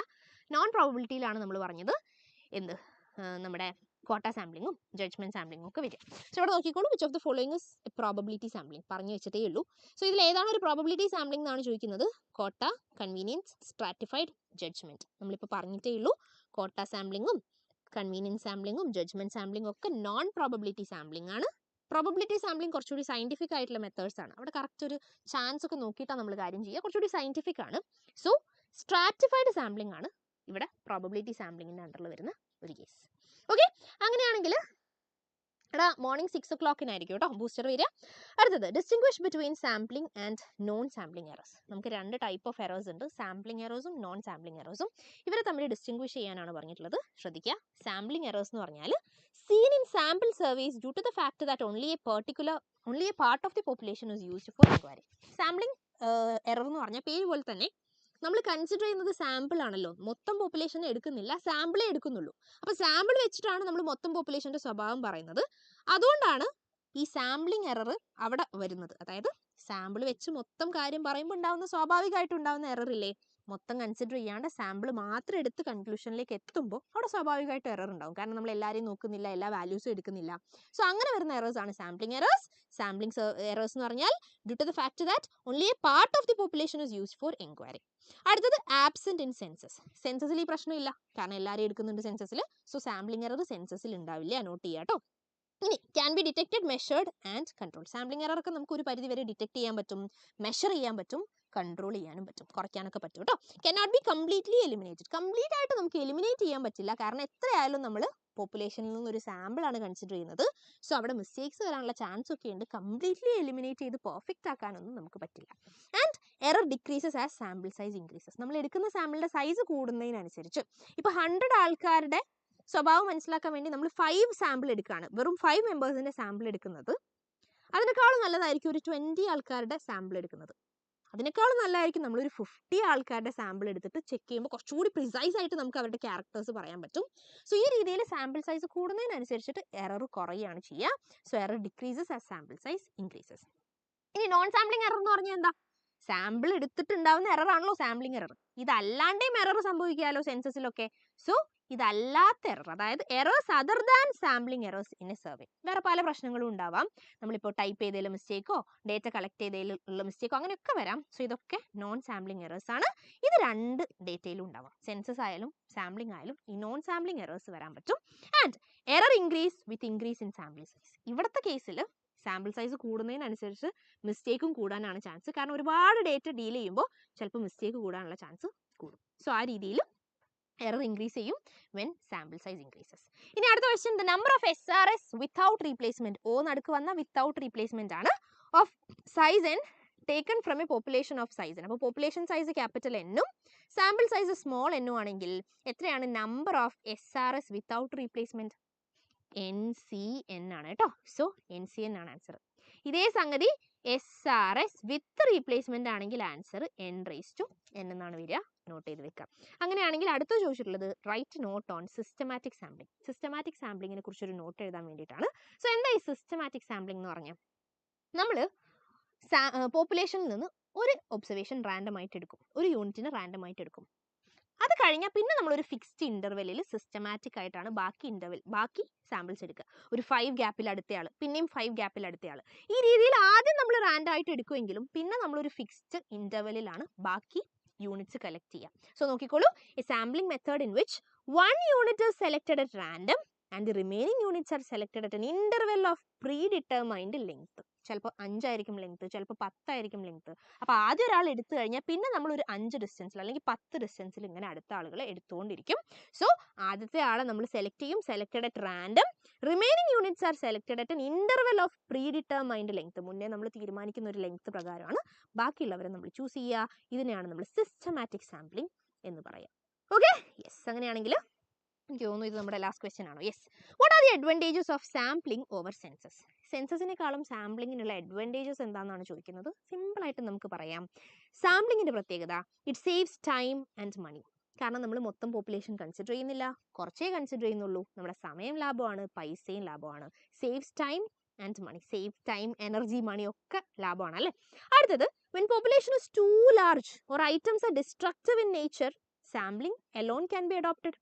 നമ്മൾ നേരത്തെ പറഞ്ഞ പോലെ ചോക്കിൻ്റെ എക്സാമ്പിൾ പോലെ നമുക്കിപ്പോൾ ചോക്ക് പൊട്ടിപ്പോകുന്ന ഒരു സാധനമാണ്. നമുക്ക് അതിൻ്റെ എല്ലാത്തിൻ്റെയും ക്വാളിറ്റി ചെക്ക് ചെയ്യാൻ പറ്റില്ല. ഓരോ ഐറ്റം എടുത്ത് ക്വാളിറ്റി ചെക്ക് ചെയ്യാൻ പറ്റില്ല. അപ്പം അങ്ങനത്തെ കേസസിൽ അല്ലെങ്കിൽ പോപ്പുലേഷൻ ഭയങ്കര ലാർജ് ആകുമ്പോഴൊക്കെ നമുക്ക് സാമ്പിളിങ്ങേ ഒരു വഴിയുള്ളൂ. അപ്പം അതൊരു അഡ്വാൻറ്റേജസ് ആണ്. സെൻസസ് എടുക്കാൻ പറ്റാത്ത സിറ്റുവേഷനിൽ നമുക്ക് സാമ്പിളിംഗ് അഡോപ്റ്റ് ചെയ്യാം എന്നുള്ള കാര്യം. And then more accuracy is expected. Sampling ചെയ്യുമ്പോൾ മോർ അക്യുറസി ഈസ് എക്സ്പെക്റ്റഡ്. കാരണം ഇല്ലടാ, നമ്മളൊരു വലിയ ഡേറ്റ ഡീൽ ചെയ്യുന്നതിനേക്കാളും ചെറിയൊരു ഡേറ്റ ആകുമ്പോൾ നമ്മൾ നല്ല വൃത്തിക്ക് ചെയ്യുമല്ലോ, എററൊക്കെ കുറയുമല്ലോ. വലിയൊരു ഡേറ്റ നമ്മൾ ഡീൽ ചെയ്യുമ്പോൾ അവിടെ നമുക്ക് എറർ വരാനുള്ള ചാൻസ് കൂടുതലാണ്. നമ്മളൊരു 100 ആൾക്കാരുടെ ഇൻഫർമേഷൻ എടുക്കുമ്പോൾ ചിലപ്പോൾ പലതും തെറ്റിപ്പോകാനൊക്കെ ഉള്ള ചാൻസ് ഉണ്ട്. നേരെ മറിച്ച് ഒരു 10 ആളുടേതാകുമ്പോൾ നമ്മൾ നല്ല വൃത്തിക്ക് ചെയ്യും അല്ലേ. സോ അവിടെ എറർ കുറയാനുള്ള ചാൻസ് ഉണ്ട്. So more accuracy is expected. Accuracy കൂടും, right? And the expected error can be estimated. സാമ്പിളിങ്ങിൻ്റെ കേസിൽ നമുക്ക് എറർ എസ്റ്റിമേറ്റ് ചെയ്യാൻ പറ്റും. നേരെ മറിച്ച് സെൻസസിൻ്റെ കേസിലാണെങ്കിൽ എറർ നമുക്ക് അങ്ങനെ എസ്റ്റിമേറ്റ് ചെയ്യാൻ പറ്റില്ല. വലിയ വലിയ ഡീലിങ്സ് ആണല്ലോ, അവിടെ നമ്മൾ വലിയ ഡേറ്റയാണ് കളക്ട് ചെയ്യുന്നത്, കാര്യങ്ങൾ ചെയ്യുന്നത്. സോ എറർ നമുക്ക് എസ്റ്റിമേറ്റ് ചെയ്യാൻ ബുദ്ധിമുട്ടാണ്. അപ്പോൾ ഇത്രയൊക്കെ സാമ്പിളിങ്ങിൻ്റെ അഡ്വാൻറ്റേജസ് ആണ് ഓവർ സെൻസസ്. അങ്ങനെയാണെങ്കിൽ ലാസ്റ്റ് ക്വസ്റ്റ്യൻ ഇതേപോലെ, population consist of 5 units 10, 12, 15, 16, 19. Right all possible samples of size 2 that can be drawn without replacement method. So without replacement മെത്തേഡിൽ ഇതിൽ നിന്ന് നമ്മൾ 2 സൈസുള്ള സാമ്പിൾസ് എടുക്കാനാണ് പറഞ്ഞത്. നേരത്തെ ചെയ്ത പോലെ തന്നെ ആദ്യം ഞാൻ 10 കൺസിഡർ ചെയ്യുന്നു. 10ൻ്റെ കൂടെ ഞാൻ 12 എടുക്കുന്നു.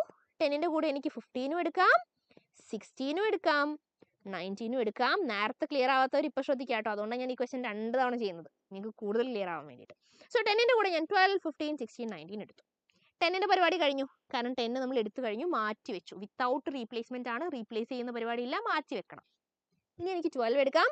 12ൻ്റെ കൂടെ ഞാൻ 15 കൊടുത്തു. വേണമെങ്കിൽ എനിക്ക് 12ൻ്റെ കൂടെ 16 കൊടുക്കാം, 12ൻ്റെ കൂടെ 19 കൊടുക്കാം. സോ അതും കഴിഞ്ഞു. അടുത്തതോ 15 ആണ് ഞാൻ എടുക്കേണ്ടത്. 12നെയും കളഞ്ഞു. 15 എടുത്താൽ 15ൻ്റെ കൂടെ 16 വരാം, 15ൻ്റെ കൂടെ 19 വരാം. 15ഉം കഴിഞ്ഞു. ഇനിയുള്ളത് 16 ആണ്. 16ൻ്റെ കൂടെ വരാൻ 19 മാത്രമേ ഉള്ളൂ. സോ 16, 19. 16, 19 കൂടി യെസ് കഴിഞ്ഞു. 16, 19 കൂടി നമ്മുടെ സാമ്പിൾസ് സെറ്റായി. അപ്പോൾ ഇവിടെ നോക്കിക്കേ, 10 സാമ്പിൾസ് ആണ് വരുന്നത്. അതായത് 5 നമ്മുടെ പോപ്പുലേഷനിൽ 5 മെമ്പേഴ്സ് ഉണ്ടായിരുന്നു. സൈസ് 2 വീതമുള്ള 5C2 10 സാമ്പിൾസ് നമുക്ക് കിട്ടി. ഓക്കെ, സോ ഇത്രയാണ് നമ്മൾ എഴുതി വെക്കേണ്ടത്. ഇതേ കാര്യം ഞാൻ പറഞ്ഞു, SRS വിത്ത് റീപ്ലേസ്മെന്റ് ആണെങ്കിൽ നിങ്ങൾ 10, 10, 10, 12, 10, 15, 10, 16, 19, 10, 19. അത് കഴിഞ്ഞ് 12, 10, 12, 15 അങ്ങനെ എല്ലാവരും ആയിട്ട് മാച്ച് ചെയ്ത് കൊടുത്താൽ നിങ്ങൾക്ക് 25 എണ്ണം കിട്ടും. സോ അത് എഴുതി വെച്ചാൽ SRS വിത്ത് റീപ്ലേസ്മെന്റ് ആയി. ഇത്രയും പഠിച്ചാൽ നമ്മുടെ 10th ചാപ്റ്റർ കഴിഞ്ഞു. സോ സ്റ്റാറ്റിസ്റ്റിക്സും കഴിഞ്ഞു, നമ്മുടെ 10th ചാപ്റ്ററും കഴിഞ്ഞു. ഇത്രയും കാര്യങ്ങളാണ് നമുക്ക് അവസാനമായിട്ട് പറയാനുള്ളത്. So that's it. അങ്ങനെയാണെങ്കിൽ നന്നായിട്ട് പഠിച്ച കാര്യങ്ങൾ റിവൈസ് ചെയ്യുക. ഞാൻ പറഞ്ഞു ഭയങ്കര ബുദ്ധിമുട്ടാണ്, തീരെ അറിയാത്ത എന്താ പറയുക ഏരിയാസ് ഒക്കെ ആണെങ്കിൽ ഇനി നിങ്ങളത് നോക്കാൻ നിൽക്കണ്ട, കാരണം സമയമില്ല. നമുക്ക് അറിയുന്ന ഏരിയാസ് നന്നായിട്ട് പോളിഷ് ചെയ്യുക. ലൈക്ക് പഠിച്ചത് തന്നെ പഠിക്കുക, വായിച്ചത് തന്നെ വായിക്കുക, അങ്ങനെ സെറ്റാക്കി തെറോ ആക്കിയിട്ട് നാളെ എക്സാമിന് പോവുക. നാളെ രാവിലെ നമുക്ക് കാണാം, റോക്കറ്റ് റിവിഷന് നമുക്ക് കാണാം. ഒന്നുകൂടി കാര്യങ്ങളൊക്കെ നമുക്ക് റിവൈസ് ചെയ്യാം, കാര്യങ്ങൾ പറയാം. അപ്പോൾ അത്രയാണ് ഇപ്പോൾ പറയാനുള്ളത്. Thank you so much and bye. നന്നായിട്ട് പഠിക്കുക കേട്ടോ. All the best. ബൈ. നന്നായിട്ട് ഉറങ്ങണം കേട്ടോ. നിങ്ങൾ ഉറക്കം ത്യജിച്ചൊന്നും പഠിക്കരുത്. നാളെ എക്സാമിന് കിളി പോകുന്ന അവസ്ഥ ഉണ്ടാവരുത്. നന്നായിട്ട് ഉറങ്ങുക, ഹാവ് എ ഗുഡ് സ്ലീപ്പ്. പിന്നെ നല്ല ഫുഡ് കഴിക്കുക, ഹെൽത്തി ഫുഡ് കഴിച്ച് നല്ല അടിപൊളിയായിട്ട് പോയിട്ട് എക്സാം എഴുതിയിട്ട് കാര്യങ്ങൾ പറയാം കേട്ടോ. എക്സാം എങ്ങനെ ഉണ്ടായിരുന്നു, പഠിച്ചത് എഴുതാൻ പറ്റിയോ, ക്വസ്റ്റ്യൻസ് എങ്ങനെയാണ് വന്നത് എന്നൊക്കെ പറയാം. ഇതൊക്കെ തന്നെ വരുള്ളൂ, കാരണം നമുക്കറിയാമല്ലോ അല്ലേ, കുറേ കാലങ്ങളായിട്ട് നമ്മൾ സ്റ്റാറ്റിസ്റ്റിക്സിൻ്റെ ക്വസ്റ്റ്യൻ പേപ്പേഴ്സ് ഒക്കെ നോക്കുമ്പോൾ നമ്മൾ പഠിക്കേണ്ട കാര്യങ്ങളൊക്കെ പറഞ്ഞിട്ടുണ്ട്. സോ ഡോണ്ട് വെറി, നിങ്ങളുടെ കയ്യിൽ ആവശ്യത്തിനുള്ള സംഗതികളൊക്കെ ഉണ്ട്. അപ്പോൾ നന്നായിട്ട് പോയിട്ട് എക്സാം എഴുതി വരിക. Thank you so much and bye. Good night.